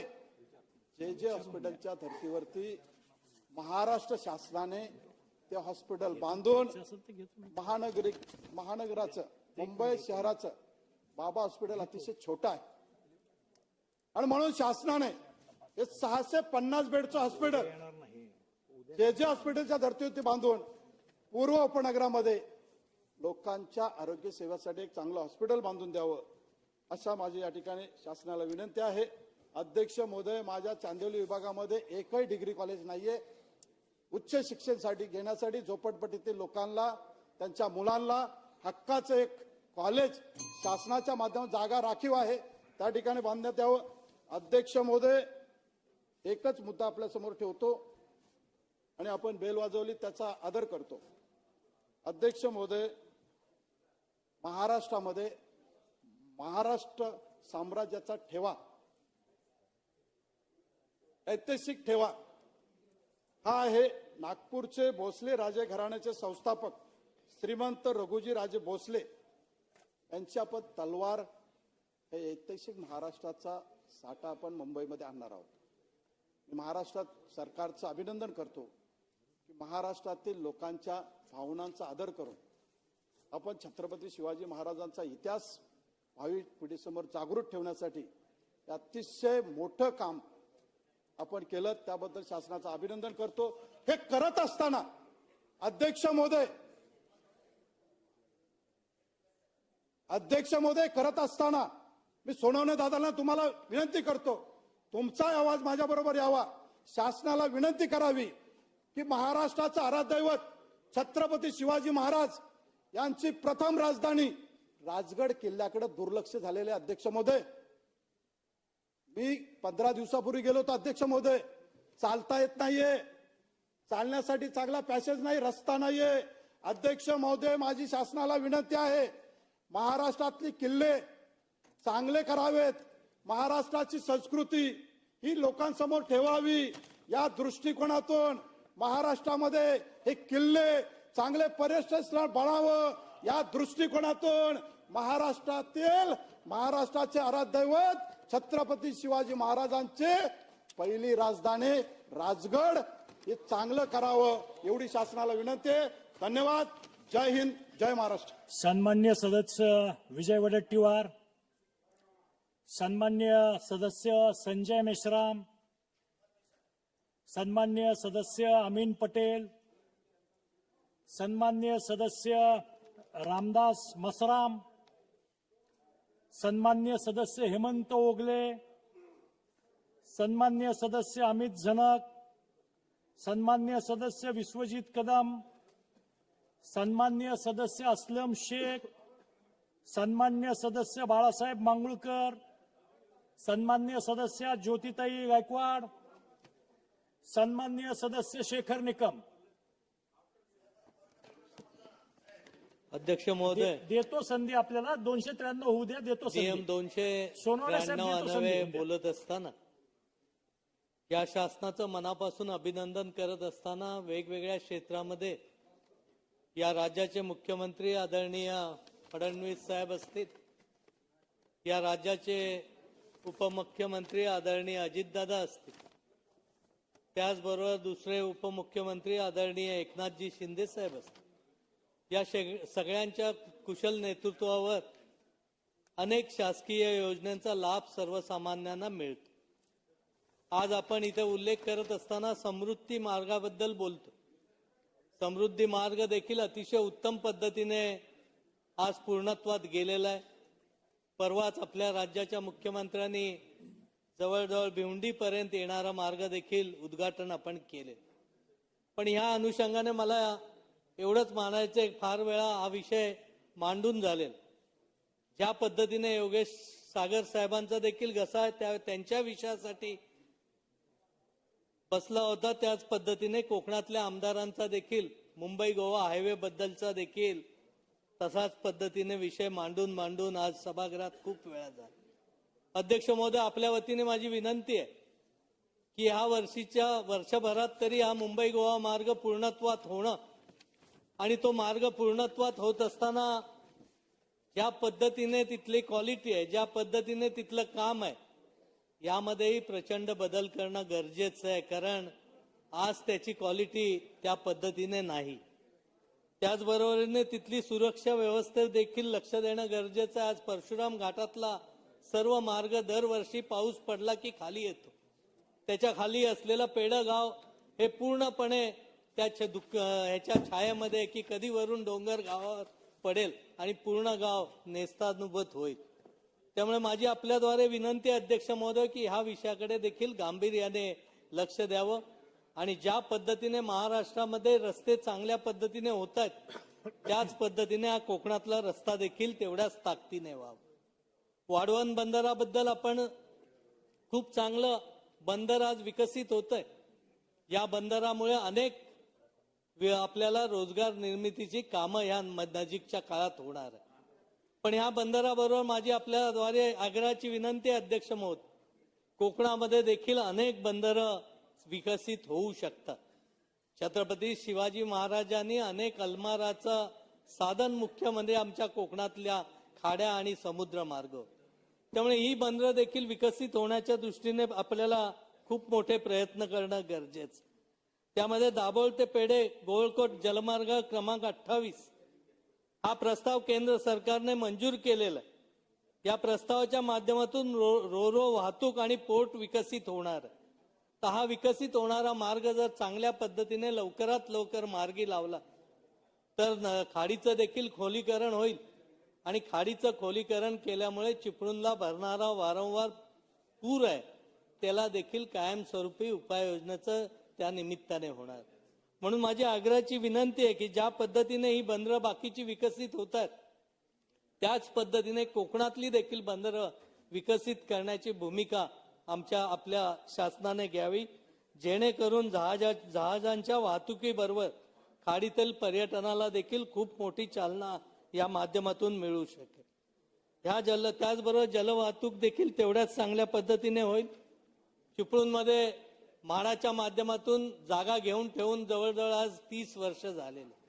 या जागेवर विकसित करण्याचं काम देखील झालेलं नाही, शेतकऱ्यांना मोबदला देखील दिलेला. तर माझी अध्यक्ष महोदय आपल्याद्वारे विनंती आहे की किमान ही जागा जर आपण विकसित करणार नसू तर त्या शेतकऱ्यांना पुन्हा परत द्याव्यात किंवा ती विकसित करून त्या शेतकऱ्यांना देखील न्याय देण्याचं काम त्या माध्यमातून. या सरकारने सोलार पंप ऍग्रिकल्चरसाठी सोलार पंपाची एक अतिशय क्रांतिकारक योजना आपल्याला राबवण्याची महाराष्ट्र मध्ये केलेली. परंतु कोकणाचा विचार केला तर सरसकट सोलार ही पंप कृषी योजना राबवणं तेवढीशी उपयुक्त होत नाही, कारण आमच्याकडे पडणारा पाऊस असणारा तिथली परिस्थिती, पोपळीच्या बागामध्ये कशा पद्धतीने ती वापरात घ्यायची अशा अनेक अडचणी आहेत. परंतु माझी आपल्याला विनंती आहे की ज्यांना विजेचं कनेक्शन हवं त्यांना विजेचं द्यावं, ज्यांना सोलारचं हवं त्यांना सोलारचं कनेक्शन द्यावं. आणि हे सोलारची कनेक्शन देत असताना प्रत्येक जिल्ह्याला स्वतंत्र कोटा देण्यात यावा, कारण आजकाल आमच्या मागणीप्रमाणे आम्हाला त्याची उपलब्धता होत नाही. म्हणून अध्यक्ष महोदय आपल्याला विनंती आहे की रत्नागिरी जिल्ह्यासाठी स्वतंत्र कोटा सोलार पंपासाठी द्यावा, म्हणजे आमच्या शेतकऱ्यांना देखील त्याचा न्याय मिळू शकेल. या शासनाच्या माध्यमातून रत्नसिंधू योजना ही रत्नागिरी आणि सिंधुदुर्ग जिल्ह्यासाठी अतिशय चांगल्या पद्धतीने राबवण्याचं काम आदरणीय अजितदादांनी केलं होतं. दरवर्षी 150 कोटीचा निधी या योजनेअंतर्गत मिळत होता. परंतु आता या योजनेची मुदत संपल्यामुळे सदरची योजना जर पुन्हा चालू केली तर ह्या योजनेमधून पर्यटन, औद्योगिक वाढ, रोजगार निर्मिती, कृषी व मत्स्य व्यवसाय, दुग्ध विकास व्यवसाय, महिला सक्षमीकरण अशा पद्धतीची कामं खूप चांगल्या पद्धतीने या माध्यमातून. आज वेगवेगळ्या ठिकाणी आपण स्मारकाच्या माध्यमातून, देवस्थानाच्या माध्यमातून विकसित करतोय. अनेक ठिकाणी त्याचा उपयोग पर्यटनाला होतो. माझी याद्वारे आग्रहाची विनंती आहे की आता इथे बसलेल्या आमच्या मंत्री महोदया आहेत आदितीताईंनी पहिल्या वेळी राज्यमंत्री पर्यटन असताना 5 कोटीचा निधी छत्रपती संभाजी महाराजांच्या स्मारकाला दिला. पण त्यावेळी फारसा पाठपुरावा करून जेवढ्या पद्धतीने गती देता यायची होती तेवढी छत्रपती संभाजी महाराजांच्या स्मारकाला आम्ही देऊ शकलो नव्हतो, ही वस्तुस्थिती आहे. माझी आपल्याला विनंती आहे की या मागच्या बजेटमध्ये आदरणीय अजितदादांनी बजेट सादर करत असताना छत्रपती संभाजी महाराजांचं भव्य दिव्य असं स्मारक करू असा विश्वास आम्हा सगळ्यांना दिला. आता हे लवकरात लवकर स्मारक होणं गरजेचं आहे. कुठेही इथं श्रेयवाद न होता हे स्मारक होणं ही कोकणाची अस्मिता आहे आणि कोकणासाठी मला वाटतं सर्वच जण त्या पद्धतीने काम करतील. आणि त्यामध्ये पहिल्यांदा 5 एकरमध्ये जिथे छत्रपती संभाजी महाराजांचं वास्तव होतं त्या परिसरामध्ये हे स्मारक विकसित करावं. आणि त्याचबरोबरीने या स्मारकापासून पहिल्यापासून झटणारे आमचे प्रमोदजी जटार साहेब आहेत, त्यांनी देखील काही कल्पना तिथे केल्यात की 100 एकर क्षेत्रामध्ये विस्तृतपणे आंतरराष्ट्रीय दर्जाचं स्मारक व्हावं. तर माझी आपल्याला अध्यक्ष महोदय विनंती आहे की हे स्मारक त्या पद्धतीने 2 टप्प्यात जर आपण करू शकलो तर कोकणामध्ये देखील पर्यटनाचं खूप मोठी चालना मिळू शकते. या स्मारकाबरोबर अनेक ठिकाणं पर्यटनाला चालना देण्याच्या माध्यमातून आहेत. त्या ठिकाणी आपल्याला लक्ष देणं खूप गरजेचं. आपण एका बाजूला क्रीडा क्षेत्राचं धोरण निश्चित करत असताना आंतरराष्ट्रीय पातळीवर आपली मुलं गेली पाहिजेत, ग्रामीण भागातली मुलं गेली पाहिजेत, या उद्देशाने आपण बोलत असतो. परंतु एकंदर क्रीडा विभागाला असलेलं बजेट बघितलं तर मला वाटत नाही की ग्रामीण भागातील मुलांना काही फार मोठी चालना या माध्यमातून मिळू शकते.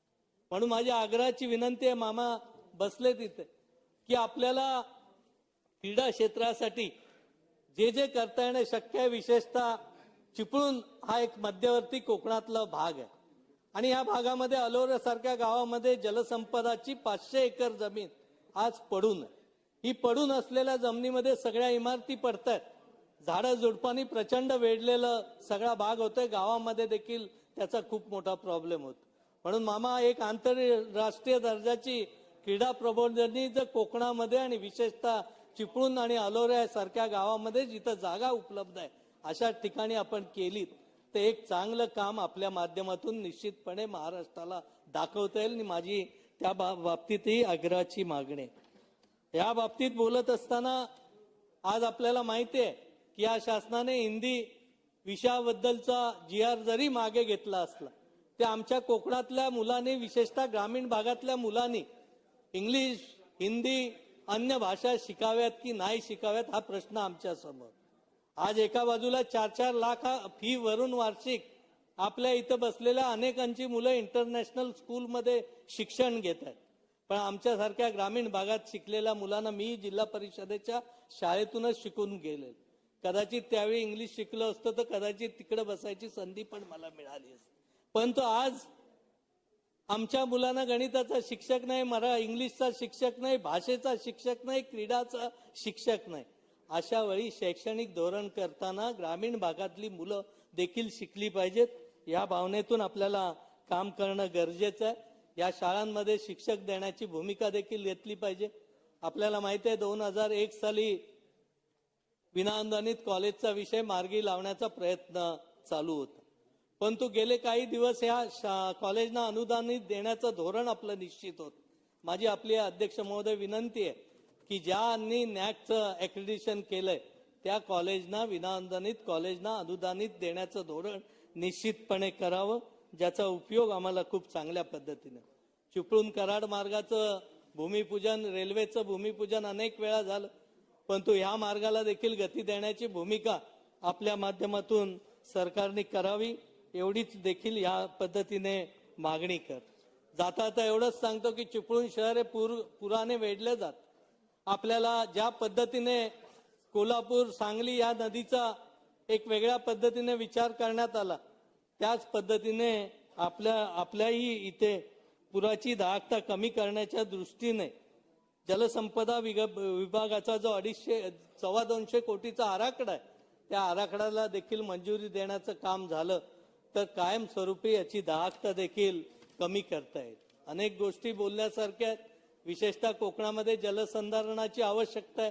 मोठ्या धरणापेक्षा छोटी छोटी धरणं होणं गरजेचं आहे. आज ही धरणं नव्याने मंजूर होत नाही. पाईपलाईनचे कॅनलची मागणी आमची आहे, ती देखील करणे खूप गरजेचं आहे. त्या पद्धतीने देखील काम होणं गरजेचं आहे. अशा अनेक गोष्टी निश्चितपणे होतील. या सरकार अनेक योजना करतंय, विशेषतः आर्थिक स्थैर्य वाढवण्याच्या दृष्टीने देखील गांभीर्यपूर्वक लक्ष देतंय. त्याचबरोबरीने कोकणातल्या प्रश्नाकडे देखील तेवढ्याच गांभीर्याने बघावं, एवढीच विनंती आपल्या द्वारे अध्यक्ष महोदय करतो. बोलण्याची संधी दिल्याबद्दल मनापासून धन्यवाद. जय हिंद, जय महाराष्ट्र. सोनवणे साहेब, मी 5 वाजल्यानंतर आपल्याला देतो. 5 वाजेपर्यंत 293 चालवणार आहे, त्याच्यामुळे तुम्हाला देतो मी संधी. पण आता 293 चालू आहे. माझी सर्व सन्मान्य सदस्यांना विनंती आहे, खूप लोकांना बोलायचं आहे, सर्वांनी आपले मुद्दे मांडावेत, कारण विषय अतिशय चांगला आहे 293चा. पण आपण थोडक्यात सगळ्यांनी मांडावं, सहकार्य करावं. अमितजी साटम, सन्मान्य सदस्य अमितजी साटम. अध्यक्ष महाराज, 293च्या देतो आपल्याला संधी देतो. आपण बसा. प्रस्तावावरती देतो ना संधी. सोनवणे दादा देतो संधी. MMR रिजन वरती असलेल्या या प्रस्तावावर आपले मत मांडण्यासाठी मी उभा आहे. अध्यक्ष महाराज, संपूर्ण प्रस्ताव जर वाचला तर गेल्या 11 वर्षामध्ये जे क्रांतिकारक अशा प्रकारचे बदल हे मुंबई आणि मुंबई मेट्रोपॉलिटन रिजन मध्ये जे आपल्याला पाहायला मिळाले त्याची गाथा या प्रस्तावामध्ये मांडलेली आहे अध्यक्ष महाराज. आणि त्यामुळे हा प्रस्ताव वाचत असताना मला 1999 ते 2014 या कालावधीचा मला त्या कालावधीची आठवण येते की 1999 ते 2014 या 15 वर्षाच्या कालावधीमध्ये मुंबई शहरामध्ये आणि मेट्रोपॉलिटन रिजन मध्ये 11 किलोमीटरची एक वर्सोवा ते घाटकोपरची मेट्रो ही त्या काळामध्ये 15 वर्षामध्ये 11 किलोमीटरची एक मेट्रो ही फक्त तयार झाली होती अध्यक्ष महाराज. आणि त्यानंतर मला आठवण येते की 2008 साली ज्या वेळेला मुंबई शहरावरती आतंकवादी हमला झाला होता त्यावेळेला तत्कालीन गृहमंत्री असं म्हणाले होते की मुंबईची सुरक्षितता ही अत्यंत महत्वाची असून संपूर्ण मुंबई शहरामध्ये आम्ही सीसीटीव्ही कॅमेरा लावणार. 2008 मध्ये म्हटलं होतं अध्यक्ष महाराज सीसीटीव्ही कॅमेरा लावणार. 2014 उजाडलं तरी मुंबई शहरामध्ये कुठल्याही प्रकारचे सीसीटीव्ही कॅमेरे हे लागले नाहीत. 2014 मध्ये आदरणीय देवेंद्र फडणवीस साहेब महाराष्ट्राचे मुख्यमंत्री झाले आणि 2016 मध्ये 7,000 पेक्षा जास्त सीसीटीव्ही कॅमेराज संपूर्ण मुंबई शहरामध्ये लावून खऱ्या अर्थानं मुंबईला सुरक्षित करण्याचं काम हे त्यावेळेस झालं अध्यक्ष महाराज. 15 वर्षामध्ये 11 किलोमीटरची एक मेट्रो आणि गेल्या 11 वर्षामध्ये 325 किलोमीटरच्या मेट्रोचं जाळं हे संपूर्ण MMR रिजन मध्ये हे पसरवण्याचं काम हे गेल्या 11 वर्षामध्ये झालं अध्यक्ष महाराज. आपण कोस्टल रोड बघतोय. कोस्टल रोडवरती प्रवास करत असताना आपल्याला असा भास होतो की आपण मुंबईत आहोत की कुठल्या डेव्हलप्ड कंट्रीच्या आंतरराष्ट्रीय शहरामध्ये प्रवास करीत आहोत अशा प्रकारचा भास आपल्याला कोस्टल रोडवरती प्रवास करताना होतो अध्यक्ष महाराज. अटल सेतू आपण पाहतो आणि आता यावर्षी तर महाराष्ट्र फॉरेन डायरेक्ट इन्व्हेस्टमेंट मध्ये संपूर्ण देशामध्ये अध्यक्ष महाराज 1 नंबरचा आपला महाराष्ट्र झालेला आहे अध्यक्ष महाराज. अनेक विषय आहेत मुंबई शहरामध्ये आणि मेट्रोपॉलिटन रिजन मध्ये सुमारे 50% लोक हे झोपडपट्ट्यांमध्ये राहतात अध्यक्ष महाराज. आधी SRD होती 1995च्या आधी आणि 1995 मध्ये SRA ची स्थापना झाली. पूर्णपणे 15 लाख युनिट्स SRAच्या माध्यमातून बांधणं हे अपेक्षित होतं अध्यक्ष महाराज. परंतु गेल्या 30 वर्षामध्ये मुंबई शहरामध्ये फक्त 2.5 लाख SRAचे युनिट्स हे तयार झाले अध्यक्ष महाराज.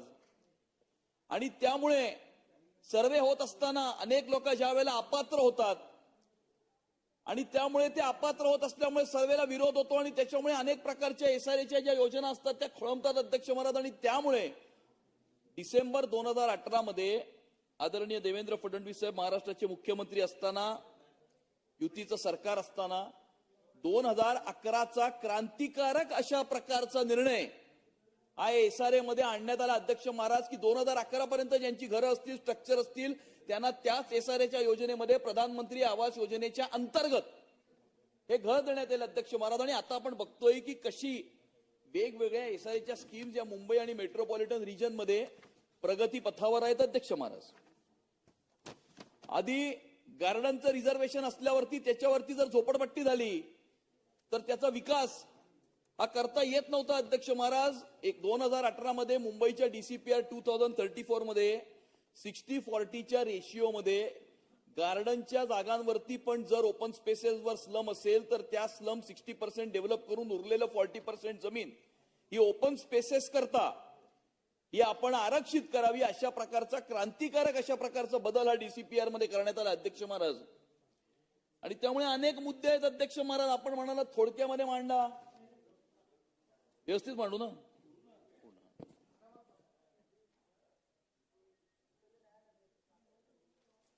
अशा विविध प्रकारच्या ह्याच्यामध्ये अध्यक्ष महाराज वेउत्साही या ठिकाणी उल्लेख या ठिकाणी या प्रस्तावामध्ये करण्यात आलेला आहे. आणि खऱ्या अर्थानं मुंबई शहराला आंतरराष्ट्रीय दर्जाचं शहर अशा प्रकारची ओळख आणि ख्याती प्राप्त करून देणारी ही गेली 11 वर्ष आहेत अध्यक्ष महाराज.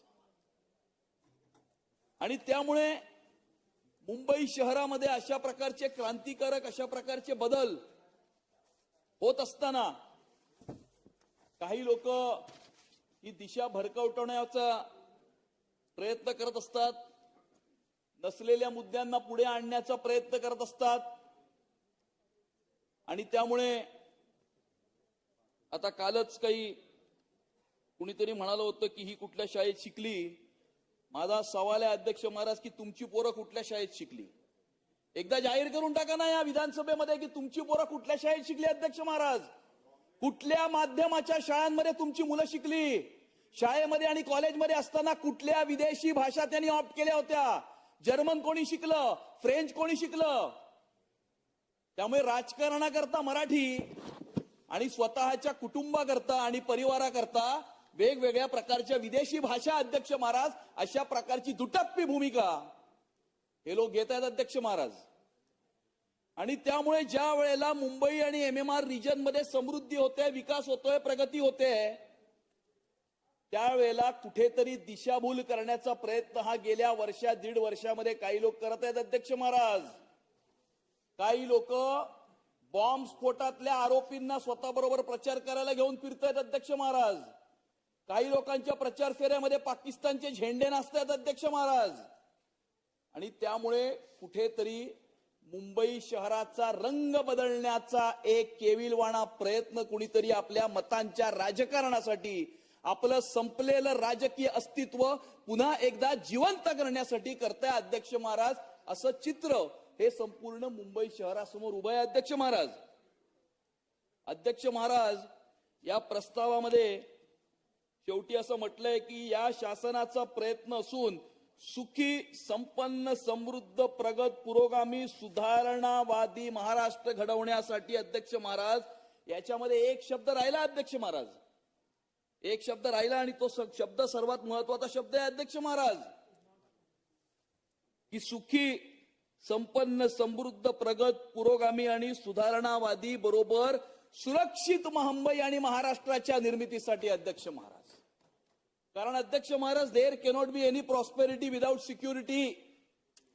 सुरक्षिततेशिवाय कोणतीही संपन्नता ही कुठेही कुठल्याही जगाच्या पाठीवर कुठल्याही शहरामध्ये होऊ शकत नाही अध्यक्ष महाराज.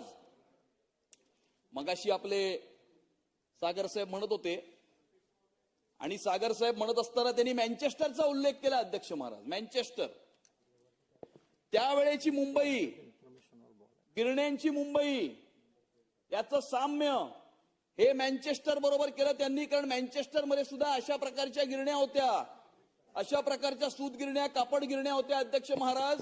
आणि त्यामुळे मुंबई शहर आणि मँचेस्टर सारखी मुंबई त्यावेळेला होती अध्यक्ष महाराज. परंतु आजही मुंबई ही आजच्या मँचेस्टर सारखीच होत चालली नाही ना अध्यक्ष महाराज. आजच्या मँचेस्टर मध्ये काय आहे? आपण जर गुगल करून बघितलं अध्यक्ष महाराज तर लाइस्टर, बर्मिंगम आणि मँचेस्टर मध्ये कशा प्रकारचं काय वातावरण निर्माण होत आहे ना अध्यक्ष महाराज. तशाच प्रकारचं वातावरण हे मुंबईमध्ये निर्माण करण्याचं काम कुणीतरी करताय, केविलवाणा प्रयत्न कुणीतरी करताय अध्यक्ष महाराज.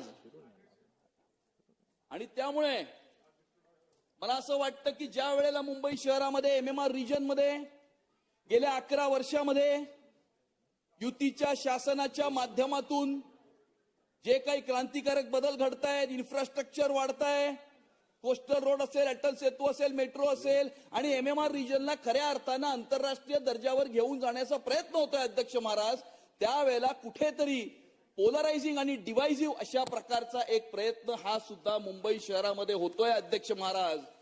आपण गेल्या दीड वर्षामध्ये बघितलं अध्यक्ष महाराज की कशा प्रकारे मतांच्या राजकारणासाठी रॅडिकल एलिमेंट्स, अर्बन नॅक्सल्स यांना पुढे आणून या मुंबई शहराचा रंग बदलण्याचा प्रयत्न होतोय अध्यक्ष महाराज.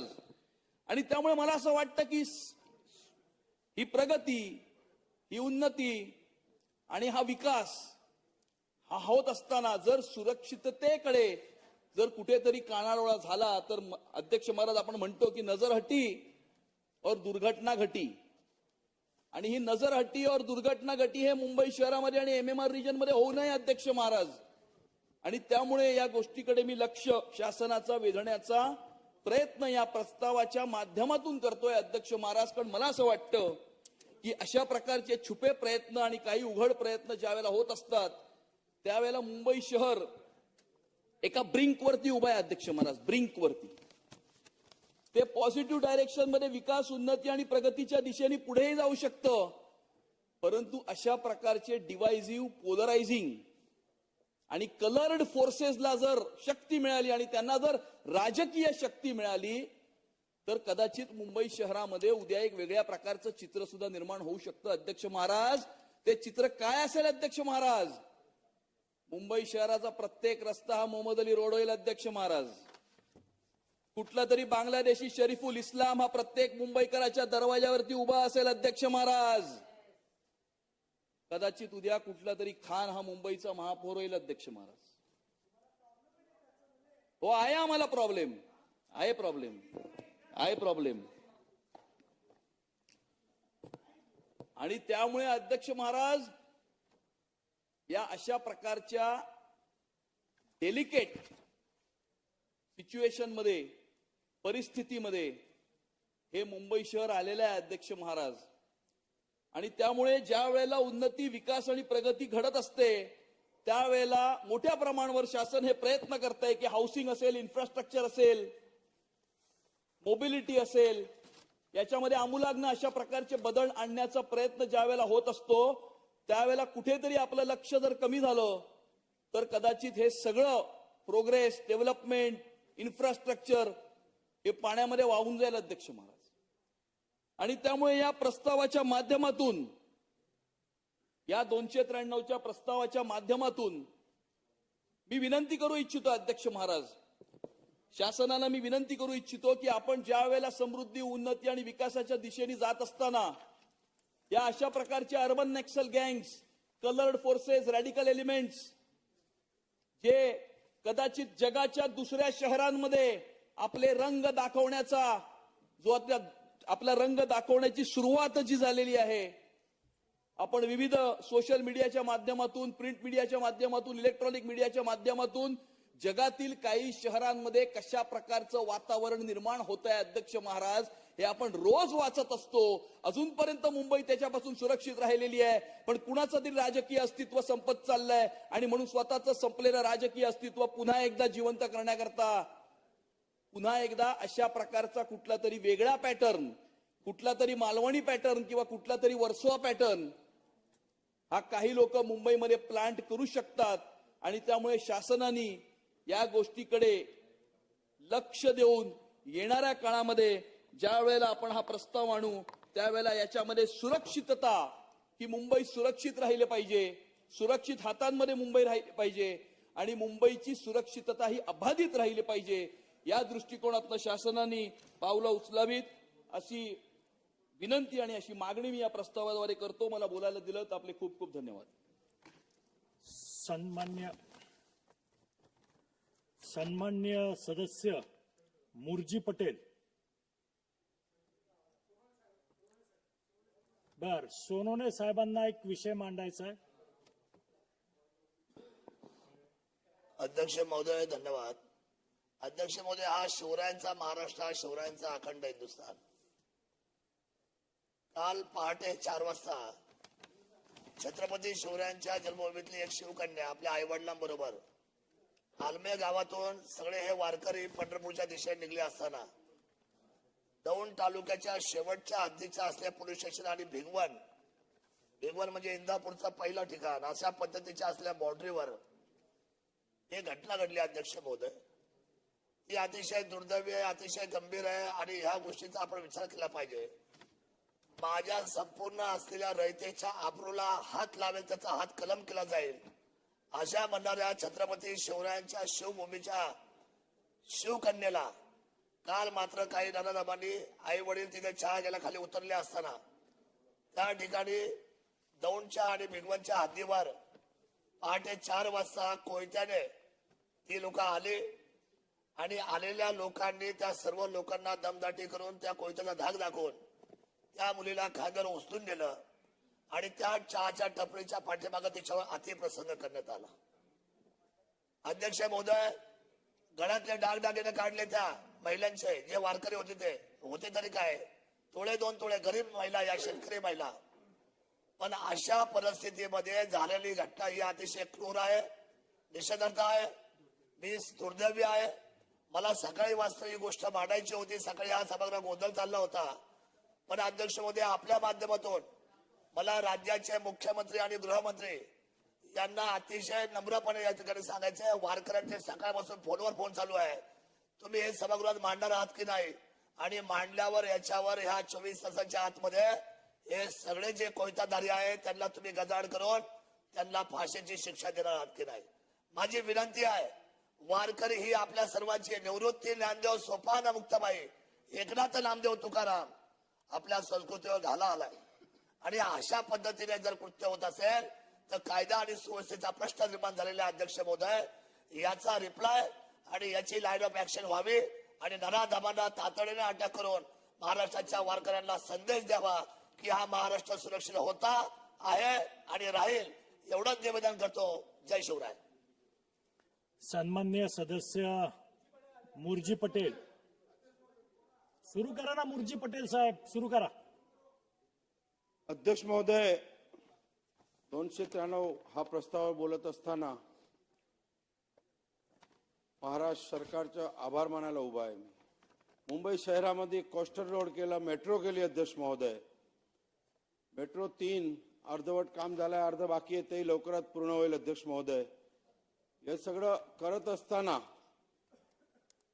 माझ्या विधानसभेत अध्यक्ष महोदय एक अंधेरी सबवे आहे. अध्यक्ष महोदय, गेल्या 50 वर्षापासून तिथे पाणी साचते. अध्यक्ष महोदय, आजपर्यंत कोणीही तिथे लक्ष दिलेलं नाही. अध्यक्ष महोदय, हा सबवे मिलन सबवे असो, अंधेरी सबवे असो, अध्यक्ष महोदय, याच्या परमनंट काहीतरी सोल्युशन काढलं पाहिजे. अध्यक्ष महोदय, अशी मी आपल्या माध्यमातून सरकारकडे मागणी करतो. अध्यक्ष महोदय, अध्यक्ष महोदय, अंधेरी पूर्व विधानसभेत शासकीय एकही हॉस्पिटल नाही. अध्यक्ष महोदय, आमच्याकडे कामगार म्हणून हॉस्पिटल आहे. अध्यक्ष महोदय, त्यांनी महाराष्ट्र शासनाने ताब्यात घेऊन एक गोरगरिबासाठी चांगली एक हॉस्पिटल तिथे बनवावी. अध्यक्ष महोदय, अध्यक्ष महोदय, मुंबई शहरामध्ये अध्यक्ष महोदय ड्रग्स, गुटखा याची विक्री खुलेआम होते. अध्यक्ष महोदय, आपल्या माध्यमातून शासनाला विनंती करतो, याच्यावर काहीतरी चाप घातली पाहिजे आणि पोलिसांना कडक निर्देश दिला पाहिजे. अध्यक्ष महोदय, अध्यक्ष महोदय, बाल विकास मंत्री इथे बसल्यात. अध्यक्ष महोदय, माझी त्यांना विनंती आहे. अध्यक्ष महोदय, अंगणवाडी असो, बालवाडी असो, तिथे जाऊन पाहणी करावी लागेल. अध्यक्ष महोदय, तिथे काय जे सोयी सुविधा मुलांना पाहिजे ते सोयी सुविधा भेटत नाही. अध्यक्ष महोदय, मंत्री महोदयांना मी विनंती करतो की अंगणवाडी महिलांच्या, अंगणवाडी सेविकांच्या पगाराचा आपण विचार थोडा केला पाहिजे, त्यांचं मानधन थोडं वाढवलं पाहिजे. अध्यक्ष महोदय, अध्यक्ष महोदय, मुंबई शहरामध्ये SRA मोठी स्कीम चालू आहे, आपल्याला माहिती आहे. अध्यक्ष महोदय, अध्यक्ष महोदय, सरकार आता 300 फुटाचे घर देत आहे. अध्यक्ष महोदय, पण कुटुंब मोठं झालंय. अध्यक्ष महोदय, गोरगरिबांना त्याचा होत नाही. थोडं 400 फूट जर त्यांना केले तर मुंबईचा विकास होईल, गोरगरिबांना न्याय भेटेल आणि SRA स्कीम पुढे जाईल. अध्यक्ष महोदय, आपल्या माध्यमातून विनंती करतो की SRAचं घर जर 400 फुटाचं दिलं तर लोकांना त्याचा आनंदच होईल. गोरगरीब माणूस हा प्रायव्हेट शेल मध्ये घेऊ शकत नाही, त्यांना आयुष्यभर विचारायला SRA मध्ये राहावं लागतं. म्हणून एक 400 फुटाचं जर घर दिलं तर लोकांना फायदा होईल. अध्यक्ष महोदय, अध्यक्ष महोदय, माझ्या विभागात एक शाळा आहे. अध्यक्ष महोदय, बॉम्बे कॅम्ब्रिज नावाची शाळा. अध्यक्ष महोदय, शासनाच्या GR आहे, 2 वर्षात 15% फीस वाढ करू शकतात. हा महाशयनी अध्यक्ष महोदय 30% फीस वाढ केली एकच वेळी. अध्यक्ष महोदय, पालकांना परवडत नाही, पालकाचा रोज तिचे मोर्चा होत असतात. अध्यक्ष महोदय, माझ्या कार्यालयात 50-50, 100 पालक येऊन बसतात. अध्यक्ष महोदय, आपल्या माध्यमातून शिक्षण मंत्री इथे बसल्यात, त्यांना मी विनंती केलेली आहे. शिक्षण मंत्र्यांनी मला होकार दिलाय की आजपासून त्याच्यावर कार्यवाही करेल. अध्यक्ष महोदय, 15% हिसाब त्यांनी वाढवावी, पालकाचा विरोध नाही. पण एकच वेळी जर 30% वाढवली तर ते गोरगरिबांना परवडत नाही. अध्यक्ष महोदय, मला बोलण्याची संधी दिली. अध्यक्ष महोदय, मी तुमचा आभारी आहे. धन्यवाद. जय हिंद, जय महाराष्ट्र. सन्मान्य सदस्य श्रीमती सना मलिक. अध्यक्ष महोदय, 293 पे सरकार का प्रस्ताव मानते हुए सिर्फ कुछ चीजों पे लक्ष्य डालना चाहती हूँ कि अगर हम डेवलपमेंट की बात कर रहे हैं और मुंबई को एक ग्रोथ हब के तौर पे लेके जा रहे हैं, तो डेवलपमेंट के साथ कोई कॉम्प्रोमाइज ना हो, साथ ही साथ डेवलपमेंट ऐसा हो जिसके ग्रोथ में विदाउट एनी कॉम्प्रोमाइज आगे बढ़ा जाए. जब मैं ये बात कहती हूँ तो एक ही जगह ध्यान लाना चाहती हूँ, जो है मेरे मतदार संघ अणुशक्ति नगर विधानसभा के मानखुर महाराष्ट्र नगर में. मानखुर महाराष्ट्र नगर एक ऐसी जगह है जहाँ स्लम पॉकेट्स है, झुग्गी झोपड़ियों में लोग रहते हैं, एसपीपीएल वसाहत है, साथ ही साथ माडा के बिल्डिंग्स हैं. उधर मेजर प्रोजेक्ट चल रहे हैं. मेजर प्रोजेक्ट्स में मेट्रो कारशेड का काम चल रहा है, मेट्रो 2B लाइन का काम चल रहा है. साथ ही साथ जब मेट्रो का काम ऊपर चल रहा है तो नीचे रोड्स और साइड ड्रेन्स का काम चल रहा है. मेट्रो के लिए कैप्टिव आरएमसी प्लांट्स चल रहे हैं. रोड वाइडनिंग का काम है, उधर एनएडी नाला का वाइडनिंग का काम है. टी जंक्शन पे एक रोड ओवर ब्रिज बन रहा है. और ये सभी प्रोजेक्ट्स एक ही जगह कॉन्सेंट्रेट होके एक लाख की आबादी के पास ये सभी काम हो रहे हैं. ये सारे डेवलपमेंट के प्रोजेक्ट्स हैं. और डेवलपमेंट प्रोजेक्ट्स के टाइम पे अगर लोगों के हेल्थ के साथ कॉम्प्रोमाइज किया जाए, उनकी सेफ्टी के साथ कॉम्प्रोमाइज किया जाए या कॉम्प्रोमाइज हो रहा हो, तो उसके ऊपर सरकार को पूरे लक्ष्य डालने की जरूरत पड़ेगी. उधर मेजर इश्यूज आज के टाइम पे जो चल रहे हैं, 6-7 प्रोजेक्ट चल रहे हैं वहां पे, तो मेजर इश्यूज जो लोग उधर फेस कर रहे हैं, वाटर सप्लाई का है. हमें वाटर सप्लाई में कमी आ रही है, पानी गंदा आ रहा है, गार्बेज एक्यूमुलेट हो रहा है. वहाँ पे जो टॉयलेट्स है उसके लिए सीवरेज लाइन नहीं है, टॉयलेट्स ऐसे कंडीशन में जो यूज नहीं कर सकते हैं. पार्किंग के इश्यूज है, हॉकर्स के इश्यूज है. ऊपर मेट्रो का काम चल रहा है, मेट्रो स्टेशन आने वाला है, नीचे स्ट्रीट लाइट्स की अवेलेबिलिटी और जो लाइटनिंग होनी चाहिए वो कम पड़ रही है. साथ ही साथ जो मेजर नाला है उधर वो पूरी तरीके से भरा हुआ है. फ्लडिंग हो जाती है जब बारिश होती है. 2016 से रोड वाइडनिंग और एनएडी नाला वाइडनिंग के लिए पात्रता फाइनल नहीं हो पा रही है. पिछले 9 साल में अगर हम 1200 झोपड़ों के पात्रता फाइनल नहीं कर सकते, क्योंकि वो एक एनडीजेड जोन है, नो डेवलपमेंट जोन है, उधर के लोग बहुत ही ज्यादा परेशान हो गए. तो मैं यही बोलना चाहती हूँ कि अगर हम डेवलपमेंट में बढ़ रहे हैं आगे, तो डेवलपमेंट को विदाउट कॉम्प्रोमाइज के साथ किया जाए. ये लोग जो उधर जो 1400 लोग रह रहे हैं जिनकी पात्रता होना बची हुई है, तो उस काम को स्पीड अप किया जाए. क्योंकि हम मुंबई को या और भी जितने भी इधर सिटीज बताए गए, सबको हम लेके आगे बढ़ रहे हैं. हम डेवलपमेंट ग्रोथ हब के बारे में बात कर रहे हैं, लेकिन जब भी हम डेवलपमेंट के बारे में बात करें तो उसके साथ लोगों की सेफ्टी और हेल्थ के साथ कॉम्प्रोमाइज ना हो. उधर कैमराज लगाया जाए, उधर सुपरविजन ज्यादा हो. साथ ही साथ जब हम माडा बिल्डिंग्स या जो बिल्डिंग्स बनी हुई 10-15 साल पहले जिसकी ओसी पेंडिंग है, मुंबई में एक ऐसा पॉकेट है जो एचडीआईएल का हम बोल सकते हैं, कुर्ला वेस्ट में कोहिनूर के पास. साथ ही साथ हम वाशीनागा के टुवर्ड्स बढ़ते हैं जहाँ एसपीएल और बीपीसीएल की रिफाइनरीज है. वहां पे एसजी केमिकल, वीडियोकॉन, अतिथि और ऐसे बहुत सारे प्रोजेक्ट्स है जिसको एसआरए, एमएमआरडीए या बीएमसी, एसआरए और एमएमआरडीए के जरिए बीएमसी को हैंड ओवर किया गया है. लेकिन उसमें जो सोई सुविधा होनी चाहिए वो पूरी तरीके से नहीं हो रही है. रिसेंटली उधर एक 10 से 15 मीटर की जो वाइड दीवार थी वो गिर गई है और उधर अभी तक कोई सेफ्टी मेजर्स नहीं लिया गया है. तो जब हम पूरी तरीके से मुंबई को बड़ी मतलब एक बिग विजन देते हैं, तो हम उधर के झुग्गी झोपड़ी में रहने वालियों को, जो हॉरिजॉन्टल स्लम जिसे कहा जाता है, और साथ ही साथ जिनको हम वहां से हटा के वर्टिकल स्लम पे लाते हैं, उसके ऊपर थोड़ा ध्यान देने की जरूरत है.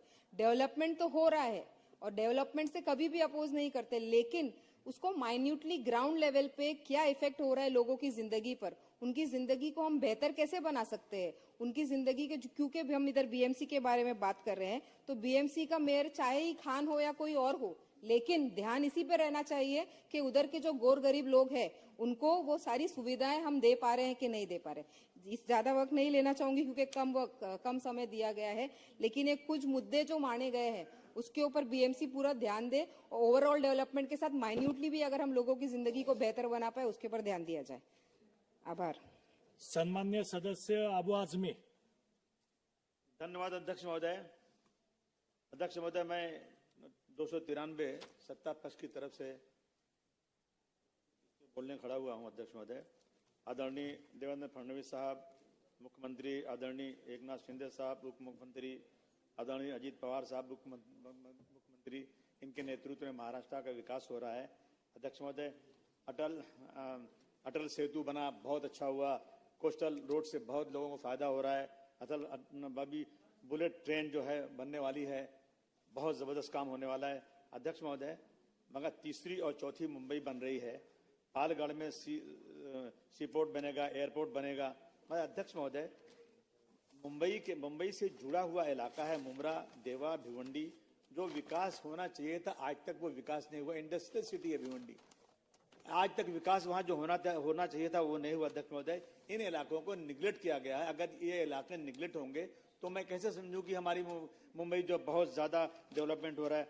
अध्यक्ष महोदय, सरकार बुलेट ट्रेन बना रही है जो अहमदाबाद जाएगी। अध्यक्ष, अरबों रुपया खर्च हो रहा है, लेकिन मुंबई की लोकल ट्रेन की अगर मैं बात करूं अध्यक्ष महोदय, जो लोकल ट्रेन मुंबई के लिए बहुत अहम ट्रेन है। रोजाना लोग 82 लाख लोग सुबह और शाम को इस ट्रेन में सफर करते हैं। मैं अध्यक्ष महोदय, मैं सरकार का ध्यान दिलाना चाहता हूं। हमारे यहाँ एक लॉ है, एनिमल राइट। गाड़ियों में ज्यादा जानवर आएंगे तो लोग उसको रोकते हैं, पुलिस पकड़ती है, उन पे केसेस होते हैं। अध्यक्ष महोदय, उसका वायलेशन जो करेगा उसके बाद बहुत फाइन लगेगी, जेल होगी। लेकिन लोकल ट्रेन में अध्यक्ष महोदय, जो इंसान है, ह्यूमन इंसान लोकल ट्रेन में बैठता है भीड़ में, यानी उसको दरवाजे से लटक कर खड़े होना पड़ता है। अध्यक्ष महोदय, लोग लटक कर करते हैं और वो पूरा टिकट देते हैं, यानी कि उनका टिकट कोई माफ है, पूरा पैसा देकर करते हैं। अध्यक्ष महोदय, अभी दरवाजे से लटके हुए 13 लोग मुमरा के अंदर, देवा मुमरा की ट्रेन में 13 लोग गिर गए, उसमें एक हमारा पुलिस ऑफिसर चला गया। अध्यक्ष महोदय, उसमें 5 लोग की डेथ हो गई और अस्पताल में लोग बेचारे पड़े रहे। 2024 से अध्यक्ष महोदय, ये हाई कोर्ट में एफिडेविट दिया है सेंट्रल रेलवे ने कि 2024 में लोकल ट्रेन के हादसे में 3588 लोगों की डेथ हुई है। इतनी बड़ी डेथ हुई है सिर्फ 2024 में। मैं अध्यक्ष महोदय, मैं कहना चाहता हूं कि अगरचे विकास हो रहा है तो विकास सबका होना चाहिए। कहते हैं एक तन पर सोने का तार सजे, एक तन पर सोने का तार सजे और एक तन पर सूत का भी तार नहीं, इसलिए मैं बगावत करता हूं, यह अन्याय मुझे स्वीकार नहीं। अध्यक्ष महोदय, 1 एकड़ में बनी हवेली रहने वाले 2 प्राणी और 10 हाथ का घर है, बैठ सकते हैं, पैर पसार नहीं, इसलिए मैं बगावत करता हूं, ये अन्याय मुझे स्वीकार नहीं। ये जो आज जो डेवलपमेंट हो रहा है वो अमीरों के लिए हो रहा है, अमीर इलाके में हो रहा है, लेकिन गरीब इलाके में जहां स्लम के लोग, मुंबई में 60% लोग स्लम में रहते हैं। अध्यक्ष महोदय, मेरे विधानसभा में नटवर पारिक एक MMRDA की वसाहत है, मैं उसमें रहने वाले टीबी के मरीज बन गए, उसमें वेंटिलेशन ही नहीं है। और आज हालत यह है कि 17 बिल्डिंगों में पानी गिर रहा है, उनके लोग जो हैं भाग भाग के थक चुके हैं, आज तक उसका डेवलपमेंट नहीं हो, उसकी रिपेयरिंग नहीं हो रही है। मुझे डर है कि किसी दिन वो बिल्डिंग गिरेगी या कुछ होगा तो फिर लोग जाएंगे, आंसू बहाएंगे मगरमच्छ के, उस वक्त जब हादसा हो जाएगा। उसके पहले सरकार को ध्यान देना चाहिए। नटवर पारिक की हालत बहुत ही खराब है अध्यक्ष महोदय। इसमें इसका मुंबई देश की इकोनॉमिक ग्रोथ है, मुंबई में 65,000 करोड़ की स्कीम डाली जा रही है। अध्यक्ष महोदय, यहाँ 60% पॉपुलेशन जो है परेशान है। 95 में ये सारी स्कीम आई थी झोपड़पट्टी के डेवलपमेंट के लिए, 40 साल हो गए अध्यक्ष महोदय, लोगों को, झोपड़े वालों को फ्लैट मिलेगा, आज तक पूरी स्कीम हुई नहीं। अध्यक्ष महोदय, मेरे विधानसभा में बीएमसी लैंडलॉर्ड है, लैंडलॉर्ड बीएमसी है, यहाँ 4 लाख स्क्वायर मीटर स्लम है। अब 3310 डीसी रूल में जो नया प्रपोजल है, इसमें झोपड़ा वासियों से कोई भी कंसर्न नहीं लिया जाएगा, उनसे कुछ भी नहीं पूछा जाएगा। जबकि पहले था झोपड़ा वासियों से कंसर्न लेने के बाद, उनके एग्री होने के बाद, उनके राजी होने के बाद वहां डेवलपमेंट होगा। लेकिन अब यहाँ पे मानकुश शिवाजी नगर में 4 लाख जो स्क्वायर मीटर जगह है, उसमें किसी से भी कोई भी कंसर्न लेना नहीं है और प्लानिंग अथॉरिटी बीएमसी होगी और इसका कंस्ट्रक्शन बिल्डर लोग करेंगे। अध्यक्ष महोदय, ये नाइंसाफी है, ये गैर जमहूरी है। ये मैं 3 साल से कारपोरेशन नहीं है, इलेक्शन नहीं हो रहा है और कारपोरेशन की जनरल बॉडी में ये पास होना चाहिए। मेरी मांग है कि जब तक इलेक्शन नहीं होता है कारपोरेशन की जनरल बॉडी में ये चीज पास नहीं होती, उस वक्त तक इस स्कीम को लागू सरकार नहीं करना चाहिए, इसको रोक देना चाहिए सरकार। अध्यक्ष महोदय, रास्ते, सड़क, इंफ्रास्ट्रक्चर, सारे प्रोजेक्ट की बात कही गई है कि बहुत काम हो रहा है। अध्यक्ष महोदय, मानकुश शिवाजी नगर में आज मैं कितने दिनों से कह रहा हूं, इतनी ज्यादा हालत खराब है, गाड़ी, साइकिल, मोटरसाइकिल जाने की बात नहीं, पैदल लोग नहीं चल सकते, इतने ज्यादा रास्ते खराब हैं और सरकार की तरफ से फंड नहीं आ रहा है, नगर सेवक कोई नहीं है, फंड नहीं मिल रहा है। इसलिए सरकार को अगर डेवलपमेंट की बात करना है तो सारे समाज का, सारे लोगों का डेवलपमेंट होना चाहिए। मानकुश शिवाजी नगर में डेवलपमेंट की बहुत हालत खराब। अध्यक्ष महोदय, इस पर सरकार को ध्यान देना बहुत जरूरी है। अब मेरे इलाके में गरीब हैं, एजुकेशन की बहुत कमी है, पिछड़ा इलाका है। सरकार जो है, जो computer technology, digital technology, cyber technology, artificial intelligence technology के मैदान में बहुत काम करना चाहती है, तरक्की करना चाहती है। अध्यक्ष महोदय, मेरी मांग है कि वहां पर हमारे यहाँ भी कोई कॉलेज, यूनिवर्सिटी या इस तरह की चीजें कुछ बनाई जाए ताकि लोग जो है इससे फायदा उठा सकें। मेरे यहाँ क्या बनाया जा रहा है? यहाँ जेल बनाया जा रहा है। हम इतनी दिनों से चिल्ला रहे एजुकेशन के लिए, वहां जेल बनाया जा रहा है। हमारे यहाँ एनिमल सिमेट्री बनाई जा रही है, जहां पे खाने पीने की चीजें हैं वहां एनिमल सिमेट्री बना करके और देश और जो इलाके को जो है पॉपुलेशन करना है। पहले से एसएमएस कंपनी वहां पर है, लोगों की बीमारी बढ़ती जा रही है। चिल्ला कर 4 बार, चौथी बार मैं एमएलए हूं, चिल्ला कर थक चुका हूं सर। कई एनजीओ ने कहा कि लोगों की उम्र का एज 39 ईयर्स हो चुका है, लेकिन सरकार ने आज तक उस पर कोई भी कार्रवाई नहीं की। मैं मांग आज है, हमारे एरिया में या पूरे मुंबई में स्लम के अंदर छोटे छोटे स्कूल लोग खोल करके बच्चों को पढ़ा रहे हैं, बहुत कम फीस में पढ़ा रहे हैं, टीचर्स को बहुत कम सैलरी मिल रही है। सरकार कोई बड़े कॉलेज स्कूल नहीं खोल रही है। अब उन स्कूलों को सरकार उसके पीछे पड़ी, उन स्कूलों को बंद करने के लिए। अरे ये क्या होगा? बच्चे कहाँ जाएंगे? सरकार को इसके ऊपर ध्यान देना चाहिए। न स्कूल न खोल करके जो स्कूल चल रहे हैं उसको बंद कराना मैं समझता हूं बहुत गलत बात है। रिक्शे वाले मजदूर का बच्चा वहां पढ़ता है, उसको भी कंप्यूटर सीखना चाहिए। वहां भी हमारे यहाँ भी कोई एक एजुकेशन हब बनना चाहिए। अध्यक्ष महोदय, सबसे एक चीज है, टीबी का मर्ज बहुत बढ़ रहा है मेरे एरिया में। अब मैंने डॉक्टर से बात किया सर, उसने कहा कि पूरे देश में जो सर्वे हुआ है उस सर्वे में अब तक सबसे ज्यादा टीबी है ना तो मानकुश शिवाजी नगर में है। और जो टीबी की जो उसकी जो है जो टेस्ट होती है उसका वो टेस्ट जो है अब तक जो है ये हो रहा था ये अपने यहाँ शताब्दी में, वो शताब्दी में बंद कर दिया गया। अब होता टेस्ट होता है साइन में और जेजे में, और इसमें बहुत एक महीने की लाइन लग रही है, बहुत ज्यादा पैसे खर्च होते हैं। मेरी ये मांग है कि वापस शताब्दी में शुरू किया जाए, टीबी के मर्ज के लिए उनको जो है सहूलत दी जाए। अध्यक्ष महोदय, हमारे यहाँ अस्पताल नहीं है, जो अस्पताल है ऐसी भीड़ अस्पतालों के अंदर लगी हुई है, लोगों का बेड नहीं है। हम डेवलप कर रहे हैं, हम दुनिया को दिखा रहे हैं हम बहुत हमारा। अध्यक्ष महोदय, इसी अगर हम डेवलप कंट्री हैं, आज भी इस देश के अंदर 80 से 85 करोड़ लोगों को अगर राशन नहीं मिलता है वो भूखे रह जाएंगे। कैसा डेवलपमेंट है ये? डेवलपमेंट होना चाहिए समाज के हर व्यक्ति के लिए, न कि सिर्फ अंबानी और अदानी का डेवलपमेंट हो। अध्यक्ष महोदय, मैं इसी के साथ सरकार से मांग करता हूं कि समाज के दबे कुचलों के साथ भी इंसाफ किया जाए और स्लम के अंदर कम से कम मानकुश शिवाजी नगर का डेवलपमेंट अच्छी तरह से हो जाए, वहां स्लम में जो सहूलतें नहीं हो जाए। अध्यक्ष महोदय, लोग आप बाटली लेकर आते हैं, पानी बदबू आता है, आप सूंघ नहीं सकते, वही पानी लोग पी रहे हैं। ये प्रॉब्लम चल रहा है। सारी पाइपें पानी की सब पुरानी सड़ चुकी हैं, उसमें गटर का पानी आ जाता है। इन चीजों पे सरकार का ध्यान बार बार दिलाया जाता है, लेकिन उस पर सरकार की कार्रवाई नहीं हो रही है। मैं मांग करता हूं मुख्यमंत्री जी से थोड़ा सा ध्यान दे करके इन इलाकों को भी जो है अच्छा डेवलप बना दे। बहुत बहुत धन्यवाद, आपने समय दिया सर। सन्मान्य सदस्य सिद्धार्थजी शिरोळे. अध्यक्ष महोदय, 293च्या प्रस्तावावरती बोलण्यासाठी मी उभा आहे. आदरणीय मुख्यमंत्री देवेंद्र फडणवीस साहेब यांच्या नेतृत्वाखाली 5 डिसेंबर 2024 रोजी शासनाने राज्याच्या सर्वांगीण विकासाच्या कामाला सुरुवात केली. अध्यक्ष महोदय, आज आपण जेव्हा 6 महिन्या मागे वळून पाहतो तेव्हा प्रामुख्याने आपल्याला जाणवेल की आपले जे गव्हर्नन्सचे फंडामेंटल्स आहेत त्याच्या अवतीभोवती खऱ्या अर्थाने एक आमूलाग्र काम सुरू झालं. मी असं का म्हणतो, कारण आपल्याला महाराष्ट्राला चालवणारं किंवा महाराष्ट्राला ॲडमिनिस्टर करणारं जे हजारो ब्युरोक्रेट्स आहेत त्यांना इन्स्पायर करून त्यांना एक दिशा देऊन मला असं वाटतं की आदरणीय मुख्यमंत्री देवेंद्र फडणवीस साहेबांनी एक वेगळं असं कार्य हे गेल्या 6 महिन्यात सुरू केलंय. त्याचं मी मनापासून अभिनंदन करतो की त्यांनी जो 100 दिवसाचा कार्यक्रम दिला त्याच्यामध्ये सर्व राज्याच्या 48 स्टेट डिपार्टमेंट्सला त्यांनी पीपल सेंट्रिक आणि टेक्नॉलॉजी ड्रिव्हन डेव्हलपमेंट गोल्स ह्याच्यावरती काम करायला सांगितलं. आणि अभिमानाची गोष्ट ही आहे की 902 स्ट्रॅटेजिक टार्गेट्स जे दिले होते त्याच्यापैकी 706 टार्गेट्स हे कंप्लीट झाले, म्हणजे 80% यश हे आपल्याला पाहायला मिळालं. तिथेच आदरणीय मुख्यमंत्री थांबले नाही आणि त्याच्या पुढे लगेचच सर्व डिपार्टमेंट्सला 150 दिवसाचा कार्यक्रम दिला गेला, ज्याच्यामध्ये 3 एलिमेंट्सवरती त्यांना काम करायला सांगितलं. एक म्हणजे road map for a fully develop Maharashtra by 2047. दुसरं म्हणजे 100% e governance when it comes to delivery of services. आणि तिसरं service related administrative reforms.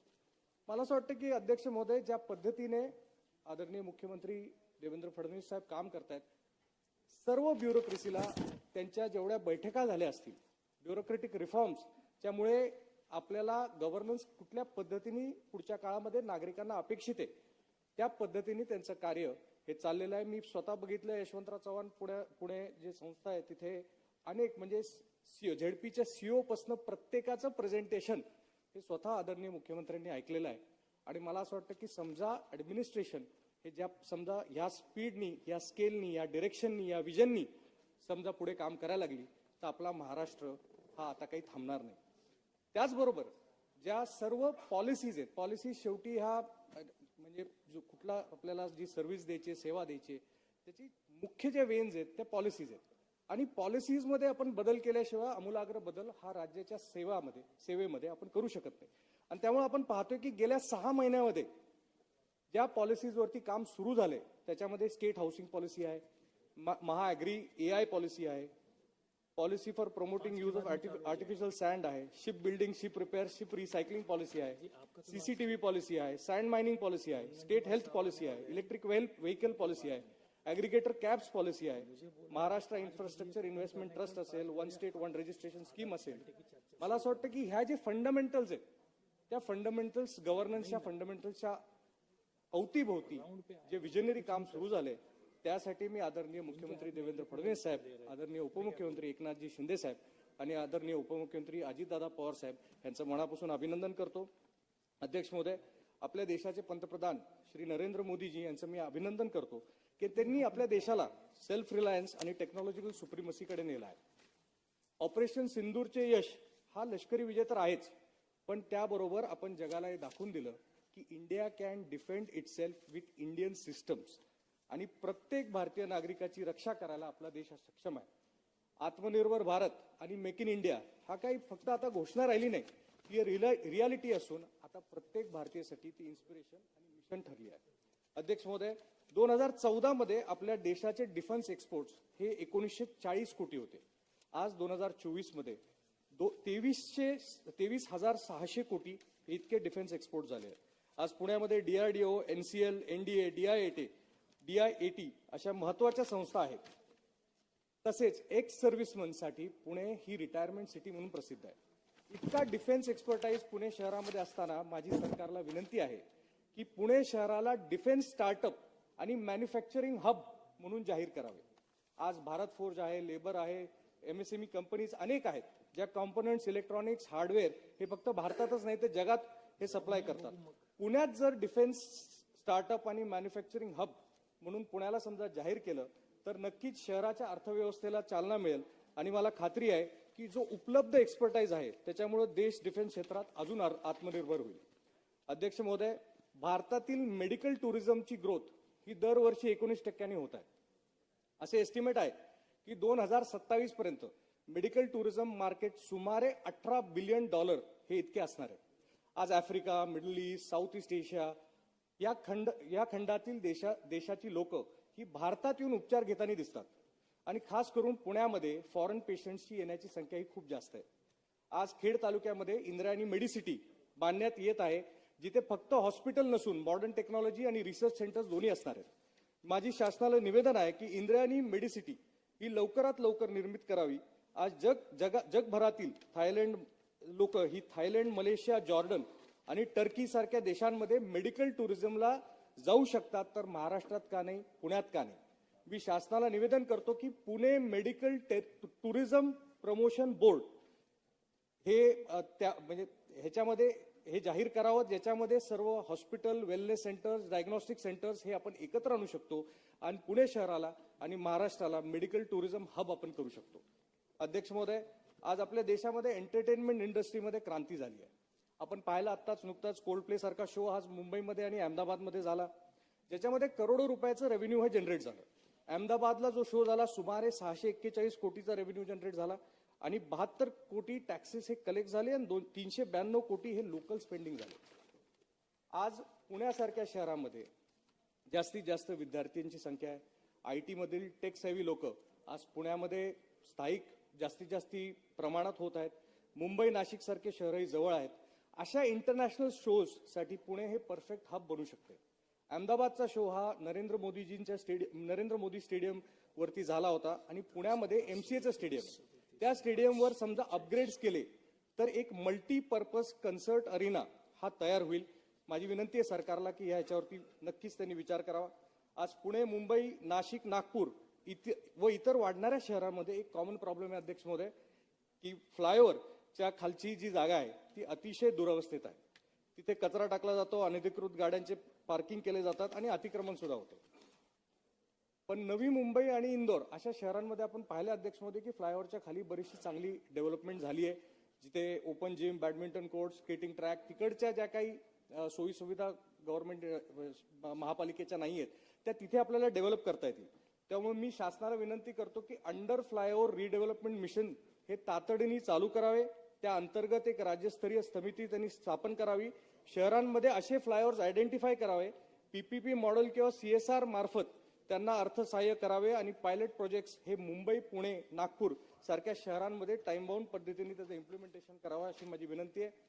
Maharashtra हे अध्यक्ष महोदय देशातील सर्वात अर्बनाइज असलेले राज्य आहे आणि ह्याच्यातली जी सार्वजनिक वाहतूक ही जी सक्षम आणि एन्व्हायरमेंट फ्रेंडली असली पाहिजे ही आज काळाची गरज आहे.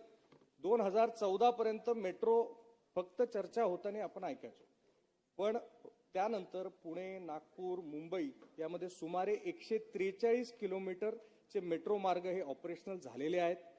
किमान 200 किलोमीटरच्या मार्गावरती काम सुरू आहे. यासाठी मी आदरणीय पंतप्रधान नरेंद्र मोदीजींचे आणि महायुती सरकारचे मनापासून अभिनंदन करतो. अध्यक्ष महोदय, आपण आत्ताच पाहिलं की पुणे शहरामध्ये दरवर्षी संत ज्ञानेश्वर महाराजांची आणि संत तुकाराम महाराजांची पालखीचं आगमन होतं आणि ह्या काळामध्ये रस्त्यावरील वाहतुकीवरती मर्यादा असते.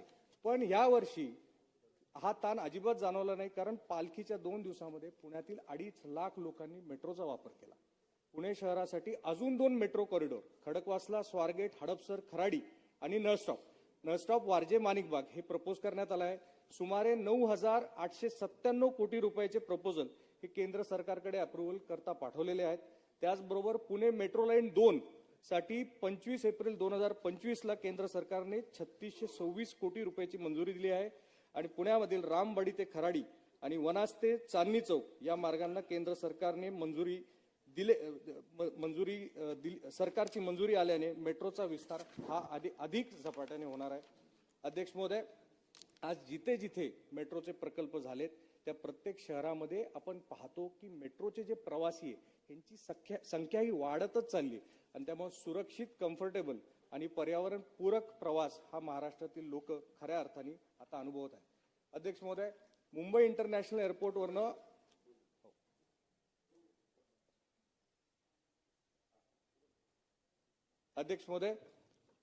मुंबई इंटरनॅशनल एअरपोर्टवरनं होणारी प्रवासी व कमर्शियल वाहतूक ही प्रचंड वेगाने वाढत आहे आणि त्यामुळे नवी मुंबईला नवीन आंतरराष्ट्रीय विमानतळाची आवश्यकताही भासत होती.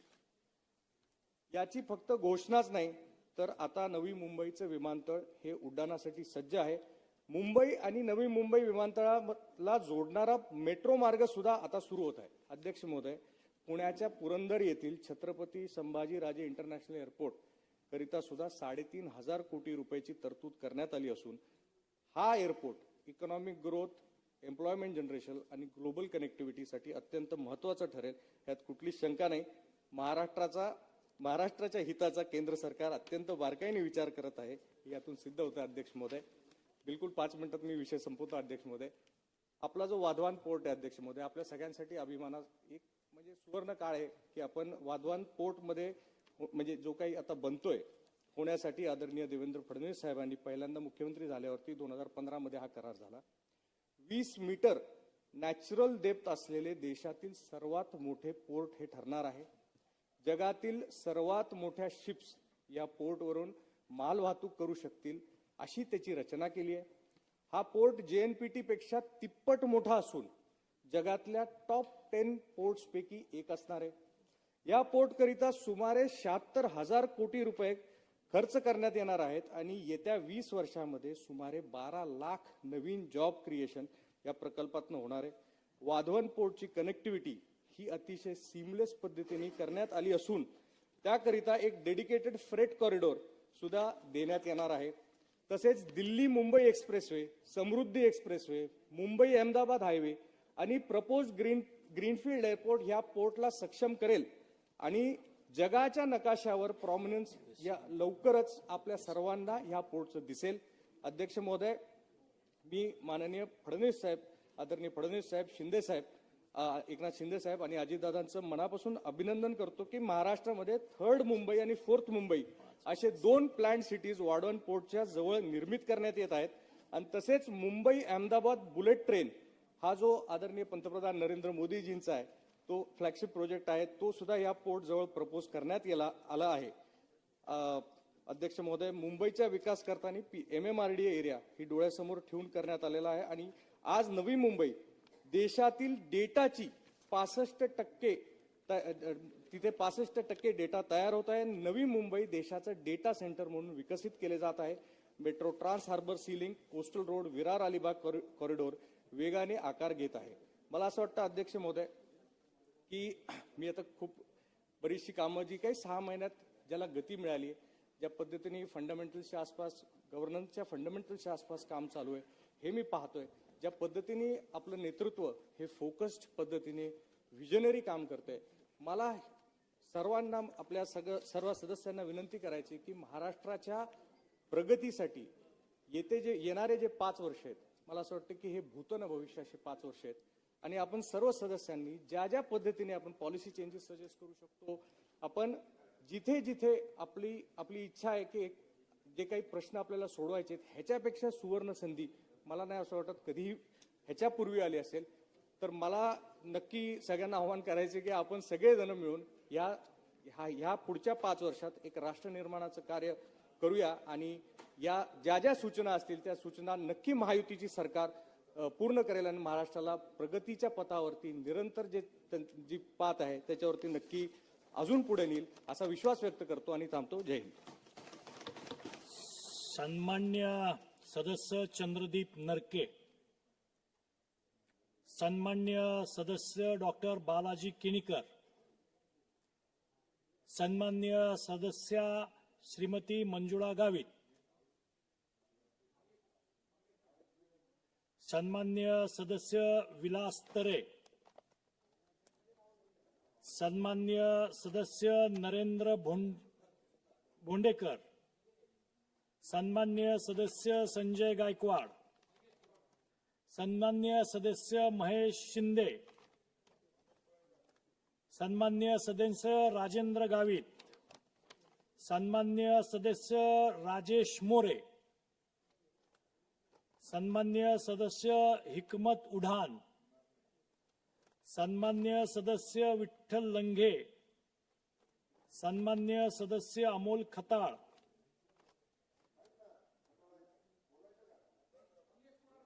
सन्मान्य सदस्य मंगेश कुडाळकर. अध्यक्ष महोदय, धन्यवाद.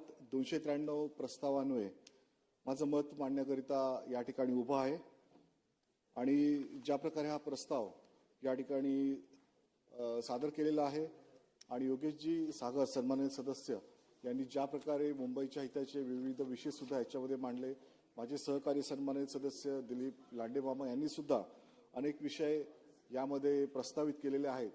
आणि मुंबईसाठी किंवा महाराष्ट्रासाठी आम्ही सर्व लोकप्रतिनिधी काम करत असताना विविध विषय सरकारसमोर घेऊन जात असतो आणि सातत्याने विविध प्राधिकरणांच्या माध्यमातून कामं पुढे रेटण्याचा प्रयत्न करत असतो. आणि मगाशी ज्याप्रमाणे सन्माननीय सदस्य साटम साहेब यांनी सुद्धा ज्या प्रकारे भाषण केलं आणि त्यांनी सुद्धा विविध जे सांगितलेलं आहे की गेल्या 11 वर्षात ज्या प्रकारे महाराष्ट्राची प्रगती झाली, मुंबईची प्रगती झाली, ती खरोखरच उल्लेखनीय आहे. माननीय पंतप्रधान नरेंद्रजी मोदी, त्याचप्रमाणे माननीय मुख्यमंत्री देवेंद्रजी फडणवीस आणि माननीय उपमुख्यमंत्री एकनाथ शिंदे साहेब यांच्या माध्यमातून जे काही या गेल्या अनेक वर्षांमध्ये जे झालं नव्हतं त्या काही वर्षांमध्येच मुंबईचा किंबहुना महाराष्ट्राचा विकास घडण्याचं काम यांच्या माध्यमातून झालेलं आहे. आज MMRDच्या माध्यमातून मेट्रोची लाईन जोडण्याचं काम असून दे, अनेक प्रकल्प पूर्ण झालेले आहेत, अनेक प्रकल्प मार्गी आहेत आणि लवकरच काही प्रकल्प सुरू होण्याच्या बेतावर आहेत.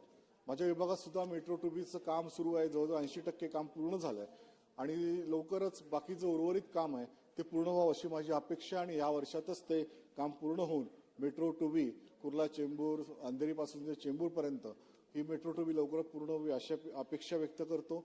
आणि त्याचप्रमाणे विविध विषय माझ्या विभागातले आहेत, फक्त मुद्दे आपल्यासमोर मांडतो आणि माननीय मंत्री महोदय त्याची दखल घेतील अशी अपेक्षा व्यक्त करतो. ह्याच्यामध्ये सर्वात महत्त्वाचा विषय माझ्या विभागामध्ये माडाची मोठी वसाहत आहे. जवळजवळ माडातल्या 56 वसाहतीपैकी जवळ 3 ते 4 वसाहती माझ्या विभागात येतात आणि त्याच्यामध्ये टिळकनगर, नेहरूनगर ज्यामध्ये प्रस्तावामध्ये सुद्धा त्याचा उल्लेख आहे.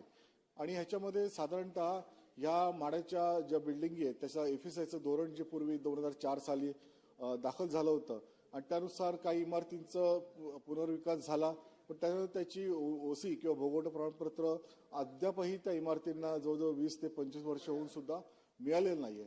त्याची अनेक कारणं असू शकतील, पण त्यासाठी सातत्याने माझा पाठपुरावा होता आणि अभय योजना दाखल करावी अशा प्रकारे सूचना माझी होती. आणि मागील एक 7 ते 8 महिन्यापूर्वी माननीय एकनाथ शिंदे साहेब मुख्यमंत्री असताना ही सूचना अंमलात आली आणि अभय योजना एक चांगली योजना ही पुढे कार्यान्वित झाली आणि आता ती परत त्याची मुदत वाढवून 31 डिसेंबरपर्यंत ही कार्यान्वित झालेली आहे. आणि त्याच्यामुळे नक्कीच याच्यामधून नागरिकांना अधिकाधिक फायदा मिळत आहे. फक्त अधिकाऱ्यांनी जलद गतीने काही जे प्रकल्प आहेत हे जे ही जी योजना आहे ही योजना लवकरात लवकर जलद गतीने पुढे न्यावी यासाठी त्यांनी कार्य करावं. कारण अद्यापही काही सोसायट्या पुढे येत नाहीयेत. अभय योजना अत्यंत चांगल्या प्रकारे अर्ध्यापेक्षाही अधिक रक्कम ही त्या दंडामध्ये म्हणा किंवा व्याजामध्ये त्यांनी माफ केलेली आहे. आणि त्याच्यामुळे संपूर्णपणे जर का या योजनेकडे बघितलं तर निश्चितपणे चांगली योजना म्हाडाने आणलेली आहे आणि त्याची सर्वच सोसायटींनी दखल घ्यावी अशा प्रकारची योजना आहे. अधिकाऱ्यांनी अधिक चांगलं काम करावं, सहकार्य करावं सोसायटीच्या कमिटीला अशा प्रकारची मी सूचना करतो. त्याचप्रमाणे माझ्या विभागामध्ये रेल्वे किंवा मुंबईमध्ये सर्वात मोठा जर विषय असेल तर तो रेल्वेच्या हद्दीतील झोपड्यांचा. आज आपण बघितलं असेल तर त्या रेल्वेच्या हद्दीतील झोपड्यांना सर्वोच्च न्यायालयाच्या निकालानुसार नोटिसा येत आहेत आणि त्याच्यामुळे आज फक्त नोटिसा देऊन चालत नाही तर त्यांना खाली करण्याच्या प्रकारे सूचना येत आहेत. पण त्यांना PAP उपलब्ध होईल का किंवा त्यांचं पुनर्वसन कुठे केलं जाईल या बाबतीत काही धोरण नाहीये. आणि म्हणून रेल्वे प्रशासन आणि महाराष्ट्र प्रशासन यांची एक संयुक्त बैठक आपण लावावी जेणेकरून ह्या माध्यमातून या रेल्वेच्या हद्दीतील झोपड्यांचा विषय नक्की मार्गी लागेल. आणि एक नक्कीच त्यांना जर का त्या जागेवरून हटवायचं असेल तर त्यांना PAP उपलब्ध करून देणं गरजेचं आहे. किंवा आमच्याकडे क्रांतीनगर साबेनगर असा विषय आहे, संतोषी माता नगर आहे, तर त्या ठिकाणी सुद्धा चांगल्या प्रकारे त्यांचं पुनर्वसन होऊ शकेल अशा प्रकारे जागा सुद्धा उपलब्ध आहे. आणि या बाबतीमध्ये महाराष्ट्र शासन आणि रेल्वे शासनाने जर का एक बैठक घेतली, माझं पत्र सुद्धा मी दिलेली या संदर्भात बैठकही लावली होती. पण ह्या संदर्भात रेल्वे आणि महाराष्ट्र शासन अशी बैठक लागली तर निश्चितपणे सकारात्मक पद्धतीने या रहिवाशांना जवळ 50 ते 60 वर्षापासून रहिवासी त्या ठिकाणी राहत आहेत तर त्यांना एक न्याय त्या ठिकाणी मिळू शकेल. आणि त्याच पद्धतीने कुर्ला पश्चिम विभागामध्ये सुद्धा जसं लांडेमामांनी सुद्धा एक त्यांचा विषय त्यांनी केला होता की ह्या ठिकाणी BKC जवळ आहे, संपूर्ण आज मुंबईला आपण वेगळ्या दृष्टीने एका पुढे घेऊन जात आहोत आणि त्या दृष्टीने BKCच्या जवळ असलेली आमची कुर्ला संपूर्ण वसाहत ही वसाहत सुद्धा माननीय आपले उपमुख्यमंत्री शिंदे साहेबांच्या अध्यक्षतेखाली बैठक झाली. त्याच्यामध्ये सुद्धा मी प्रस्ताव दाखल केला की यामध्ये जर क्लस्टर योजना, सामूहिक विकास योजना जर का आपण अंमलात आणली तर निश्चितपणाने जवळजवळ 16 ते 20 एकर जागेवरती संपूर्णपणे क्लस्टर योजना ही चांगल्या प्रकारे त्या ठिकाणी अंमलात येऊ शकेल. त्या ठिकाणी नागरिकांची सुद्धा बैठक झाली, सर्वसाधारण बैठक झाली, त्यामध्ये सर्वानुमते ठराव सुद्धा झालेला आहे. आणि मला वाटतं शासनाने पुढाकार घेऊन निश्चितपणाने ह्या संपूर्ण क्लस्टर योजनेमध्ये अधिकाधिक चांगल्या पद्धतीने पारदर्शक पद्धतीने या सर्व रहिवाशांना न्याय द्यावा अशी एक विनंती करतो. आणि त्याच पद्धतीने माझ्या विभागामध्ये पोलीस वसाहत जी म्हाडाच्या जागेवर आहे, जवळ 19 इमारती आहेत. ह्या 19 इमारती बाबतीत सुद्धा आणि मला वाटतं जवळजवळ 17 अशा प्रकारच्या वसती मुंबईमध्ये आहेत. आणि ह्या बाबतीमध्ये म्हाडाने योजना एक केलेली आहे आणि तो प्रस्ताव त्यांनी सादर केलेला आहे म्हाडा महाराष्ट्र शासनाकडे. तर त्याची सुद्धा दखल घेऊन तातडीने त्याचं टेंडर करून आपल्या पोलीस क्वार्टर्स उपलब्ध तर होतीलच, पण त्याचबरोबर माझी अशी मागणी आहे की माझ्या विभागामध्ये जो 50 ते 60 वर्षापासून हे पोलीस बांधव राहत आहेत आणि या पोलिसांना न्याय मिळावा म्हणून त्यांना त्याच ठिकाणी परवडणाऱ्या दरामध्ये ही घरं ही उपलब्ध करून द्यावी अशा प्रकारची मी मागणी आपल्याकडे करत आहे. आणि त्याचबरोबर आज आपण बघितलं असेल तर मुंबईमध्ये जे काही हॉस्पिटल्स आहेत त्यामध्ये विशेष करून सायन, केएम आणि विविध हॉस्पिटल्स आहेत त्याच्यावरती जो काही लोड येतोय त्याच्यामध्ये अजून अत्याधुनिक पद्धतीने याचा पुढे कशा पद्धतीने उपचार चांगल्या पद्धतीने होतील, प्रत्येक येणाऱ्या रुग्णाला चांगली सेवा त्या ठिकाणी मिळेल हे बघितलं पाहिजे. आणि माननीय एकनाथ शिंदे साहेबांच्या नेतृत्वाखाली मागील मुख्यमंत्री असताना त्यांनी अत्यंत चांगली योजना आणली, बाळासाहेब ठाकरे आपला दवाखाना. आणि जवळजवळ मुंबईमध्ये जवळजवळ 200च्या वर हे दवाखाने या ठिकाणी झालेले आहेत. त्याचा नागरिकांना योग्य फायदा सुद्धा होतोय, पण त्याकडे अधिकाधिक अधिकाऱ्यांनी सक्षमतेने बघण्याची गरज आहे. अजून त्याला कसं चांगल्या पद्धतीने हे बाळासाहेब ठाकरे आपला दवाखाना पुढे जाईल आणि त्यामध्ये येणाऱ्या प्रत्येक रुग्णाला न्याय मिळेल अशा प्रकारची मी भावना सुद्धा व्यक्त करतो. आणि विविध या प्रश्नांमध्ये खरं जे मुंबईचं जर आपण बघितलं असेल ते मागील या 3 वर्षाच्या कालावधीमध्ये मुंबई खरोखरच चांगल्या दिशेने वाटचाल करते. मुंबईचा विकास ज्या पद्धतीने होतोय आणि या रोड जे महत्वाकांक्षी प्रकल्प जे शिंदे साहेब आणि फडणवीस साहेबांचे होते ते निश्चितपणाने पुढे जात आहे. आणि आज सिमेंटरी सीसी रोडच्या माध्यमातून सुद्धा एक चांगली प्रकारची सुविधा आज या ठिकाणी उपलब्ध होत आहे. आणि या सर्व बाबतीमध्ये मी माननीय मुख्यमंत्री उपमुख्यमंत्र्यांचं मनपूर्वक धन्यवाद देतो. आणि जे विषय मांडले त्यामध्ये आपण सकारात्मक पद्धतीने विचार कराल अशा प्रकारची भावना व्यक्त करतो. धन्यवाद. जय हिंद, जय महाराष्ट्र. सन्मान्य सदस्य माऊली कटके.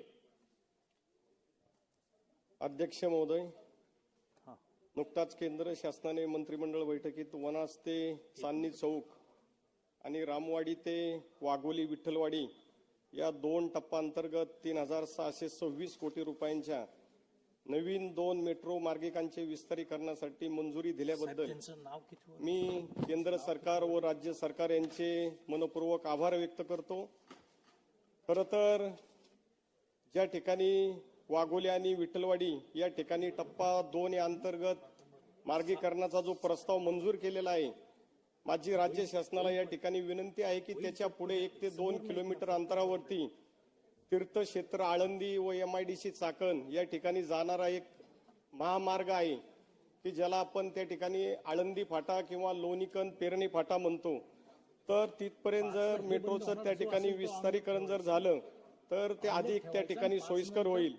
तसंच अध्यक्ष महोदय, या ठिकाणी मी आपल्याला सांगू इच्छितो की पुणे शहराभोवती PMRDAच्या माध्यमातून पुणे शहरासाठी अतिशय महत्वाचा असा रिंग रोडचा प्रकल्प त्या ठिकाणी होत आहे, परंतु भूसंपादना अभावी ती प्रक्रिया त्या ठिकाणी रखडलेली आहे. तर माझी राज्य शासनाच्या माध्यमातून विनंती आहे की संबंधित जे शेतकरी आहेत त्यांना विश्वासात घेऊन त्यांना त्यांच्या जमिनीचा मोबदला मग तो TDRच्या माध्यमातून असेल किंवा FSIच्या माध्यमातून असेल किंवा इतर जो काही मोबदला आहे तो देऊन संबंधित शेतकऱ्यांना विश्वासात घेऊन त्या रिंग रोडच्या संदर्भामध्ये की जेणेकरून संबंधित पुणे शहराची जी वाहतूक कोंडी आहे ती सोडवण्यासाठी मदत होणार आहे. त्यासाठी त्या रिंग रोडला गती देणं देखील त्या ठिकाणी गरजेचं आहे. तर संबंधित PMRDचे जे अधिकारी असतील किंवा जी काही प्रक्रिया आहे ती त्वरित त्या ठिकाणी राबवणं फार येणाऱ्या काळामध्ये गरजेचं आहे. अध्यक्ष महोदय, मी या ठिकाणी सांगू इच्छितो की आता पुणे अहमदनगरचा जो आपण MSIDCच्या माध्यमातून फ्लायओव्हर जो मंजूर केलेला आहे, परंतु त्याला थोडासा अवधी असल्यामुळे वाघोली आणि वाघोलीच्या परिसरामध्ये प्रचंड प्रमाणामध्ये त्या ठिकाणी वाहतूक कोंडी होते. सोलापूर रोडला देखील त्याच पद्धतीने 3-3, 4-4 तास त्या ठिकाणी रांगा लागतात. तर दोन्ही ठिकाणी आपण फ्लायओव्हर त्या ठिकाणी मंजूर केलेले आहेत, परंतु ते होता करता त्यासाठी अवधी लागेल. परंतु आता सध्या परिस्थितीमध्ये वाघोली आणि परिसरामध्ये आणि सोलापूर रोडला या रिंग रोड आणि याच्या अवतीभोवती जे काही आरपीचे रोड आहेत ते जर आपण त्या ठिकाणी जर केले तर निश्चितपणे येणाऱ्या काळामध्ये ट्रॅफिकची समस्या कमी होण्यासाठी देखील त्या ठिकाणी मदत होईल. वाघोलीमध्ये सुद्धा जवळपास 3.5 ते 4 लाख लोकसंख्या आहे, ज्याच्यामध्ये 2 महत्वाचे आरपी रोड आहेत. एक नदीकाठचा खराडी, त्याच्यानंतर वाघोली आणि मांजरी याकडे जाणारा एक नदीच्या कडचा एक रोड आहे, तो देखील त्या ठिकाणी विकसित होणं फार गरजेचं आहे. येणाऱ्या काळामध्ये हे जे उपनगर आहे वाघोली, याच्यामध्ये ड्रेनेज, रस्ते, लाईट, पाणी याच्यावरती एक डीपीआर तयार होऊन राज्य शासनाच्या माध्यमातून आणि पीएमसीच्या माध्यमातून त्याच्यावरती देखील त्या ठिकाणी तरतूद होणं फार गरजेचं आहे. मी अशी या ठिकाणी आपल्याला राज्य शासनाच्या माध्यमातून विनंती करतो. तसेच पुणे महानगरपालिकेमध्ये जी काही 34 गावांचा समावेश झाला, त्याच्यामध्ये सर्वसामान्य नागरिकांनी जी घरं घेतली होती त्याच्यामध्ये 1 गुंठा असेल, 2 गुंठा असेल, परंतु ती घरं अजूनही बेकायदेशीर म्हणून त्या ठिकाणी आहेत. परंतु आपण टॅक्स घेतो, परंतु ती अधिकृत केलेली नाहीयेत. तर माझी राज्य शासनाला या ठिकाणी विनंती आहे की 34 गावामध्ये महानगरपालिकेमध्ये ज्या गावांचा समावेश झालेला आहे, ती जी बांधकामं आहेत अधिकृत बेकायदेशीर म्हणून, ती बांधकामं गोरगरीब त्या ठिकाणी नागरिकांना त्यांची स्वतःची घरं मिळावी, ती अधिकृत करावी, अशी मी या ठिकाणी राज्य शासनाला विनंती करतो. थांबतो. धन्यवाद. सन्मान्य सदस्य राहुलजी डिकले. अध्यक्ष महोदय, 293 अन्वये प्रस्तावावर बोलण्यासाठी मी उभा आहे.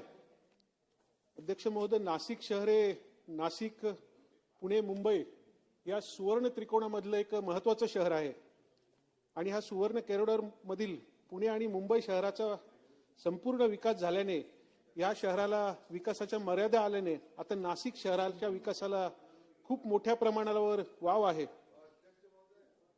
नाशिक हे राज्यात वेगाने विकसित होणारे शहर म्हणून पुढे येत असून पुढच्या 50 वर्षाच्या दृष्टिकोनातून काटेकोरपणे नियोजन करणे अत्यंत गरजेचे आहे.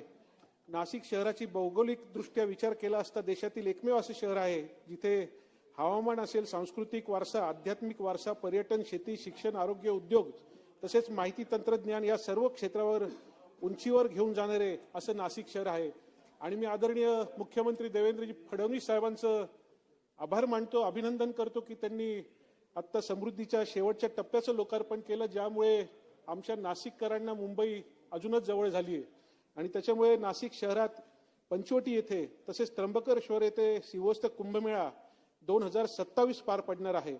या कुंभमेळ्याच्या अनुषंगाने नाशिक शहर व जिल्ह्यात माननीय आदरणीय मुख्यमंत्री देवेंद्रजी फडणवीस साहेब यांच्या मार्गदर्शनाखाली शाश्वत विकासाची कामे सुरू झाली आहेत. याबद्दल मी मुख्यमंत्र्यांचे खरंच मनापासून आभार मानतो. नाशिक शहराची लोकसंख्या ही 25 लाखापेक्षा जास्त आहे, परंतु नाशिक शहरात सर्वात मोठा प्रश्न हा वाहतुकीची कोंडी आहे. वाहतुकीचे नियोजन करणे हे सगळ्यात महत्वाचं आहे.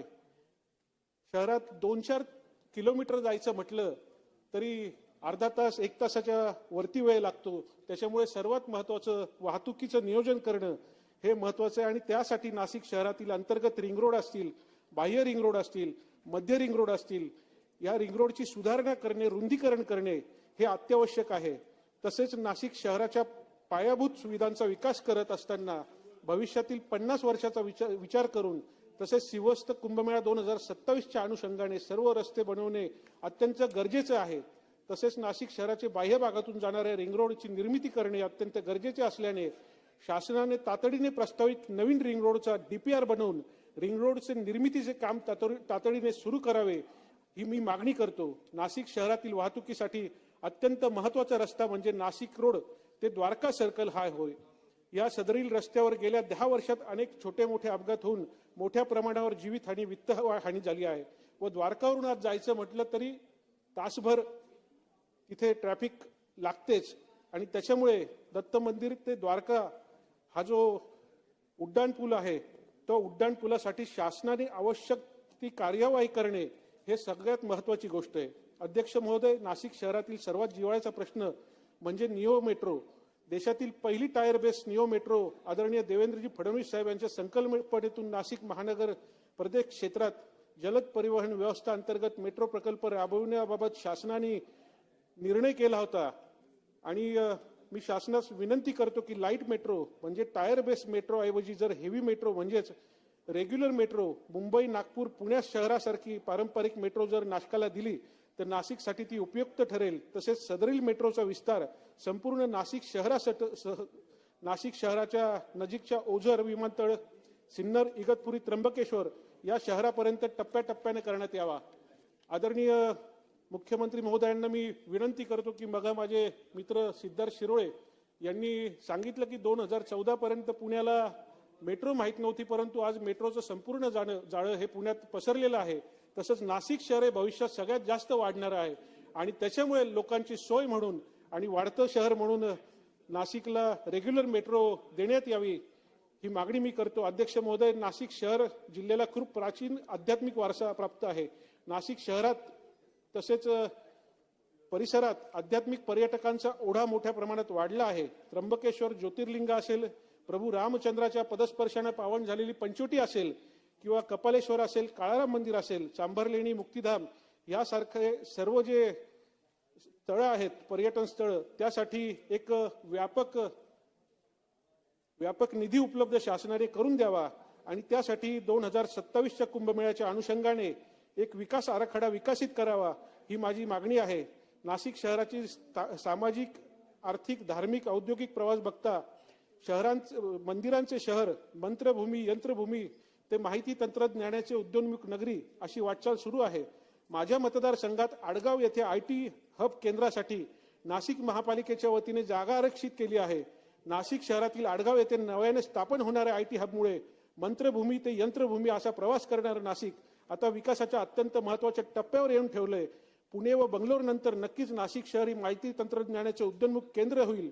अनेक कंपन्यांचे व्यवस्थापकांनी सुद्धा आडगाव येथे नवीन IT पार्क उभा राहिल्यास आपला विस्तार करण्याची इच्छा तिथे व्यक्त केली आहे.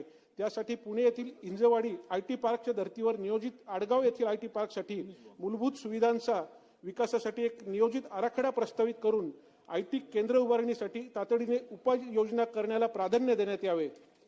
अध्यक्ष महोदय, नाशिक शहरातील गावठाण विकासाचा प्रश्न सोडवण्यासाठी गेल्या अनेक वर्षापासून पुनर्विकासाचा विषय प्रलंबित आहे. नाशिक शहरातील गावठाण विकास, गावठाणातील धोकादायक वाडे यांचा प्रश्न गेल्या अनेक वर्षापासून प्रलंबित आहे. जुने वाडे व धोकादायक इमारती यांच्या पुनर्विकासासाठी संबंधित जुने वाडे व इमारतींमधील रहिवाशांना विश्वासात घेऊन त्यांच्या समस्येचे 100% समाधान करून मुंबई आणि ठाण्याच्या धर्तीवर क्लस्टर पद्धतीने विकास करण्यात यावा. अनेक वर्षापासून गावठाण भागातील जुन्या वाड्यांसाठी चटई क्षेत्र वाढून देण्याची मागणी शहरातून होत आहे. सध्या नाशिकमध्ये अन्य भागात चटई क्षेत्र एकास एक इतके आहे तर गावठाण भागात चटई क्षेत्र एकास 2 आहे. हेच चटई क्षेत्र वाढून 3 किंवा 4 करण्यात यावे. आणि हे सगळं करत असताना, विकास करत असताना अध्यक्ष महोदय, गावठाणाचं गाव पण जपणं हे सुद्धा आवश्यक आहे. अध्यक्ष महोदय, नाशिक शहरातील फुलेनगर, गौंडवाडी, पेठरोड, पाट परिसर, वज्रेश्वरी, वाल्मिक नगर, साबळेवाडा, वसंतदादा नगर, संजय नगर झोपडपट्टी या परिसरासाठी SRA म्हणजे झोपडपट्टी पुनर्विकास तसेच गावठाण पुनर्विकासासाठी गावठाणात जादा चटई क्षेत्र देण्यात आली तर नक्कीच या नाशिक शहरात गोरगरीब लोकांना सुरक्षित हक्काचे स्वतःचे घर मिळेल. अध्यक्ष महोदय, ग्रोथ हब संकल्पनेद्वारे मुंबई महानगर प्रदेशात 7 जागतिक व्यापार केंद्र विकसित करण्यात येणार आहे. त्याच धर्तीवर नाशिक शहरातही जागतिक व्यापार केंद्र विकसित करण्यात यावे. यासाठी आवश्यक ही जागा उपलब्ध करून देण्यात यावी. नाशिक हे महाराष्ट्रातील प्रमुख शहर आहे जो गोदावरी नदीच्या काठावर बसलेले आहे. गोदावरी माता ही नाशिक शहराची जीवनवाहिनी आहे. परंतु सध्या गोदावरीची परिस्थिती ही जलप्रदूषण मोठ्या प्रमाणात होत आहे. तरी शासनाने गोदावरी नदी संवर्धनासाठी नमामि गोदा प्रकल्प तातडीने सुरू करावा. नाशिक शहर हे मेडिकल हब बनत आहे.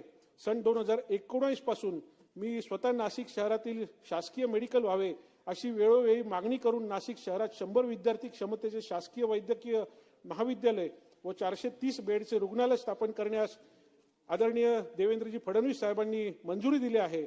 सदरील महाविद्यालयाच्या नियोजित जागेत तांत्रिक अडचणी निर्माण झाल्या होत्या, परंतु मी स्वतः लक्ष घालून आदरणीय मुख्यमंत्री महोदयांच्या मार्गदर्शनाखाली नाशिक येथील मैरीच्या नवीन जागेत शासकीय वैद्यकीय महाविद्यालय स्थापित करण्याचे निश्चित करण्यात आले आहे. त्याबद्दल मी खरंच मुख्यमंत्री महोदयांचे मी आभार मानतो. अध्यक्ष महोदय, आपल्या मार्फत मी शासनाला विनंती करू इच्छितो की सदरील रुग्णालय हे एम्सच्या धर्तीवर निर्मिती करावी.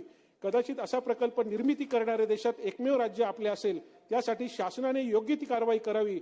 नाविन्यपूर्ण रुग्णालय प्रकल्पामुळे नाशिक शहरासाठी व जिल्ह्यासाठी नव्हे, संपूर्ण उत्तर महाराष्ट्रासाठी आरोग्य उपचार गुंतागुंतीचे शस्त्रक्रिया व संशोधनासाठी एक माइलस्टोन हे रुग्णालय ठरेल. आदरणीय मुख्यमंत्री देवेंद्रजी फडणवीस साहेब यांच्या दूरदृष्टीने जागतिक दर्जाचे सर्वात आधुनिक वाढवण बंदराची निर्मिती होत आहे. या वाढवण बंदराची कनेक्टिव्हिटी नाशिक जिल्ह्याला मिळाल्यानंतर नक्कीच नाशिक जिल्ह्यात मोठ्या प्रमाणात लॉजिस्टिक पार्कचा व्यवसायाचा विकास होईल. नाशिक शहराच्या लगत असलेल्या सिन्नर, दिंडोरी, इगतपुरी येथे मोठ्या उद्योग तसेच नाशिक शहरात पर्यावरणपूरक IT पार्क विकसित होण्याचं या दृष्टिकोनातून मदत होईल.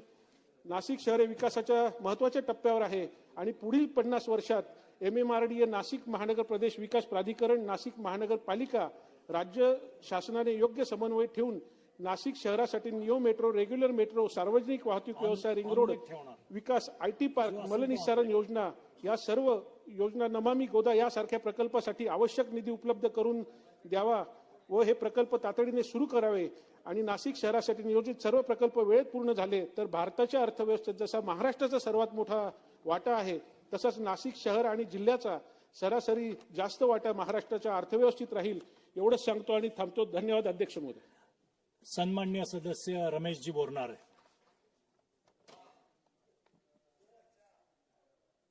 अध्यक्ष महोदय, 293च्या प्रस्तावावरती मला आपण त्या ठिकाणी बोलण्याची संधी दिली. मी आपले या ठिकाणी आभार व्यक्त करतो. अध्यक्ष महोदय, सत्ताधारी पक्षाचा 293चा प्रस्ताव मुंबई, नाशिक, पुणे, नागपूर आणि छत्रपती संभाजीनगर जिल्हा महाराष्ट्राच्या या 5 मोठ्या जिल्ह्याचा संपूर्ण इतिहास या 293च्या प्रस्तावामधून वेगवेगळ्या सन्माननीय सदस्यांनी त्या ठिकाणी आपल्यापर्यंत मांडण्याचा त्या ठिकाणी प्रयत्न केला. मी जे मुद्दे त्या ठिकाणी झाले ते रिपीट करणार नाही, परंतु अध्यक्ष महोदय, या ठिकाणी 2022 ते 24 या महाराष्ट्र राज्याचे आदरणीय मुख्यमंत्री म्हणून जे लाडक्या बहिणीचे भाऊ ठरले असे सन्माननीय एकनाथरावजी शिंदे साहेब गेल्या 8 महिन्यापासून या महाराष्ट्राची विकासाची घोडदौड जी चालू आहे ते महाराष्ट्र राज्याचे आदरणीय मुख्यमंत्री फडणवीस साहेब आणि अर्थमंत्री आणि उपमुख्यमंत्री अजितदादा पवार साहेब यांचं खऱ्या अर्थाने मनापासून मी महाराष्ट्राच्या तमाम नागरिकांच्या वतीने त्यांचं या ठिकाणी आभार व्यक्त करीन. का मुंबई सारख्या ठिकाणचे जे अति महत्वाचे प्रश्न होते ते प्रश्न सोडवण्याचं काम फडणवीस साहेब, एकनाथजी शिंदे साहेब आणि अजितदादाच्या माध्यमातून त्या ठिकाणी झालं. माझ्यापूर्वी बऱ्याच वक्त्यांनी सांगितलं का 2014 पर्यंत मेट्रोचं किती जाळं होतं, आज मुंबई सारख्या ठिकाणी मेट्रोचं किती जाळं पसरलं. आणि याचं जर मुख्य कारण जर असेल तर 14 ते 19 मध्ये फडणवीस साहेब मुख्यमंत्री होते. रखडलेला प्रश्न परंतु 22 ते 24 मध्ये एकनाथरावजी शिंदे साहेबांनी आणि फडणवीस साहेबांनी त्या ठिकाणी पुढे नेण्याचं काम त्या ठिकाणी केलं. या ठिकाणी मी बाकीच्या 4 या महानगरावरती जाणार नाही, परंतु सन्माननीय अध्यक्ष महोदय, माझा मतदारसंघ छत्रपती संभाजीनगर जिल्ह्यामध्ये माझा मतदारसंघ त्या ठिकाणी येतो. आज महाराष्ट्रामध्ये छत्रपती संभाजीनगर जिल्हा प्रगती पथावरती आहे, परंतु अध्यक्ष महोदय अत्यंत विकास या तिन्ही नेत्यांच्या माध्यमातून त्या ठिकाणी होतोय. मी आपल्या माध्यमातून फडणवीस साहेब, शिंदे साहेब आणि अजित दादांना त्या ठिकाणी विनंती करणार आहे का ज्या पद्धतीने मुंबई झालं, पुणे झालं, नागपूर झालं, परंतु माझा छत्रपती संभाजीनगर जिल्हा आणि नाशिक जिल्हा मेट्रो पासून त्या ठिकाणी वंचित राहिलेला आहे. आज त्या ठिकाणी संभाजीनगरची व्याप्ती जर पाहिली तर Shendra MIDC, Waluj Pandharpur MIDC, आरापूर MIDC आणि असा जर व्याप आणि विस्तार जर छत्रपती संभाजीनगरचा त्या ठिकाणी जर आपण पाहिला तर अध्यक्ष महोदय माझ्या छत्रपती संभाजीनगर जिल्ह्यामध्ये त्या ठिकाणी मेट्रो होणं त्या ठिकाणी आवश्यक आहे. आणि म्हणून मी आपल्या मार्फत विनंती करणार आहे का ते लवकरात लवकर त्या ठिकाणी आपण पुढाकार घ्यावं. मेट्रो छत्रपती संभाजीनगरमध्ये कसं येईल त्याचा विचार प्रामुख्याने त्या ठिकाणी करावा. अध्यक्ष महोदय छत्रपती संभाजीनगरमध्ये शेंद्रा MIDC आणि वाळूज पंढरपूरची MIDC जर पाहिली तर दोन्ही MIDC मध्ये जवळजवळ 20-22 किलोमीटरचं अंतर त्या ठिकाणी. आणि म्हणून आपल्या मार्फत त्या ठिकाणी मी खऱ्या अर्थाने विनंती करणार आहे का ज्या पद्धतीने नाशिकमध्ये जर आपण एंट्री केली तर नाशिकच्या एंट्री पासून तर नाशिकच्या मुंबई नाक्यापर्यंत त्या ठिकाणी उड्डाण पूल त्या ठिकाणी आपल्याला पाहायला मिळतो का जेणेकरून नाशिकमध्ये कोणतीही त्या ठिकाणी आम्हाला रस्त्यावरती ट्रॅफिक त्या ठिकाणी दिसत नाही. आणि म्हणून त्या ठिकाणी मी विनंती करेल का छत्रपती संभाजीनगर जिल्हा हा विकासाच्या पुढे चाललेला जिल्हा आहे. आणि म्हणून शेंद्रा MIDC असेल, विमानतळ असेल, क्रांती चौक असेल, पंढरपूर वाळूज पर्यंत त्या ठिकाणी जर उड्डाण पूल जर त्या ठिकाणी जर झाले तर जी वाहनाची कोंडी त्या ठिकाणी होती ती वाहनाची कोंडी आमच्या छत्रपती संभाजीनगर जिल्ह्यामध्ये म्हणजे हा महाराष्ट्राच्या 5 जिल्ह्यापैकी जो जिल्हा येतो, महानगर येतं, त्याची ती वाहतुकीची कोंडी त्या ठिकाणी पूर्णपणे बंद होणार आहे. अध्यक्ष महोदय एका बाजूला शिर्डी विमानतळ आहे, दुसऱ्या बाजूला छत्रपती संभाजीनगरचं विमानतळ आहे. अनेक वेळेस त्या ठिकाणी मी पत्र व्यवहार केला अध्यक्ष महोदय का छत्रपती संभाजीनगरच्या विमानतळापासून शिर्डीच्या विमानतळापर्यंत आमचं जर DPR तयार करून जर 4 लाईनचं काम जर त्या ठिकाणी जर झालं तर दोन्ही जिल्ह्यासाठी कनेक्ट त्या ठिकाणी होईल. आणि म्हणून मी आपल्या मार्फत त्या ठिकाणी विनंती करील का शिर्डी विमानतळ आणि छत्रपती संभाजीनगरचं विमानतळ लवकरात लवकर DPR तयार करावं आणि 4 लाईन कसं होईल तो प्रयत्न त्या ठिकाणी करावं. कारण बरेच उड्डाण जे छत्रपती संभाजीनगरमध्ये होत नाही ते शिर्डी विमानतळावरतून बरेच विमानाचं उड्डाण त्या ठिकाणी होत आहे. आणि म्हणून कनेक्टिव्हिटी वाढवावी यासाठी तो DPR तयार करावा आणि ते काम त्या ठिकाणी करावं. अध्यक्ष महोदय या ठिकाणी महाराष्ट्राच्या 4 महानगराचा उल्लेख आपण ह्या 293 मध्ये केलेला आहे.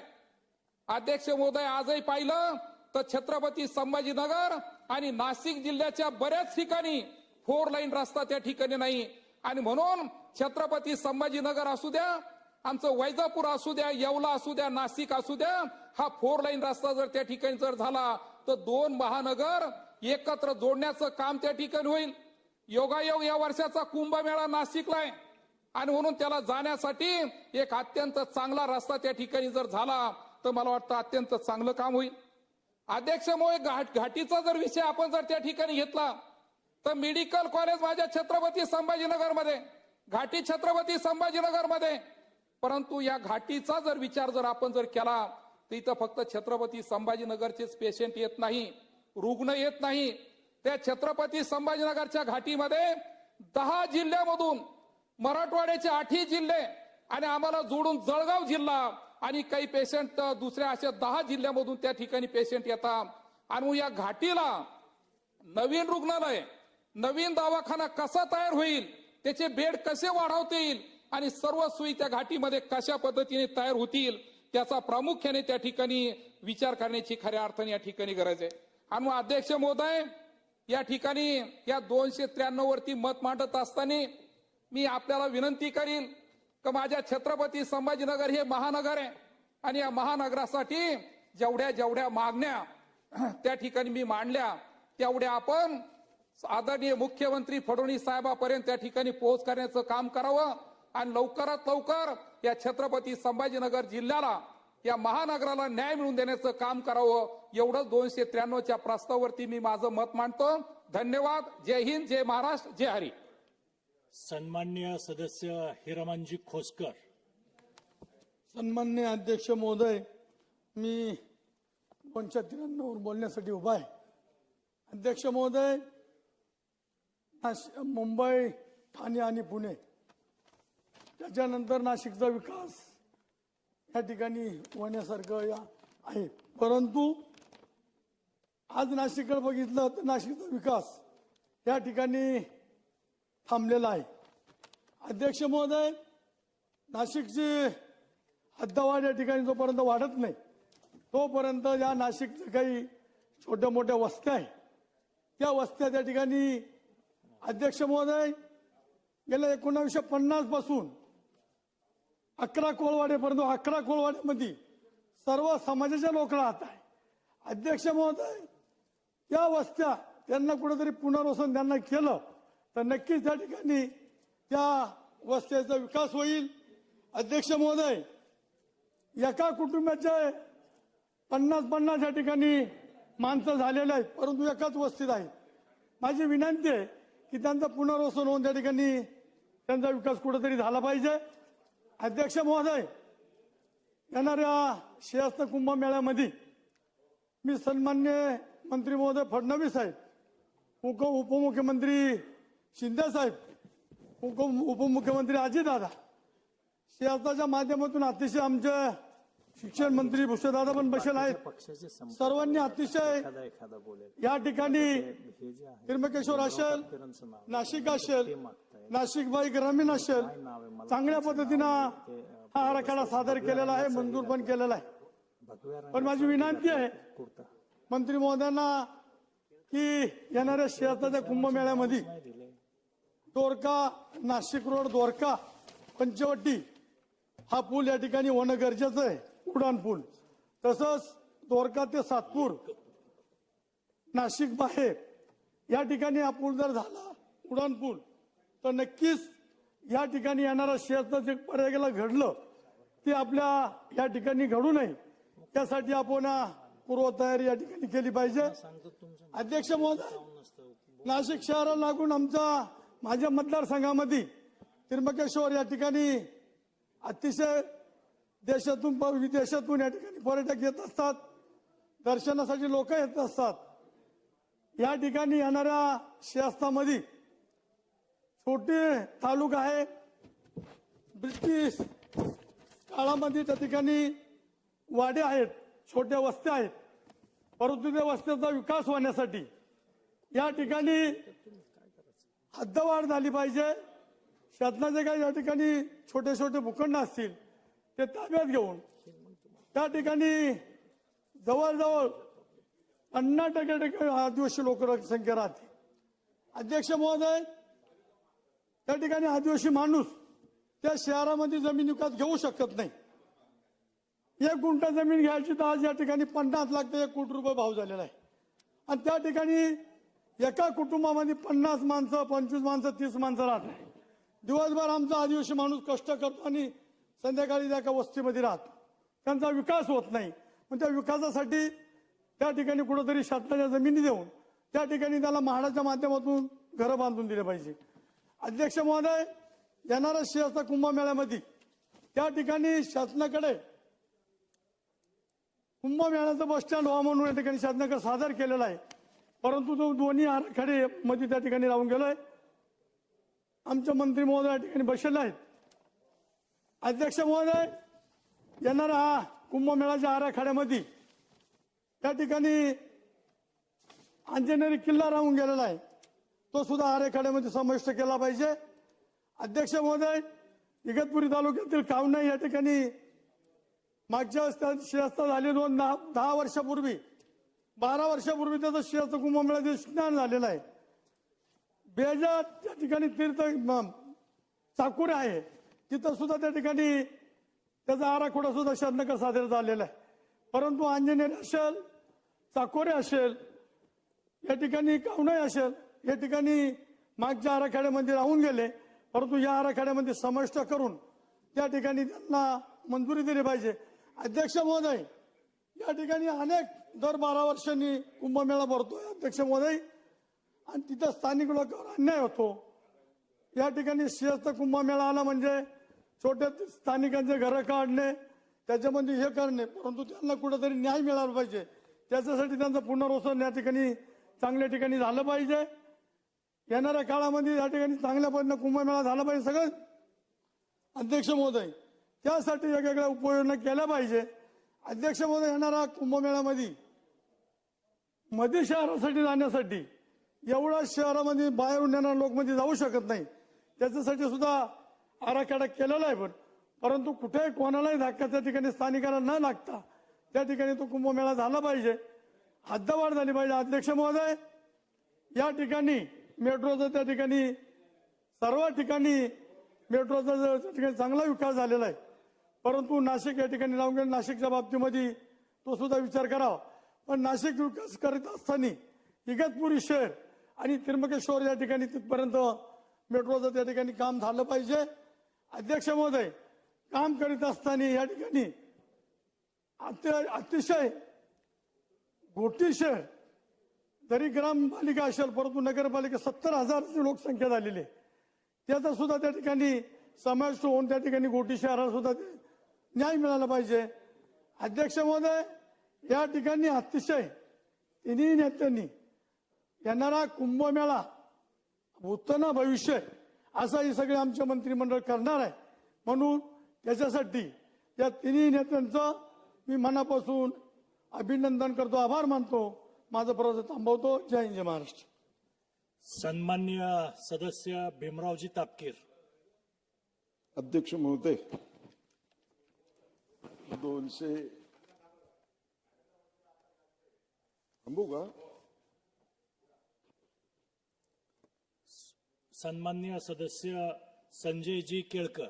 अध्यक्ष महोदय, मी आमचे सदस्य तापकीरांचा धन्यवाद देतो की त्यांनी मला या ठिकाणी संधी दिली बोलायला, आणि माननीय तालिका अध्यक्षांना देखील धन्यवाद देतो.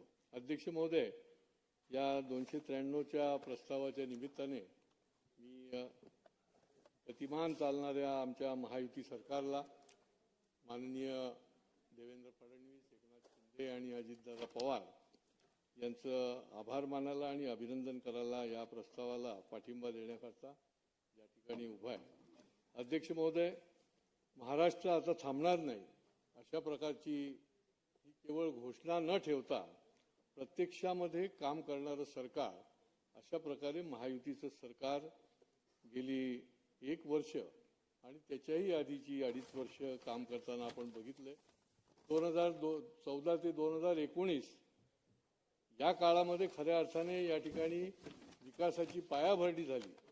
आणि मी तर नेहमीच म्हणत असोय की MMR विभागाचे जर भाग्यविधाते कोण असतील तर आत्ताचे आपले माननीय मुख्यमंत्री देवेंद्र फडणवीस साहेब यांच्या नेतृत्वाखाली ज्या पद्धतीने विकास झाला, मग मेट्रोचं जाळं असेल, रस्त्यांचे असेल, फ्लायओव्हर असतील, पाण्याच्या संबंधितले निरनिराळे उपक्रम असतील, असंख्य प्रकारचे या सगळ्या MMR रिजनमध्ये मुंबईसह मोठ्या प्रमाणामध्ये जशी पॉप्युलेशन वाढते तर त्याचा मुकाबला करण्याच्या दृष्टीने मोठ्या प्रमाणामध्ये कल्पकतेने विविध प्रकारचे उपक्रम केंद्र सरकारच्या माध्यमातून निधी आणून, स्मार्ट सिटीचा निधी असेल आणि राज्य सरकारच्या माध्यमातून निधी आणून या ठिकाणच्या लोकांना, ज्याला म्हणता येईल की सबका साथ सबका विकास, हे विकासाचं काम जे आहे हे खऱ्या अर्थाने महायुती सरकारने केलेलं आपल्याला बघायला मिळते. प्रत्यक्ष नजरेने आपल्याला बघायला मिळतंय की प्रत्यक्ष कशा पद्धतीने विकास झाला.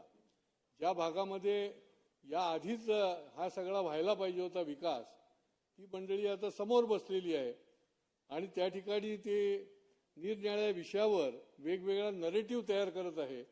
आणि वेगवेगळ्या नरेटिव्हच्या माध्यमातून कधी महागाई वाढली म्हणतात, कधी रोजगारच मिळत नाही, कधी उद्योग पळून दिले असं म्हणतात, आणि इलेक्शन झालं की ईव्हीएमला दोष देतात. आणि त्याच्यामुळे खऱ्या अर्थाने जर आपण आकडेवारी जरी बघितली तर एनडीए सरकार, महायुती सरकार आणि युपीए सरकारची देशभरातली जरी आकडेवारी बघितली तर गुंतवणुकीमध्ये देखील $308 अब्ज आधीच्या युपीए सरकारचा होतं, आणि या गेल्या 10 वर्षामध्ये आपल्या सरकारचं $748 अब्ज ही गुंतवणूक झालेली. आणि त्याच्यामुळे हे नरेटिव्ह लावायचा, नवीन प्रकारच्या चुकीच्या पद्धतीने लोकांना सांगायचं, अशा प्रकारचं काम विरोधक करत गेले आणि त्याच्यामुळे आणखीन गाळात जायला लागले. या विधानसभेच्या निवडणुकीमध्ये लोकांना लक्षात आलं की खरा विकास जर कोण करणार असेल तर ही माणसं करणार आहेत, आणि त्याच्यामुळे त्यांनी फार मोठं बहुमत असं महायुती सरकारला दिलेलं आपल्याला बघायला मिळतं. अध्यक्ष महोदय, रोजगाराच्या संबंधामध्ये देखील आधी छाती बडवत सांगतात की रोजगार इथून निघून गेले, रोजगारच मिळत नाहीये.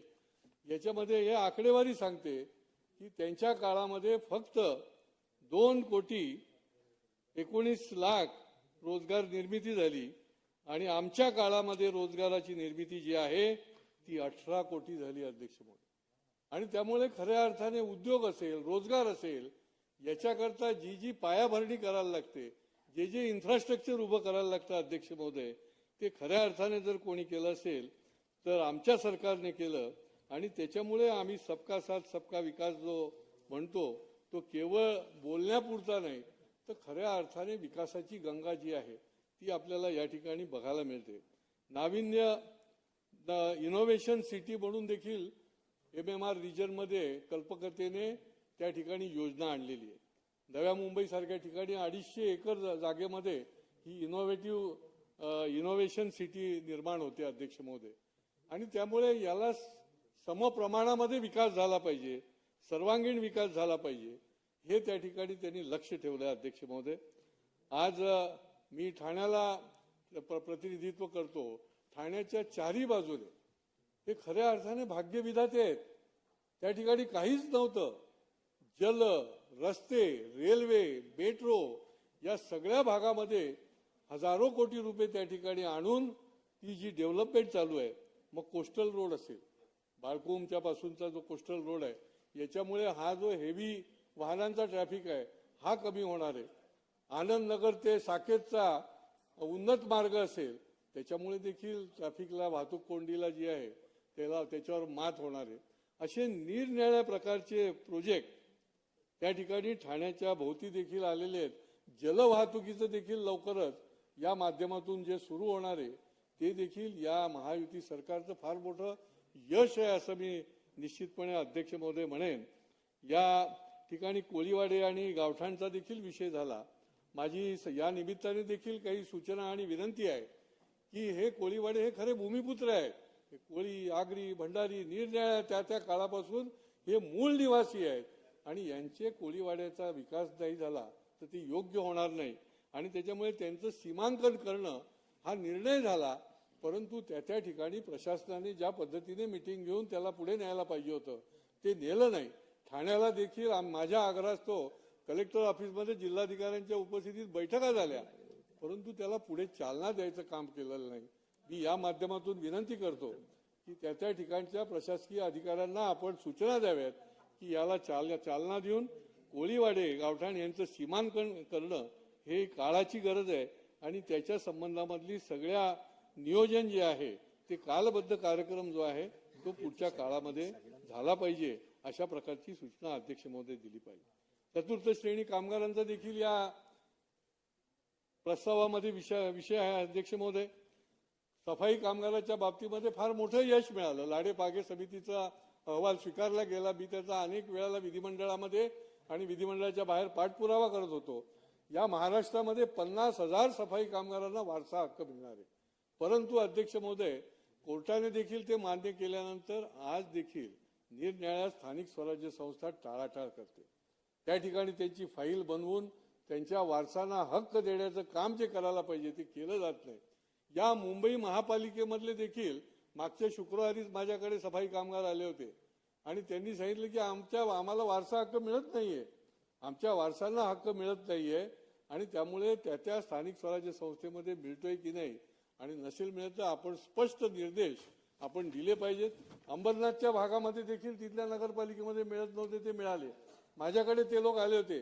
मी तिथल्या अधिकारी जे मुख्याधिकारी आहेत त्यांना सांगितलं की हा हक्क आहे आमचा, तुम्ही का म्हणून यांना डावलण्याचा प्रयत्न करता. आणि त्याच्यामुळे या संबंधामधले या सफाई कामगारांना देखील त्यांचा हक्क मिळाला पाहिजे. अध्यक्ष महोदय, बंद कारखाने हे ठाण्याच्या अवतीभोवती मोठ्या प्रमाणात आहेत. अध्यक्ष महोदय, त्यांची जुनी देणीच दिलेली गेलेली नाहीत. अध्यक्ष महोदय, त्याच्यावर देखील शासनाने स्पष्टपणे काही निर्देश देण्याची गरज आहे. अध्यक्ष महोदय, 20-20 वर्ष म्हणजे अर्धे कामगारांचं निधन झालं पण त्यांना त्यांची थकबाकी मिळालेली नाही. मफतलाल कंपनीचा लढा आम्ही लढलो. मफतलाल कंपनीचे 3 वेळा लिलाव देखील त्या जमिनीचा निघाला, परंतु प्रत्यक्षात ती कोणी घ्यायला आलं नाही.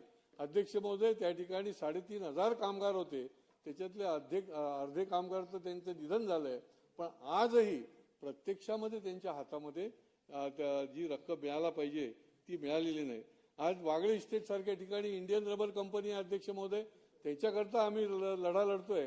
तिथले देखील कामगार 20 वर्ष झाले त्यांची थकबाकी मिळाली नाही. आणि त्या ठिकाणी क्लस्टरच्या निमित्ताने महापालिकेने या इंडियन रबरची जागा देखील तिथे इमारती बांधायला दिली, पण कामगार जो आहे तो अजूनही बाहेर आहे. त्याला त्याची थकबाकी मिळण्याकरता शासनाने स्पष्ट निर्देश द्यावेत, ही देखील मी या कामगारांच्या माध्यमातून मागणी करतो. अध्यक्ष महोदय, आज मोडकळी झालेल्या इमारतींचा विषय देखील यामध्ये आहे. अध्यक्ष महोदय, शहरामध्ये अनेक धोकादायक मोडकळी झालेल्या ज्या इमारती आहेत त्यांचा पुनर्विकास चालू आहे. शासनाला मी धन्यवाद देईल आदरणीय फडणवीस साहेबांना की त्यांनी त्याचा FSI वाढवून दिले. ते इमारती ज्या आहेत त्या योग्य पद्धतीने व्हाव्यात त्याच्याकरता त्यांनी त्यांना मदत केली. पण प्रत्यक्षामध्ये ज्यावेळेला पुनर्विकास करायला विकासक आले तर त्या ठिकाणी हजारो त्या ठिकाणचे रहिवासी आहेत ते आज जीव मुठीत धरून आहेत. अध्यक्ष महोदय, अनेक ठिकाणी विकासकांनी त्यांना फसवलेलं आहे. इमारती झालेल्या नाहीत. विकासकांनी त्यांच्याकडनं पैसे जादा बांधकामाचे घेतले आणि दुसरीकडे वापरलेले आहेत. त्या इमारती पूर्ण झालेल्या नाहीत, त्याची फसवणूक झाली आहे. EOW मध्ये त्यांना त्या ठिकाणी गुन्हे नोंदवलेले आहेत. पण आता किती वर्ष वाट बघणार. अध्यक्ष महोदय, शासनाने याच्यामध्ये पुढाकार घ्यायची गरज आहे. ठाणे परिसरामध्ये जवळजवळ 4,000 ते 5,000 लोक हे अशा पद्धतीने हवालदिल झालेले आहेत की जे फसवणुकीचे बळी ठरलेले आहेत, की ज्यांची पिढी बर्बाद व्हायला लागलेली आहे. आणि त्यामुळे या मोडकळीस आणि पुनर्विकासाच्या निमित्ताने काही अशा पद्धतीने काही असे नियम बनवायला पाहिजे की ठराविक पिरियडमध्ये त्याचं बांधकाम झालं पाहिजे आणि तिथल्या रहिवाशांना घरं मिळाली पाहिजे. म्हाडाच्या ठिकाणी देखील ठाणे वर्तकनगर भागामध्ये अशा 10 इमारती आहेत की ते 20-20 वर्ष अजून वेटिंगमध्ये आहेत आणि तिथले लोक बाहेर आहेत, त्याला भाडी मिळत नाहीत. बिल्डरने फसवलंय, त्यांना कुठेच दाद मिळत नाही. EOW कडे तर इतकी कामं आहेत की यांचं होता 10-10 वर्ष जातील अशी अवस्था आहे. आणि त्यामुळे यांना न्याय देण्याकरता देखील काही जर नियम बनवला, काही कठोर अशा प्रकारचं त्या ठिकाणी एक वेगळा सेक्शन जरी उघडला तरी देखील ही मंडळी जी आहे यांना दिलासा मिळेल. नाही तर ही आत्ता जी आहे ते अध्यक्ष महोदय अत्यंत हवालदिल अशा परिस्थितीमध्ये त्या ठिकाणी हजारो नागरिक त्याच्यामध्ये भरडले गेलेले आहेत. विकासकांच्या मुसक्या बांधण्याची गरज आहे, जे फसवणूक करणारे विकासक आहेत. आणि त्यामुळे ही प्रभावी काही योजना जी आहे ती त्या ठिकाणी आणली जावी. अध्यक्ष महोदय, SRAच्या संबंधामध्ये देखील काही SRA चांगले चाललेले आहेत, परंतु आमच्या इथे तर SRA मध्ये CEO जे त्या ठिकाणी स्वतंत्र ठाण्याकरता CEO नेमला, परंतु हे CEO जे आहेत हे आत्ताच त्यांनी बदलले आणि दुसरे आणले. त्यांच्यावर एवढ्या जबाबदाऱ्या आहेत अध्यक्ष महोदय, आता ज्यांना नियुक्त केलेलं आहे ते या महापालिकेचे पण ऍडिशनल कमिशनर आहेत, ते PS देखील आहेत, निर्णय PRO देखील आहेत आणि ते आमच्या या क्लस्टरचे देखील CEO आहेत. ते कशी या ठिकाणी न्याय देऊ शकणार, कसे या SRA प्रकल्पाला पुढे नेणार, कसं त्यांना हे सोडवणार. SRAचे अनेक प्रकल्प जे आहेत लोकांना भाडी मिळत नाहीत, त्या ठिकाणी त्या दबावाच्या खाली त्या विकासकालाही काही होत नाही. आणि त्यामुळे माझी विनंती आहे की शेवटी आपलं सरकार जे आहे ते गरिबाचं सरकार आहे. गरिबाला पुढे नेण्याकरता जे करता येईल त्याच्याकरता कठोर उपाययोजना करणारं सरकार आहे. आणि त्याच्यामुळे माझी विनंती आहे की त्या संबंधामध्ये देखील काही ठोस अशा प्रकारचे उपाय करावे. क्लस्टरच्या संबंधामध्ये देखील मी पहिल्यापासून ही क्लस्टरची क्रांतिकारी योजना आल्यापासून मी विनंती करतो आहे की मिनी क्लस्टर देखील आपण आणावं. मिनी क्लस्टरचं जर काही योजना आणली तर निश्चितपणे डेव्हलपमेंटला चालना मिळेल. आज हे जी क्लस्टर योजना आहे, आज एकही क्लस्टरची योजना पूर्ण झालेली नाही आहे आणि त्याच्यामुळे याच्या संबंधी देखील काही नवा विचार जो आहे तो या ठिकाणी अध्यक्ष महोदय केला जावा. मेट्रोचे कारशेड देखील त्या ठिकाणी होते अध्यक्ष महोदय, आणि त्या ठिकाणी जे शेतकरी त्या ठिकाणी 2-2, 3-3 पिढ्या राबणारे आहेत त्यांनी काही कारशेडला विरोध केलेला नाही. ते मध्यंतरी 200-300 शेतकरीची माझी भेट झाली. त्यांचं म्हणणं आहे की सह्याद्री अतिथीगृहामध्ये जो निर्णय झाला त्याचे जे मिनिट्स आहेत त्याच्याप्रमाणे आम्हाला मोबदला द्या. 22-22.5% जे आम्हाला द्यायचे ठरलं होतं ते आम्हाला द्या आणि कायमस्वरूपी द्या आणि वर्ग 1चं द्या. म्हणजे मग आम्हाला याच्यामधनं निश्चितपणे दिलासा मिळणार आहे अध्यक्ष महोदय. आणि त्याच्यामुळे ह्या काही ज्या गोष्टी आहेत, हे जे निर्णय आहेत ते देखील त्या ठिकाणी विकासाच्या दृष्टीने देखील या लोकांना उपयुक्त असे ठरणार आहेत अध्यक्ष महोदय. पण या सगळ्या MMR रिजनमध्ये ज्या पद्धतीने ज्या गतीने एक वेगळं असं इन्फ्रास्ट्रक्चरचं जाळं निर्माण केलेलं आहे, ते वाढवण बंदर हे तर गेम चेंजर आहे की जगामधल्या पहिल्या 3 मधलं हे बंदर होणार आहे आणि महाराष्ट्रामध्ये आणि देशाच्या अर्थव्यवस्थेमध्ये तिसरी अर्थव्यवस्थेकडे जी आपली वाटचाल आहे त्याच्यामध्ये आपल्या महाराष्ट्राचा आणि या MMR रिजनचा फार मोठा सिंहाचा वाटा अध्यक्ष महोदय ठरणार आहे. आणि त्यामुळे हे एक गेम चेंजरची जी काही समृद्धी मार्ग असेल, हा वाढवण बंदराचा असेल, हे अतिशय प्रभावी काम या महायुती सरकारने सुरू ठेवलेलं आहे. आणि त्याच्यामुळे या प्रस्तावाच्या माध्यमातून मी निश्चितपणे आमच्या महायुती सरकारचं, माननीय फडणवीस साहेब, शिंदे साहेब आणि अजितदादांचं मनापासून त्यांना आभार मानेन आणि अभिनंदन करेन की सर्व लोकांना सर्व प्रकारची सुविधा मिळण्याच्या करता आणि त्यांचा हॅपीनेस रेशो वाढवण्याच्यासाठी या ठिकाणी ज्या दिशेने प्रयत्नशील आहेत आणि त्याच्याबद्दल त्यांचं मी अभिनंदन करतो. शेवटी 2 सूचना सांगेन की या सगळ्या MMR रिजनमध्ये वाढतीये लोकसंख्या, वाढते, लोक येत आहेत, वाढ होते. पाण्याचं कुठे ना कुठे व्यवस्था निर्माण व्हायची गरज आहे. आज देहरजे धरणाचं काम चालू आहे पण ते काही आमच्या या ठाण्यापर्यंत मिळणार नाहीये.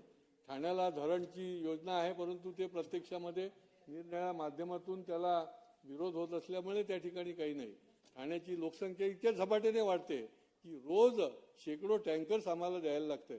तर या ठिकाणी हे देखील आपल्याला पाण्याच्या नियोजन जे आहे त्याच्याकरता ठोस अशा प्रकारचं पुढच्या काळामध्ये काम करण्याची गरज आहे.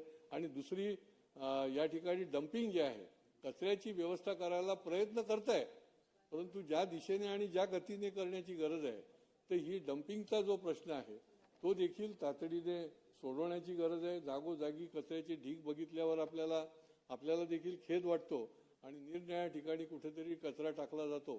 वाढत्या या सगळ्या भागामध्ये या सगळ्या सुविधा देखील पुढच्या काळामध्ये कराव्या अशा प्रकारची मी विनंती करतो आणि माझं बोलणं संपवतो. धन्यवाद. सन्मान्य सदस्य अमोलजी खताळ. अध्यक्ष महोदय, 293 प्रस्तावावर बोलण्याची संधी दिल्याबद्दल मी सर्वप्रथम आपला आभारी आहे. अध्यक्ष महोदय, या प्रस्तावाला पाठिंबा देण्याकरता मी उभा आहे. अध्यक्ष महोदय, राज्यात महायुतीचं सरकार आल्यानंतर महाराष्ट्राचे मुख्यमंत्री आदरणीय देवेंद्रजी फडणवीस साहेब, लाडक्या बहिणींचे लाडके भाऊ म्हणून महाराष्ट्राला देशाला परिचित असलेले उपमुख्यमंत्री आदरणीय एकनाथजी शिंदे साहेब, तसेच आदरणीय उपमुख्यमंत्री अजितदादा पवार यांच्या नेतृत्वाखाली राज्याच्या विकासाची घौडदौड सुरू आहे. मागील 70 वर्षापासून काँग्रेस व आघाडी सरकारच्या काळामध्ये जो राज्याचा विकास ठप्प झाला होता तो पुढे नेण्याचं काम महायुती सरकारच्या माध्यमातून सुरू आहे. राज्यातील मुंबई असेल, MMRDA, पुणे, नाशिक, नागपूर, छत्रपती संभाजीनगर इत्यादी महसूल जिल्हे व्यापारीदृष्ट्या एकमेकाशी जोडलेले आहेत. परंतु या महसूल जिल्ह्यातील कोणताही भाग दुर्लक्षित राहता नये यासाठी प्रयत्न होणं गरजेचं आहे. मुंबई हे देशाचं ग्रोथ इंजिन झालंय. महाराष्ट्र हे सर्वात प्रगत, पुरोगामी, सुधारणावादी विचाराचे राज्य म्हणून ओळखलं जातं. शेती असेल, उद्योग असेल, शिक्षण असेल, आरोग्य असेल, सहकार असेल, अशा सर्व क्षेत्रामध्ये महाराष्ट्राची घौडदौड सुरू आहे. मुंबई महानगर प्रदेशाचे सकल उत्पन्न सन 2030 पर्यंत $300 बिलियन पर्यंत नेण्यासाठी एमआर ग्रोथ हब महत्वाचं ठरत आहे.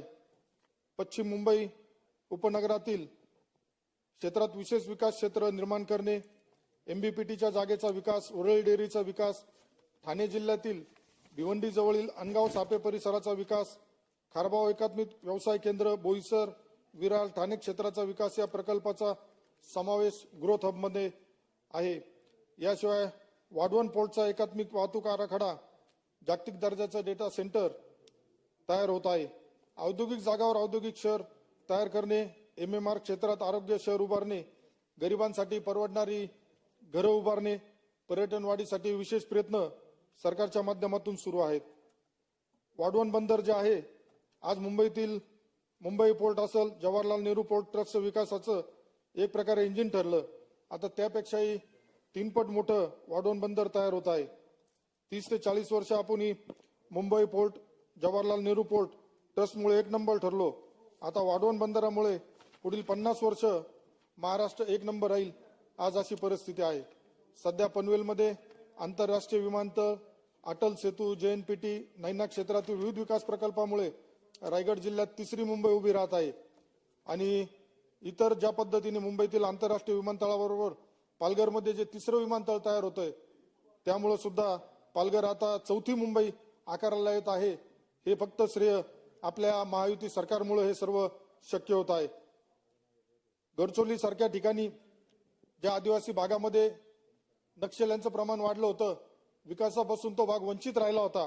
परंतु आपल्या राज्याचे मुख्यमंत्री देवेंद्र फडणवीस साहेब असेल, जे त्रिमूर्ती म्हणून ज्यांना ओळखलं जातं, फडणवीस साहेब, शिंदे साहेब, अजितदादा, या तिघांच्या प्रयत्नातून आज गडचिरोलीचा सुद्धा कायापालट होतोय.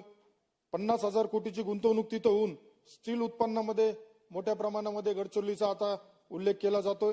तेथील लोकांना त्या माध्यमातून रोजगार मिळालाय. रोजगारामुळे तेथील जी संस्कृती आहे, ती संस्कृती सुद्धा त्याचा नवीन याच्यामध्ये चांगल्या पद्धतीने विकास होताना आपण बघतोय. मेगापॉलिस मेटावर्स, ज्यामध्ये Mumbai coastal road, Mumbai metro line 3, Mumbai trans harbour link, Navi Mumbai आंतरराष्ट्रीय विमानतळ यासारखे प्रकल्प समाविष्ट आहे.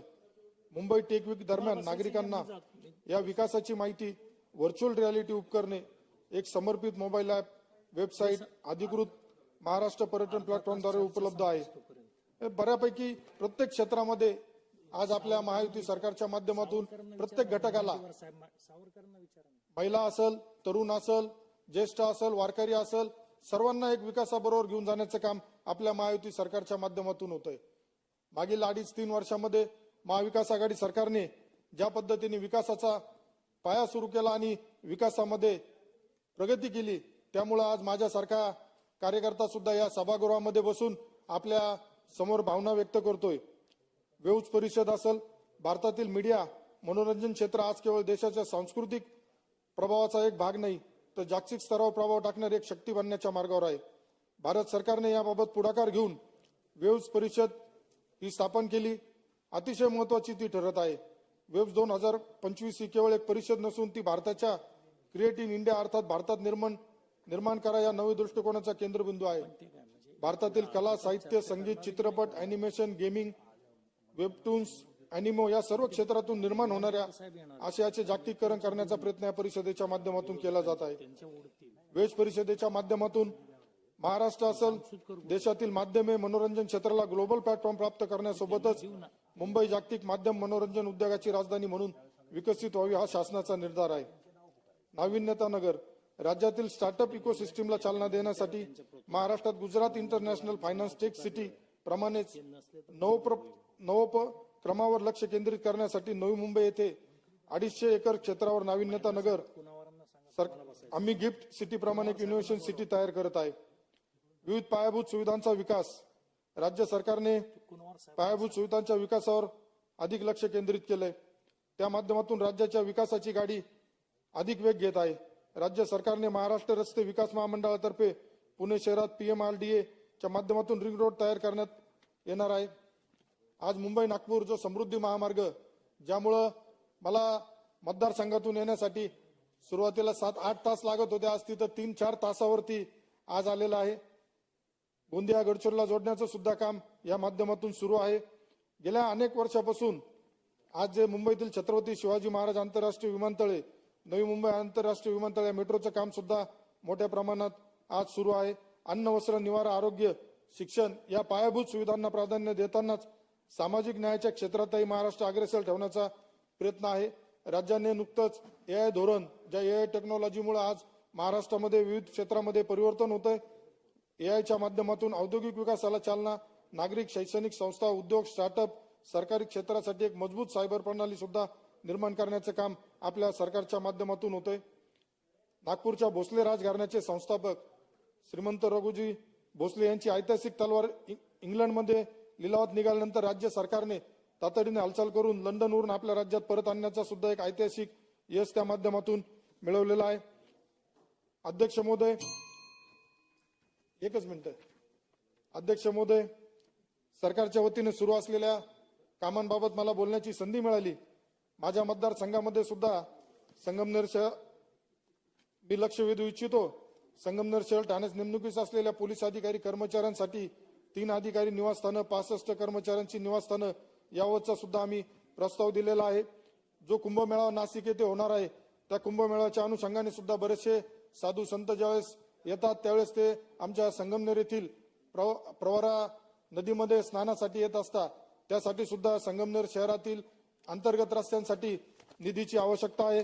त्याबाबत सुद्धा आपण विचार करावा. नाशिक पुणे रेल्वे मार्ग जो संगमनेरातून जात आहे तो सुद्धा होण्याबाबत आपण विचार करावा अशी मी विनंती करतो. आपण मला बोलण्याची संधी दिली त्याबद्दल अध्यक्ष महोदय मी आपला धन्यवाद, आभार मानतो. सन्मान्य सदस्य डॉक्टर किरण लहामटे.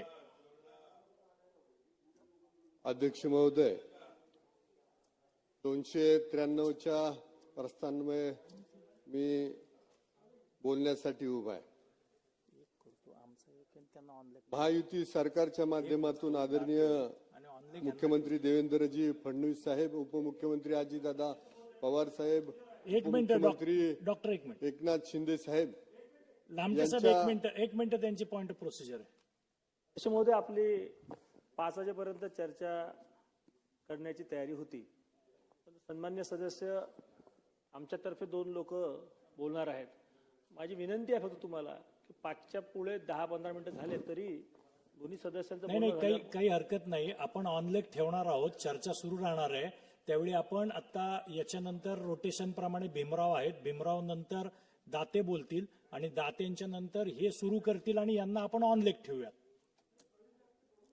त्याच्यानंतर मग सभागृहात दुसरं कोणी उपस्थित नाही ऑनलेक ठेवायला.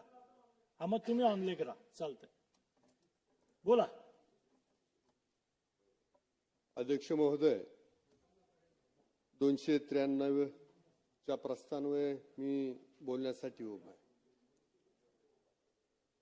आदरणीय मुख्यमंत्री देवेंद्रजी फडणवीस साहेब, आदरणीय उपमुख्यमंत्री अजितदादा पवार साहेब, त्याचबरोबर उपमुख्यमंत्री एकनाथजी शिंदे साहेब आणि सरकारच्या माध्यमातून महाराष्ट्रामध्ये खूप मोठ्या प्रमाणात विकास कामं सुरू आहेत. महाराष्ट्राची राजधानी आणि देशाची आर्थिक राजधानी मुंबई, त्याचबरोबर पुणे, नागपूर, नाशिक,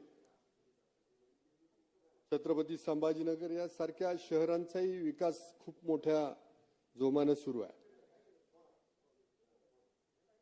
नागपुरामध्ये, पुण्यामध्ये आणि मुंबईमध्ये मेट्रोचं जाळं तयार होतंय. त्याबरोबर कोस्टल रोड असेल किंवा अटल सेतू या माध्यमातून मुंबईला जोडण्यासाठी आणि मुंबईच्या प्रवासासाठी सुखकर्ता कसा येईल असा सगळा सरकारचा प्रयत्न, या महायुती सरकारचा प्रयत्न. खरं तर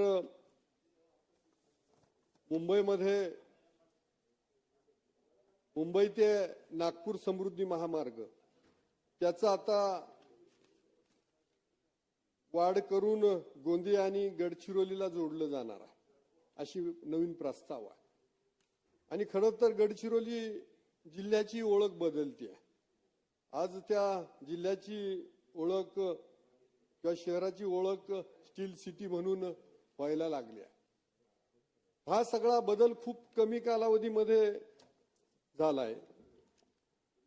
समृद्धी जसा मुंबईकडे येतोय, पण तिथून पुढे मुंबईमध्ये प्रवेश करताना ट्रॉफिकच्या याच्यामध्ये प्रवासाला विलंब होतो.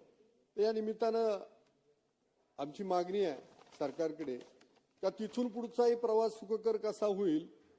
मुंबईला समृद्धीनं आलं किंवा नाशिकच्या हायवेनं आलं तर तिथून पुढं सगळी वाहतूक एकत्र येते आणि तिथून पुढं ठाण्यामध्ये किंवा तिथून पुढे येण्यासाठी खूप अडचणीचं होतं. कधी कधी त्याच काळात 2-2, 3-3, 4-4 तास लागतायत.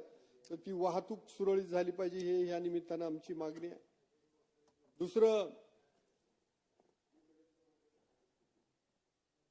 मुंबईवरून शहापूरवरून मेट आणि मेट पासून घाटगर, घाटगरवरून अकोले, संगमनेर, शिर्डी असा एक मधला मार्ग माग शहापूर गेवराई राष्ट्रीय महामार्ग करायचा ठरला होता.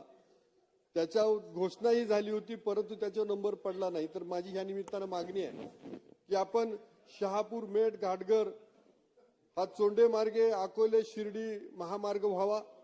त्याचबरोबर आता शक्तिपीठांचा जो महामार्ग होणार आहे तसाच त्र्यंबकेश्वर, अमृतेश्वर, शिवनेरी आणि भीमाशंकर ह्या देवस्थानला जोडणाराही महामार्ग व्हावा, ही या निमित्तानं माझी मागणी आहे. का जेणेकरून धार्मिक पर्यटन पण वाढेल, तीर्थक्षेत्रांना जाण्यासाठी सोयीचं होईल, तीर्थपर्यटन वाढेल आणि बाकी शिर्डी किंवा ह्या सगळ्या भागाला जोडणारे महामार्ग तयार होतील. मुंबई शहरामध्ये महानगरपालिकेच्या 4th श्रेणी कर्मचाऱ्यांच्या घराचा प्रश्न आहे. त्याचबरोबर गिरणी कामगार आणि मुंबईच्या डब्यावाल्यांच्या घराचा प्रश्न आहे. डब्यावाल्यांच्या घराचा प्रश्न मार्गी लागताना दिसतोय, परंतु ज्या वेळेला तो प्रकल्प उभा राहील तर मुंबईच्या डब्यावाल्यांचं तसं उत्पन्नाचा स्रोत कमी आहे आणि मग त्यांना ती घरं पडली पाहिजे, परवडली पाहिजे. ह्या हेतून त्यांच्या घरकुलांची किंवा घरांची बांधणी झाली पाहिजे आणि त्या डब्यावाल्यांचा किंवा कामगारांचा किंवा गिरणी कामगारांचा प्रश्न कसा मिटेल हे सरकारनं पाहिलं पाहिजे. त्याचबरोबर बाकीचे सरकारनं ऐतिहासिक दृष्ट्या महत्वाची भूमिका बजावली की रघुजी भोसले राजे यांची तलवार लंडनहून आणली आहे.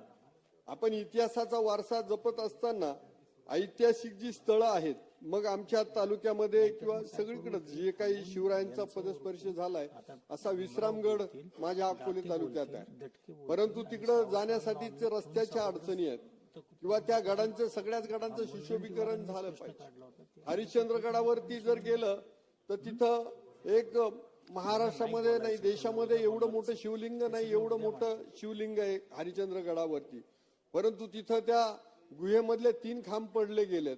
पुरातत्व विभाग मात्र या कामाला करण्यासाठी परवानगी देत नाही. तर पर्यटन मंत्र्यांना या निमित्तानं माझी विनंती आहे, हे जे ऐतिहासिक स्थळं आहेत किंवा पुरातत्व विभागाकडे जी स्थळं आहेत यांचा विकास पण झाला पाहिजे. आणि मला वाटतंय या निमित्तानं जसं शहरातील मोठी मोठी शहरं यांचा विकास होतोय तसं ग्रामीण भागाकडेही सरकारचं लक्ष आहेच, परंतु त्या भागामध्ये समजा आमच्याकडं नाशिकचा विकास होत असताना शिर्डीचा पण विकास झाला पाहिजे, तिथं पायाभूत सुविधा झाल्या पाहिजे. इकडं मुंबईवरून समृद्धी औरंगाबाद संभाजीनगराला जात आहे तर त्यावेळेला जाता जाता संगमनेराचा सुद्धा तिथं विकास झाला पाहिजे, अहिल्यानगर जिल्ह्याचा पण विकास झाला पाहिजे. अशा सगळ्या मागण्या करून मी त्या 293च्या प्रस्तावावरती मला बोलण्याची संधी दिली त्याबद्दल मी अध्यक्षांचं मनापासून आभार मानतो आणि थांबतो. जय हिंद, जय महाराष्ट्र. सन्माननीय सदस्य भीमरावजी तापकीर. अध्यक्ष महोदय, 293व्या प्रस्तावावर मला बोलण्याची संधी दिली त्याबद्दल मनापासून आभार या ठिकाणी मानेल. राज्यातील मुंबई, पुणे, नागपूर, नाशिक व छत्रपती संभाजीनगर इत्यादी महसुली जिल्ह्यातील या प्रमुख जिल्ह्यातील जी जोडणारी प्रमुख शहरे आहेत, या प्रमुख शहराचा विकास झाला पाहिजे, त्याला उद्योग, व्यवसाय, व्यापार या ठिकाणी आला पाहिजे. या दृष्टिकोनातून सरकार म्हणून राज्याचे मुख्यमंत्री देवेंद्रजी फडणवीस साहेब असतील, राज्याचे उपमुख्यमंत्री एकनाथजी शिंदे साहेब असतील, त्याचप्रमाणे अजितदादा पवार असतील, यांनी या ठिकाणी विशेष करून या शहरांकडे लक्ष केंद्रित केलेलं आहे.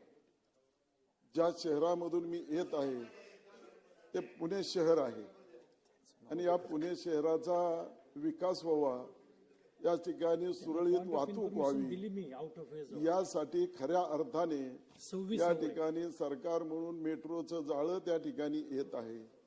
त्याचप्रमाणे शहराच्या बाहेरून मोठा रिंग रोड त्या ठिकाणी होत आहे. PMRDच्या माध्यमातून त्या ठिकाणी PMRDच्या हद्दीमधून सुद्धा रिंग रोड त्या ठिकाणी प्रस्तावित आहे. खऱ्या अर्थाने वाहतुकीचा प्रश्न सुटला पाहिजे, यासाठी सरकार म्हणून या ठिकाणी सर्वतोपरी प्रयत्न या ठिकाणी चालू आहे. खरं तर माझ्या मतदारसंघामधून जाणारा मेट्रो मार्ग आहे.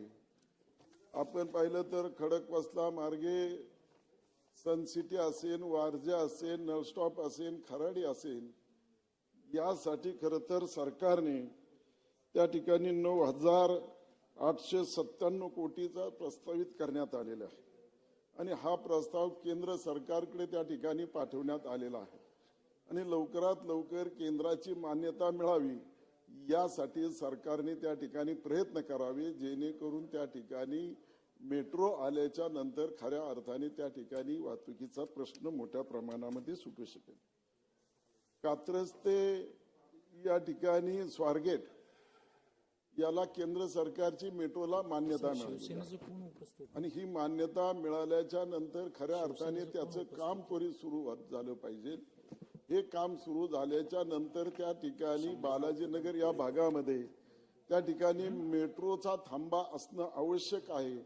त्याची पाहणी करून त्या ठिकाणी मेट्रोचा थांबा करण्यात यावा की जेणेकरून त्या भागातील लोकवस्तीच्या मानाने त्या ठिकाणी मेट्रोला सुद्धा त्याचा फायदा त्या ठिकाणी होऊ शकेल. आपण पाहतो की 1997 साली पुणे महानगरपालिकेमध्ये जी गावं त्या ठिकाणी आलेली होती त्या गावांचा डीपी करण्यात आला, परंतु डीपी केल्याच्या नंतर त्या डीपी मधले असणारे रस्ते डीपीचे आहेत ते आजपर्यंत त्या ठिकाणी असणाऱ्या रुंदीच्या प्रमाणे विकसित झालेले नाहीत. तर ते विकसित होणं अत्यावश्यक आहे, त्याच्या हद्दी कायम होणं गरजेचं आहे. या दृष्टीने सुद्धा प्रयत्न होणं अत्यावश्यक आहे. या ठिकाणी खरं तर त्या भागाचा सिटी सर्वे होणे आवश्यक आहे. सिटी सर्वे झाल्याच्या नंतर खऱ्या अर्थाने त्यांना प्रॉपर्टी कार्ड त्या ठिकाणी मिळणार आहे. याचा सुद्धा सरकारने त्या ठिकाणी आपण प्रयत्न करणं अत्यावश्यक आहे. हवेली तालुका हा सर्वात पुणे जिल्ह्यामधले सर्वात मोठा तालुका आहे आणि या तालुक्याचं विभाजन होऊन त्याचा प्रस्ताव त्या ठिकाणी तयार करण्यात आलेला आहे. परंतु त्या हवेली तालुक्याच्या असणाऱ्या प्रस्ताव तयार करण्यात आले त्याला मान्यता मिळणं, ही मान्यता मिळाल्याच्या नंतर या ठिकाणी हवेलीचं विभाजन त्या ठिकाणी होईल. हे खरं तर ते विभाजन झाल्याच्या नंतर त्या गावांना त्या शहराला सुद्धा चांगल्या प्रकारे न्याय त्या ठिकाणी मिळू शकतो. त्यामुळे त्याचा सुद्धा विचार या ठिकाणी होणं अत्यावश्यक आहे. खरं तर पुणे शहराचा अत्यंत चांगल्या प्रकारे विकास जलद गतीने व्हावा यासाठी राज्याचे मुख्यमंत्री देवेंद्र फडणवीस साहेब यांनी एक चांगला निर्णय घेतला की ज्यांनी पुणे जिल्ह्याचं जिल्हा अधिकारी म्हणून पद भूषवलं ते नवल किशोर राम यांना पुणे महानगरपालिकेचे आयुक्त म्हणून त्या ठिकाणी आणलेलं आहे.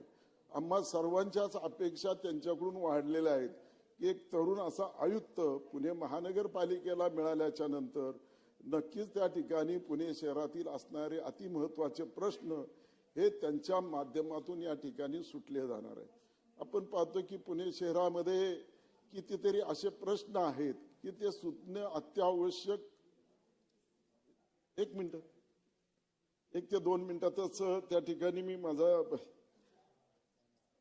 खरं तर आयुक्त म्हणून त्यांनी अतिशय चांगल्या प्रकारे काम करावं ही या ठिकाणी आम्हा सर्वांचीच अपेक्षा त्या ठिकाणी आहे. PMRDच्या माध्यमातून खरं तर जी गावं पुणे महानगरपालिकेमध्ये 11 गावं आणि 23 गावं आलेली आहेत, परंतु त्या गावांची अशी परिस्थिती आज मितीला झालेली आहे की त्या ठिकाणी PMRD मध्ये ती गावं आज त्या ठिकाणी आहेत. महानगरपालिकेमध्ये असताना गेल्यानंतरही PMRDने अजूनही ती गावं पुणे महानगरपालिकेला हस्तांतर न केल्यामुळे खऱ्या अर्थाने त्या ठिकाणी त्या गावांचा विकास मोठ्या प्रमाणामध्ये होऊ शकत नाही. या 23 गाव आणि 11 गावं यासाठी शासनाने सुद्धा या ठिकाणी एक चांगल्या प्रकारे मदत व्हावीसाठी भरीव निधी त्याची उपलब्ध करून देण्यात यावा. या ठिकाणी प्रत्येक ग्रामपंचायतीला असं वाटत आहे की आम्हाला पुणे महानगरपालिकेमध्ये गेल्याच्या नंतर सरकारकडून मोठा निधी मिळेल ही अपेक्षा त्या ठिकाणी प्रत्येक गाववासियांची आहे. त्यामुळे सरकारने तो प्रयत्न करणं अत्यावश्यक आहे. त्या ठिकाणी असणारी जी 23 गावं पुणे महानगरपालिकेमध्ये गेलेली आहेत आणि त्या गावांमध्ये काम करणारे काही कर्मचारी आहेत की जे पूर्वी ग्रामपंचायतीमध्येच काम करत होते, परंतु काही कारणास्तव त्यांचे पूर्ण महानगरपालिका असेल ग्रामपंचायतीमध्ये असणार जे कायम होण्यासाठी लागणारे दिवस हे पूर्ण झालेले असताना सुद्धा आज बागायत त्या मुलांना कामावर महानगरपालिकेने घेतलेले नाही. त्या संदर्भातला प्रस्ताव त्या ठिकाणी शासनाकडे पाठवण्यात आलेला आहे. शासनाने योग्य तो विचार करून त्या ठिकाणच्या असणाऱ्या गोरगरीब कामगारांना न्याय द्यावा की जेणेकरून त्यांनी महानगरपालिकेमध्ये काम केलेलं आहे, कोरोनाच्या काळामध्ये पूर्ण महानगरपालिकेमध्ये काम केलेलं आहे, ग्रामपंचायतीमध्ये काम केलेलं आहे, अशा कामगारांचा सुद्धा विचार होणं अत्यावश्यक आहे. खरं तर पुणे शहराचा नियोजनबद्ध विकास होण्यासाठी शासनाने प्रयत्न करावा ही या ठिकाणी अपेक्षा व्यक्त करून मी माझे सन्माननीय सदस्य संभाराव कदम कोहळीकर,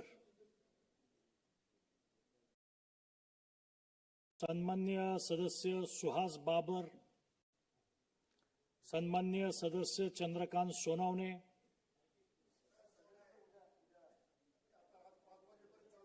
आता ते शरद सोनावणे मला वाचायला लागतात नावं त्याच्यामुळे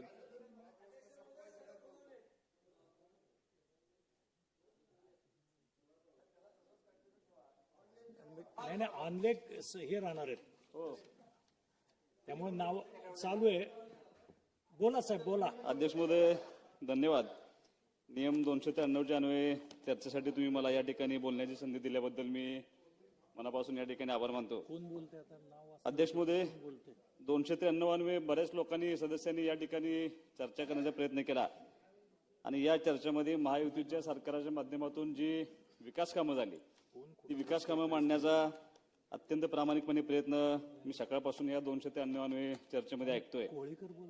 अध्यक्ष महोदय खऱ्या अर्थानं मुंबई शहर हे आपल्या देशाचं विकासाचं ग्रोथ इंजिन म्हटलं तरी काय वावगवणार नाही.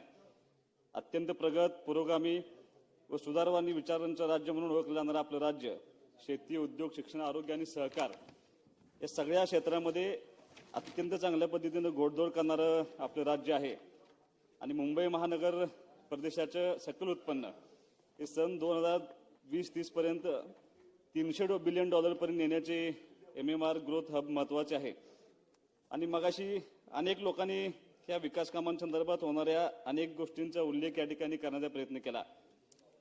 मी या 2-2.5 वर्षामध्ये आपल्या महायुतीच्या सरकारच्या माध्यमातून जे अनेक उपक्रम या ठिकाणी राबवले गेले, मुंबई पश्चिम उपनगर क्षेत्रामध्ये विशेष विकास क्षेत्र निर्माण करणे, MBPTच्या जागेचा विकास, वर्री डेअरीचा विकास, ठाणे जिल्ह्यातील भिवंडीजवळील अनगाव सापे परिसराचा विकास, कारबाव एकात्मिक व्यवसाय केंद्र, बोईसर, विरार व ठाणे क्षेत्राचा विकास या प्रकल्पांचा समावेश ग्रोथ हबमध्ये करण्यात आला. त्याशिवाय वाढवण पोर्टचा ऐतिहासिक एक निर्णय आपल्या सरकारने घेतला आणि वाढवण बंदराला राज्याचं आर्थिक महासत्ता बनवण्याच्या दिशेने एक मोठं पाऊल या निमित्तानं टाकण्याचा प्रयत्न केला. अध्यक्ष महोदय, मी या मुंबईशी आणि आमच्या ग्रामीण भागाची कनेक्टिव्हिटी या संदर्भात थोडंसं या ठिकाणी बोलणार आहे. कारण यापूर्वीच्या वक्त्यांनी अनेकांनी गडचिरोलीच्या स्टील हब ज्या पद्धतीनं होतोय त्या पद्धतीनं त्याच्या विकासाची काही गोष्टी त्या ठिकाणी मांडण्याचा प्रयत्न केला. मी बेओस परिषद सुद्धा काही लोकांनी काही सदस्यांनी त्या ठिकाणी मांडण्याचा प्रयत्न केला. पायाभूत सुविधांचा विकास कसा होत गेलाय याचा अनेक गोष्टींचा विकासाचा उल्लेख करत असताना मला जाणीवपूर्वक आठवते की आम्ही लहान असताना ज्या पद्धतीनं माझ्या मतदारसंघाची, जिल्ह्याची आणि ह्या मुंबईची कनेक्टिव्हिटी होती त्याच्यामध्ये खूप मोठा बदल या गेल्या 5-7 वर्षाच्या कार्यकाळामध्ये महायुतीच्या कार्यक्रमामध्ये निश्चितपणे झालाय. अध्यक्ष महोदय, ज्या पद्धतीनं अटल सेतूची निर्मिती झाली त्या अटल सेतूच्या निर्मितीमुळे अनेक आमच्यासारख्या सांगली, सातारा, कोल्हापूर सारख्या पश्चिम महाराष्ट्रातून मुंबईला जोडणाऱ्या लोकांची ही खूप मोठ्या प्रमाणावरती वेळेची बचत झाली आणि एक चांगलं आम्हाला कनेक्टिव्हिटी त्या ठिकाणी मिळते. येत्या काही दिवसामध्ये मला वाटतं मिसिंग लिंकचं काम सुद्धा त्या निमित्तानं पूर्ण होण्याची शक्यता आहे.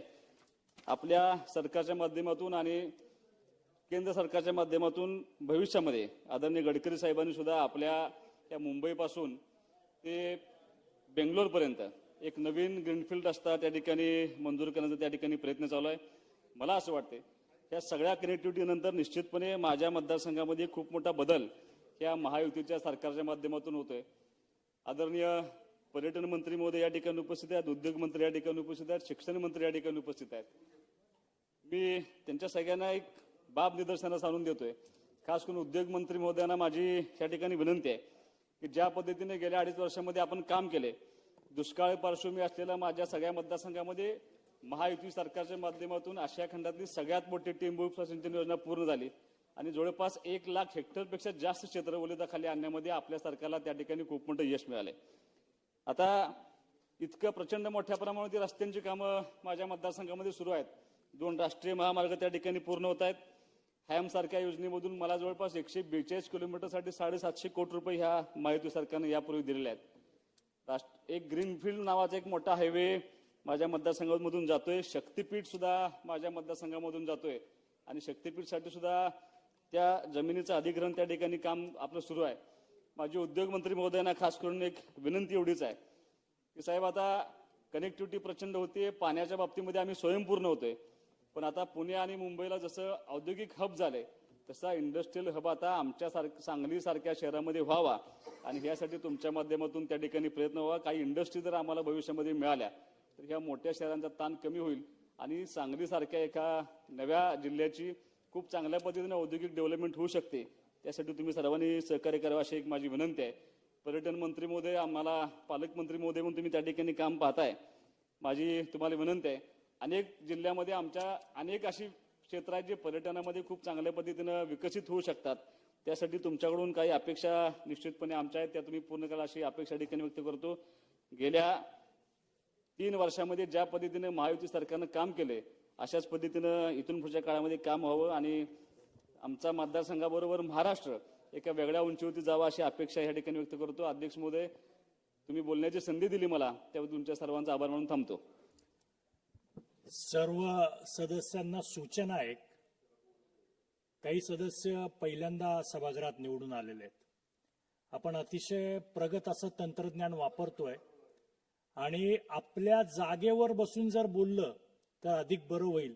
कारण या ठिकाणी संपूर्ण तुम्ही माईकचं बटन दाबलं तर तुम्ही कुणाचं नाव कोण बोलणार आहे हे सगळ्यांना दिसतं आणि तुमच्या मतदारसंघामध्ये पण तुम्ही बोलताय हे कळतं.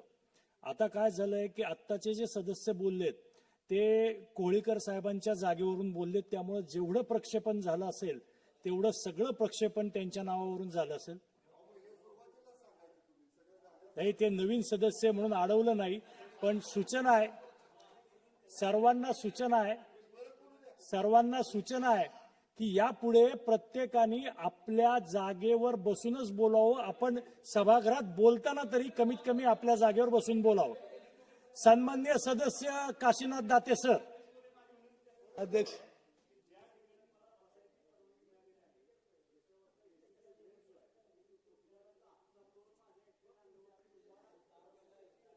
सन्मान्य सदस्यांनी केलेल्या याचा विचार करून त्याची त्वरित निराकरण करावं, सदस्यांना त्रास होईल नाही असं बघावं. एसीचं जे काही रिपेअरिंग असेल ते एसीचं रिपेअरिंग लगेच करावं. सन्मान्य सदस्य काशीनाथजी दाते सर. अध्यक्ष महोदय, बसून घ्या, क्रॉस करू नका. अध्यक्ष महोदय, महाराष्ट्र विधानसभा नियम 293 अन्वये मला या सभागृहामध्ये आपण विचार मांडण्याची संधी दिली त्याबद्दल मी पहिल्यांदा आपले मनपूर्वक या ठिकाणी आभार व्यक्त करतो. मुंबई ही आपल्या देशाची खऱ्या अर्थानं आर्थिक राजधानी आहे आणि या 293च्या अन्वये या ठिकाणी जी चर्चा आपण करतोय मग ते मुंबई आणि मुंबईसह पुणे, नागपूर, नाशिक आणि छत्रपती संभाजीनगर हे महसुली जिल्हे, महसुली शहरं, या शहरांचा झपाट्यानं होत असलेला जो विकास आहे त्या विकासावर खऱ्या अर्थानं आपण या ठिकाणी चर्चा करत असताना मी पहिल्यांदा मनापासून या ठिकाणी महायुती सरकार आणि महायुती सरकारचे नेते, या राज्याचे मुख्यमंत्री आदरणीय देवेंद्र फडणवीस साहेब, या राज्याचे उपमुख्यमंत्री आदरणीय अजितदादा आणि आदरणीय एकनाथजी शिंदे साहेब आणि त्यांचं सर्व मंत्रिमंडळ यांना मनापासून खऱ्या अर्थानं या ठिकाणी धन्यवाद देईल, त्यांचं अभिनंदन करेल की या सगळ्या शहरांच्या विकासामध्ये अतिशय दूरगामी आणि अतिशय दूरदृष्टीचे निर्णय खऱ्या अर्थानं ह्या सरकारनं घेतलेले आहेत.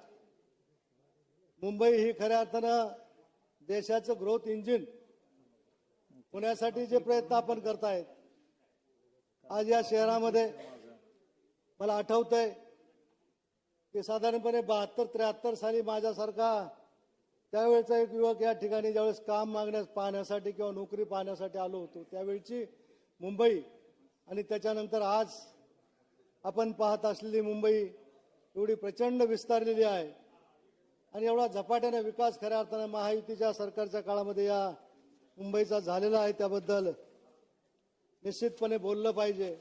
आज मुंबईमध्ये पूर्वीचं असलं मुंबई पोर्ट असेल, नंतर झालेलं JNPT पोर्ट असेल आणि आता उद्याच्या काळामध्ये ज्याची सुरुवात खऱ्या अर्थानं आदरणीय देशाचे पंतप्रधान नरेंद्र मोदी साहेबांनी त्या ठिकाणी भूमिपूजन करून केले ते वाढवण बंदर, की ज्या वाढवण बंदरामुळं या राज्याच्या हे राज्य खऱ्या अर्थानं आर्थिक महासत्ता उद्या भविष्यामध्ये बनणार आहे.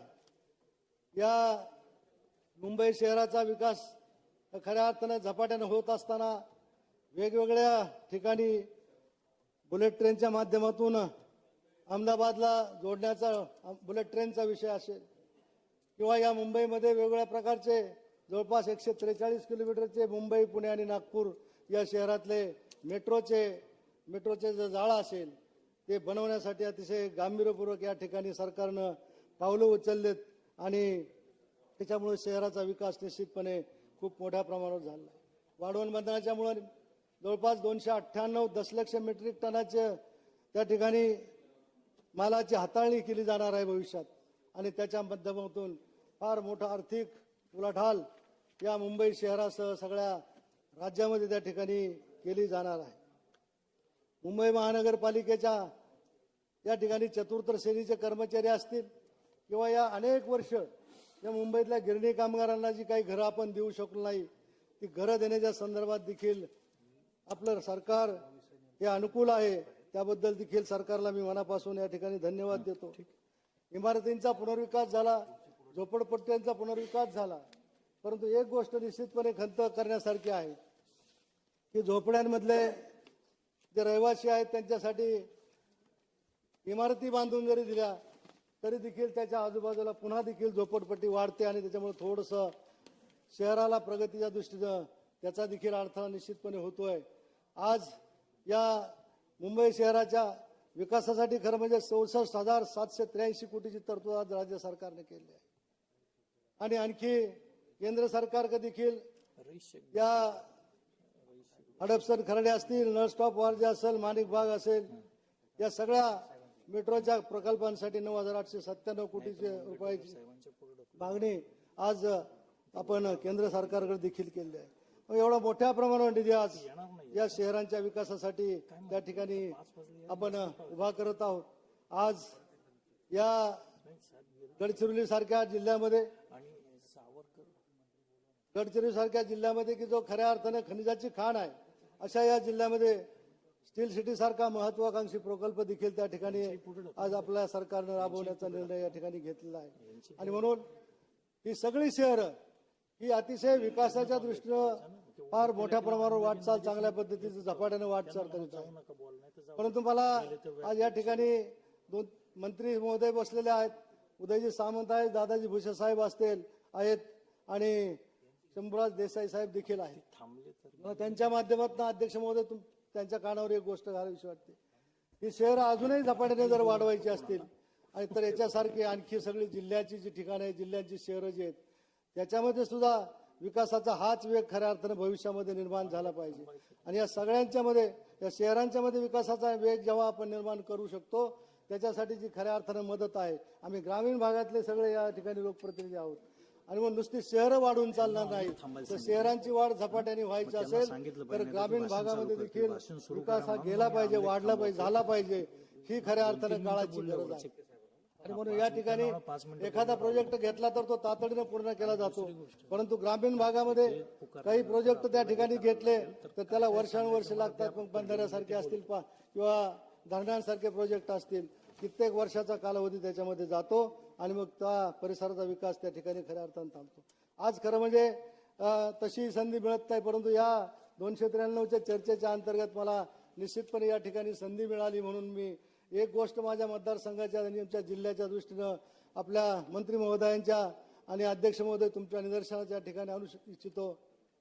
गेल्या 27 मे रोजी नगर जिल्ह्यामध्ये माझ्या मतदारसंघामध्ये सुप्यापासून तर खाली तिकडं खडकी खंडाळापर्यंत आणि बऱ्याचशा भागामध्ये नगर जिल्ह्यामध्ये अचानकपणे फार मोठी अतिवृष्टी त्या ठिकाणी झाली आणि महापूर त्या ठिकाणी वाळुंबा नदी नावाची नदी आहे, त्या नदीला महापूर आला आणि त्या पुरामध्ये अनेक लोक त्या ठिकाणी खऱ्या अर्थानं अडकलेले होते.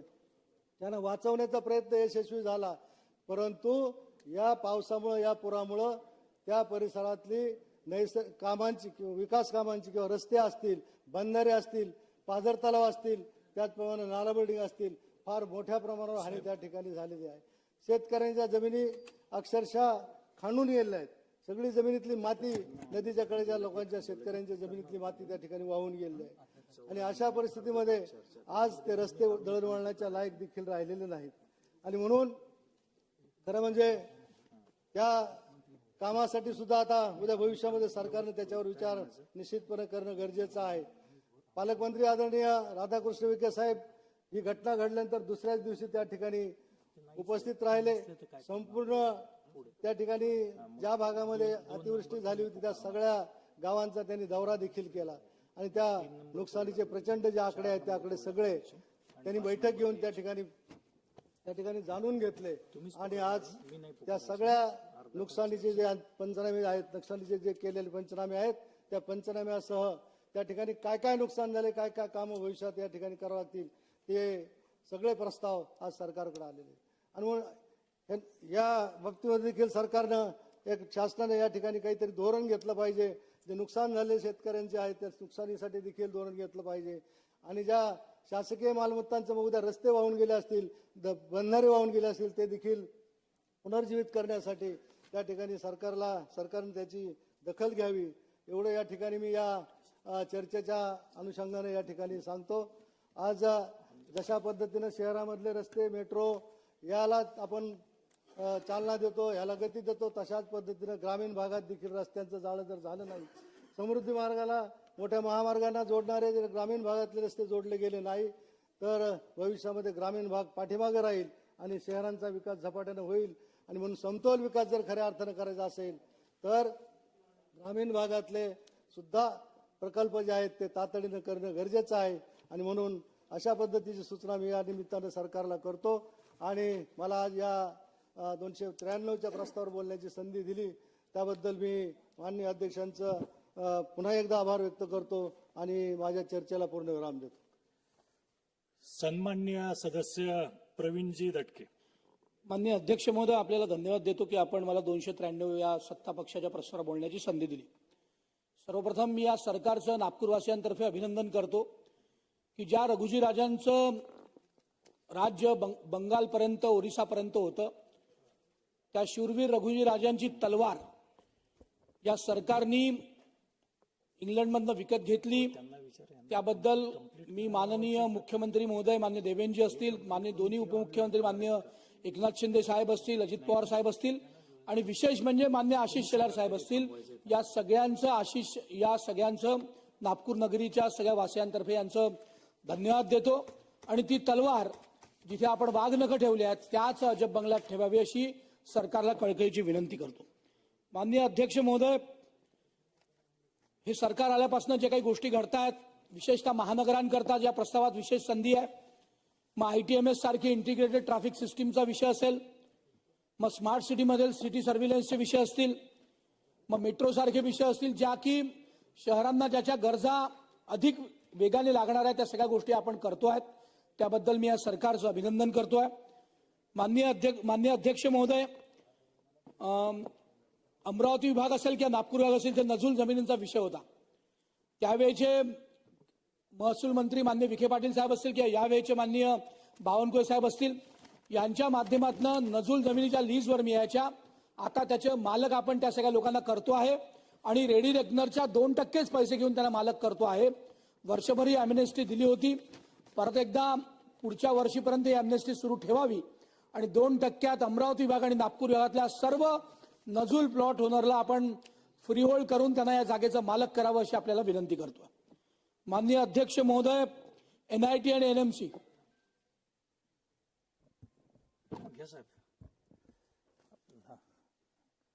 आपण ही चर्चा आता आजच्या थांबूयात. तुम्ही ऑनलेग राहा. उद्या चर्चा तुम्ही चालू करा.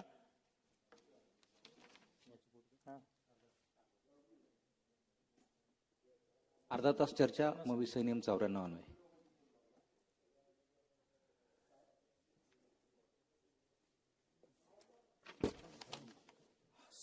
सन्मान्य सदस्य हारून खान.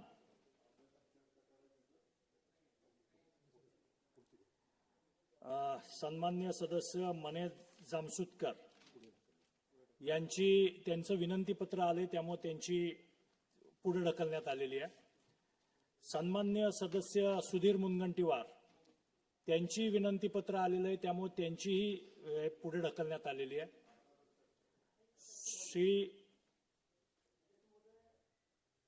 कामं असतात त्यामुळे विनंती ते देतात, आमचं त्याबद्दल म्हणणं नाही. आता सभागृहामध्ये इतक्या सदस्यांची मागणी असते, विशेषतः सत्ताधारी लोकांच्या मंत्र्यांकडून खूप अपेक्षा असतात. आता 2 जर ह्या चर्चा विनंती आली तर विनंती काही आता 4 वाजता नाही आली, सकाळीच आली असेल. माझी एवढी विनंती होती आपल्या माध्यमातून मंत्री महोदयांनाही, अशा वेळेस 2 ॲडिशनल चर्चा जर इन्क्लूड केल्या असत्या आपण, तर 2 सदस्यांना आपण ते इन्कॉर्पोरेट करू शकलो असतो. किमान हा वेळ जो आहे आज लवकर सभागृह बंद करायला लागून राहिला, हे झालं नसतं. तेवढं फक्त आपण एवढं एक आमची विनंती स्वीकारावी आणि पुढच्या वेळेस जर असं विनंती कोणी केली तर त्याच्या जागी ऑनलेट जो असेल, म्हणजे 4थ्या नंबरचा वेटिंग लिस्ट असेल, तो 2nd नंबरवर जाईल. धन्यवाद. 4 नंबर सन्मान्य सदस्य सुधीर मुनगंटीवार त्यांनी विनंती केलेली आहे, त्यामुळे ही चर्चा पुढे ढकलण्यात येत आहे. 5 नंबर सन्मान्य सदस्य रईस शेख. अध्यक्ष महोदय, बहुत बहुत धन्यवाद कि आपने एक इम्पोर्टेंट विषय पे आधा तास चर्चा करने का मुझे मौका दिया. अध्यक्ष महोदय, एक तारांकित प्रश्न मैंने लगाया था. मेरे इलाके में कासिमपुरा खंडूपाड़ा इलाके में एक छोटा बच्चा जिसका नाम था आहद अंसारी, उसकी मृत्यु हुई थी 21 मार्च 2025 को. अध्यक्ष महोदय, एक व्यवस्था शासन की तरफ से है, महानगर पालिका की यंत्रणा काम करती है. किस तरह से काम करती है आपके माध्यम से मैं सरकार को बताना चाहूंगा. ये जो बिल्डिंग है, ये बिल्डिंग को 2 साल डिलाइपिलेटेड डिक्लेयर किया गया, यानी कि धोखादायक है, कभी भी गिर सकती है. मेरे पास पूरा सम्मान्य मंत्री महोदय को देना चाहूंगा मैं कि ये बिल्डिंग तोड़ने का एक कारोबार वहां चलता है. इस बिल्डिंग को तोड़ने के पैसे दिए नहीं जाते, लिए जाते हैं. पैसे लेने के बाद भी वो बिल्डिंग वैसी ही खड़ी रही। और यहाँ पर तारांकित प्रश्न में सरकार से भी डरती नहीं है महानगर पालिका। उत्तर क्या दिया गया कि वो बिल्डिंग उसी मालक ने तोड़ी, मालक ने तोड़ी और एक फ्लोर उसने ऐसी छोड़ दिया और उसकी वजह से सेप्टिक टैंक में ये बच्चे को की गिर के मौत हुई। बिल्कुल विषय। मेरा प्रश्न ये है कि अगर इतना बड़ा हादसा होता है, किसी का बच्चा इस हालत में मरता है, पूरे इलाके में ना सनसनी थी वो बच्चे के मरने के बाद। मैं 6 घंटा वहीं पे था। ऐसी कई इमारतें वहां पर है, कई जगह पे इसी तरह से डेब्रिस पड़ा हुआ है। हमको इसको एग्जाम्पल बनाना पड़ेगा।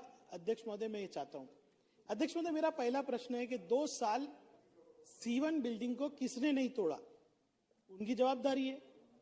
आज भिवंडी के अंदर C1 डिक्लेयर करके टेनेंट्स को बाहर करने का धंधा ये अधिकारी करते हैं, लेकिन जो बिल्डिंग को तोड़ना चाहिए उसको तोड़ा नहीं। मेरा प्रश्न ये है, अब मैंने उस अधिकारी, जो अधिकारी वहां पे एक रैकेट चलाता है, उसकी माहिती दी। आपको ये महानगर पालिका रिकॉर्ड पे झूठ बोलती है। इस अधिकारी का आप सोचिए, मैंने पूरा डिटेल निकाला है। दादा, ये अधिकारी है ना, जनरेटर ऑपरेटर है। इसकी भर्ती कैसे होती है? जनरेटर ऑपरेटर, और वो भी टेम्परेरी। फिर अचानक वो कोई प्रोसेस फॉलो नहीं होता। हमारी महानगर पालिका में अगर मैं महापौर बन जाऊं ना, 4 लोगों को नौकरी पे लगा सकता हूँ। मालेगांव की भी और भिवंडी की हालत बहुत बुरी की गई 20 साल में, यानी कोई प्रोसेस नहीं है। नहीं, सही बता रहा हूं सर, मालेगांव आपका एरिया नहीं सर। जो मैं महानगर पालिका का प्रोसेस देख रहा हूं, ये बंदा एक जनरेटर ऑपरेटर टेम्परेरी से परमानेंट होता है। परमानेंट होके आप जनरेटर ऑपरेटर को क्या प्रमोशन और क्या काम दे सकते हैं? वो पूरे शहर का अतिक्रमण का चीफ बनता है। ये देखिए, उसका पूरा यही महानगर पालिका से डेटा निकालो। अब मैंने कहा कि इस आदमी पे 307 का गुना है, महानगर पालिका कहती नहीं है। ये महानगर पालिका के ही डॉक्यूमेंट है कि उस पर 307 का गुना है, वो अंदर जेल में जाता है। लेकिन ऐसे आदमी को पूरे भिवंडी के अंदर आयुक्त लोग क्या करते हैं? ऐसे दलाल रखते हैं। मैं अभी के आयुक्त को नहीं बोल रहा, अभी के आयुक्त हमने इस सरकार का धन्यवाद कि हमको IAS मिला। इससे पहले आयुक्त लोग ऐसे दलाल रख के ना पूरे शहर से वसूली करते थे। 307 का गुना, इसको प्रशासकीय काम नहीं देना चाहिए। ये महानगर पालिका के एक जमाने में एक IAS ऑफिसर आए थे, उन्होंने लिख के दिया। उसके बाद ये इसका काम क्या है? पूरे शहर का अतिक्रमण तोड़ना, नियंत्रण करना। किस घर में रहते भाई साहब? आप जाके देखिए, बंगला है बंगला, और उसका खुद का इलीगल है। अध्यक्ष महोदय, प्रश्न एक अधिकारी का नहीं है। मैं सम्मानीय मंत्री महोदय जी से आपके माध्यम से कहना चाहूंगा, क्या मेरी महानगर पालिका में कोई शिष्टता आएगी? आज मेरे पास असिस्टेंट कमिश्नर कौन है? लिपिक। कैसे काम करना? एक एडमिनिस्ट्रेटिव ऑफिसर नहीं है। जितने भी असिस्टेंट कमिश्नर लिपिक है। मेरे 2 प्रश्न है। ये अधिकारी पे तो आप इंक्वायरी लगाइए डिविजनल कमिश्नर साहब से या सेक्रेटरी लेवल पे, ये अधिकारी का जो होना है होगा। लेकिन भिवंडी जैसी जगह जो आज सेंटर पॉइंट है पूरे डेवलपमेंट का, आप बोल रहे हो नैना हम डेवलप कर रहे हैं। अरे हमारे भिवंडी में Bhiwandi notified surrounding area SPA बना 2007 में, 8 लाख करोड़, कहते बहुत बड़ा लॉजिस्टिक हब, एशिया का सबसे लार्जेस्ट लॉजिस्टिक हब है। आप थोड़ा ध्यान दीजिए, यूडी ने हाथ पकड़ के शहरों को ऊपर लाना चाहिए। यूडी खाली रिजर्वेशन चेंज करने के लिए नहीं है। कहीं ना कहीं आपको सोचना पड़ेगा कि आप UD 3 बनाइए, मुंबई थाने छोड़ के MMR रीजन के लिए बनाइए। सर बहुत जरूरी है। अनप्लान सिटी है पूरा, जिसको चाहिए जहां पर कोई भी कंस्ट्रक्शन करता है, कोई शिष्टता नहीं है। सर आपके पास बहुत बड़ी अपॉर्चुनिटी है, छोटे शहरों को आप हाथ पकड़ के आगे ला सकते हो। आप सोचिए कि यहाँ पर कोई रैंकिंग सिस्टम नहीं है। आज क्या हम बोल सकते हैं कि ये जो कॉर्पोरेशन है, इसको हम फंड देंगे अगर उसने ये एडमिनिस्ट्रेटिव रिफॉर्म किए? कर सकते कि नहीं दादा? हम बोल सकते कि तुम ये सुधार करो, हम आपको फंड देंगे। तो दादा आपको बोल रहा हूँ क्योंकि आप वहां से आते जाते आपको सब पता है। UD मिनिस्टर को तो बहुत बोल रहा हूं मैं, उन्होंने हर सेशन में मुझे वादा किया मैं भिवंडी आऊंगा। अब मैं आपके दरवाजे पे आके बैठ जाऊंगा, एक बार आपको लेके जाऊंगा। सर अपॉर्चुनिटी है, आप $1 ट्रिलियन इकोनॉमी बनाना चाहते, चाइना को देखिए ना सर, अपने छोटे शहरों को कैसा डेवलप कर रहे हैं। बहुत बड़ी अपॉर्चुनिटी है सर, हमारी आप मदद कीजिए। इस विषय में मैं अपेक्षा करता हूं कि सकल चौकसी और ऐसे अधिकारियों को लटकाइए आप। उसके साथ साथ हमारे भिवंडी के अंदर, हमारे कॉर्पोरेशन के अंदर सुधार लाने के लिए हमारी मदद कीजिए, यही मैं अपेक्षा करता हूं। और बहुत बहुत धन्यवाद अध्यक्ष।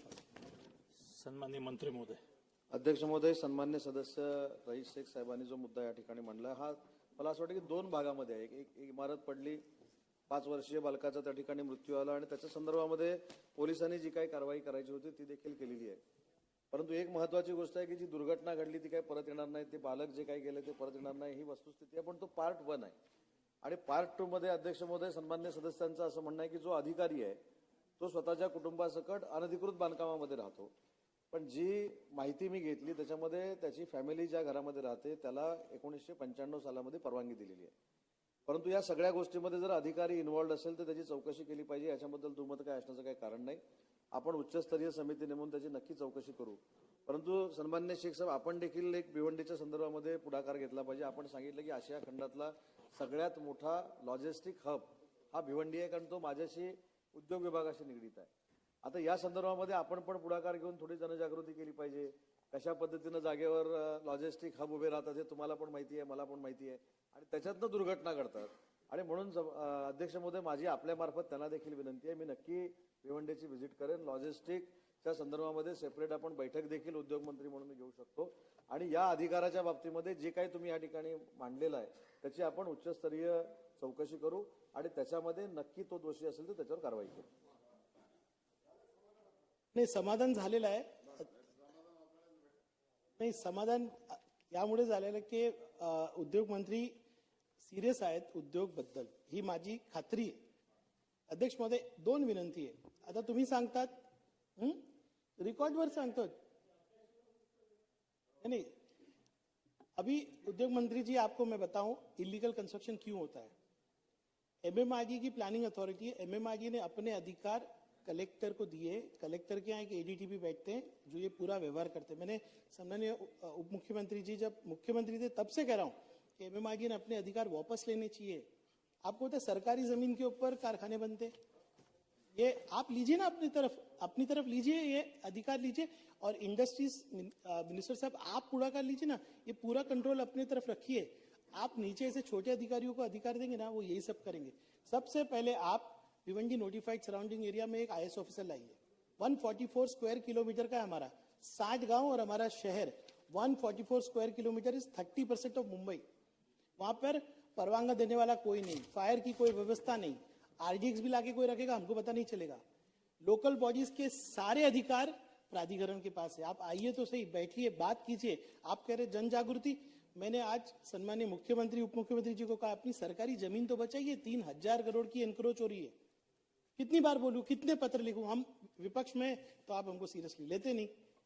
लेकिन आप एकदम सीरियस हो जाएंगे ना, मैं कहता हूं $1 ट्रिलियन इकोनॉमी का सबसे बड़ा कंट्रीब्यूशन भिवंडी से आएगा ही. मेरे ऑफिस में जापानीज काउंसलर आके बैठते हैं, ऑस्ट्रेलियन काउंसलर आके बैठते हैं. कुछ करो, नेटवर्क ही नहीं है अंदर. सर आप थोड़ा टाइम दीजिए. भिवंडी महाराष्ट्र का सबसे प्रोग्रेसिव शहर ही नहीं एरिया बन के दिखाएगा. आपका सपोर्ट चाहिए सर. अध्यक्ष महोदय, मी सुरुवातीलाच सांगितलं की मगाशी नगर विकास विभागाची आपला अर्धा तास चर्चा होती, पण आपण आता उद्योग विभागावर चर्चा करतो. मी तुम्हाला वेळ देईन, कारण आशिया खंडातला सगळ्यात चांगला लॉजिस्टिक हब हा भिवंडीमध्ये होऊ शकतो. परंतु तांत्रिक अडचणी ज्या तुम्ही ज्या सांगितलेल्या आहेत की आयएएस ऑफिसर पाहिजे, त्या ठिकाणी एमएमआरडीएला जे अधिकार आहेत ते परत घेतले पाहिजे, जिल्हाधिकाऱ्यांना ते अधिकार नाही, जिल्हाधिकाऱ्यांच्या खालच्या अधिकाऱ्याला ते अधिकार असू नयेत, याच्याशी आम्ही देखील सगळे सहमत आहोत. आणि म्हणून आमदार महोदय की तुमच्या विनंतीला मान देऊन आपण एक कमिटी गठीत करू की या लॉजिस्टिक हब बनवताना त्याच्यामध्ये आमचा उद्योग खात्याचा अधिकारी असेल, आयएएस ऑफिसर असतील, नगर विकासचं कोणतरी आयएएस ऑफिसर आपण त्याच्यामध्ये घेऊ. 3-4 कमिटी त्या ठिकाणी फक्त आणि फक्त लॉजिस्टिक हबसाठी आपण तयार करू आणि त्याचं धोरण निश्चित करून पुढे जाऊ.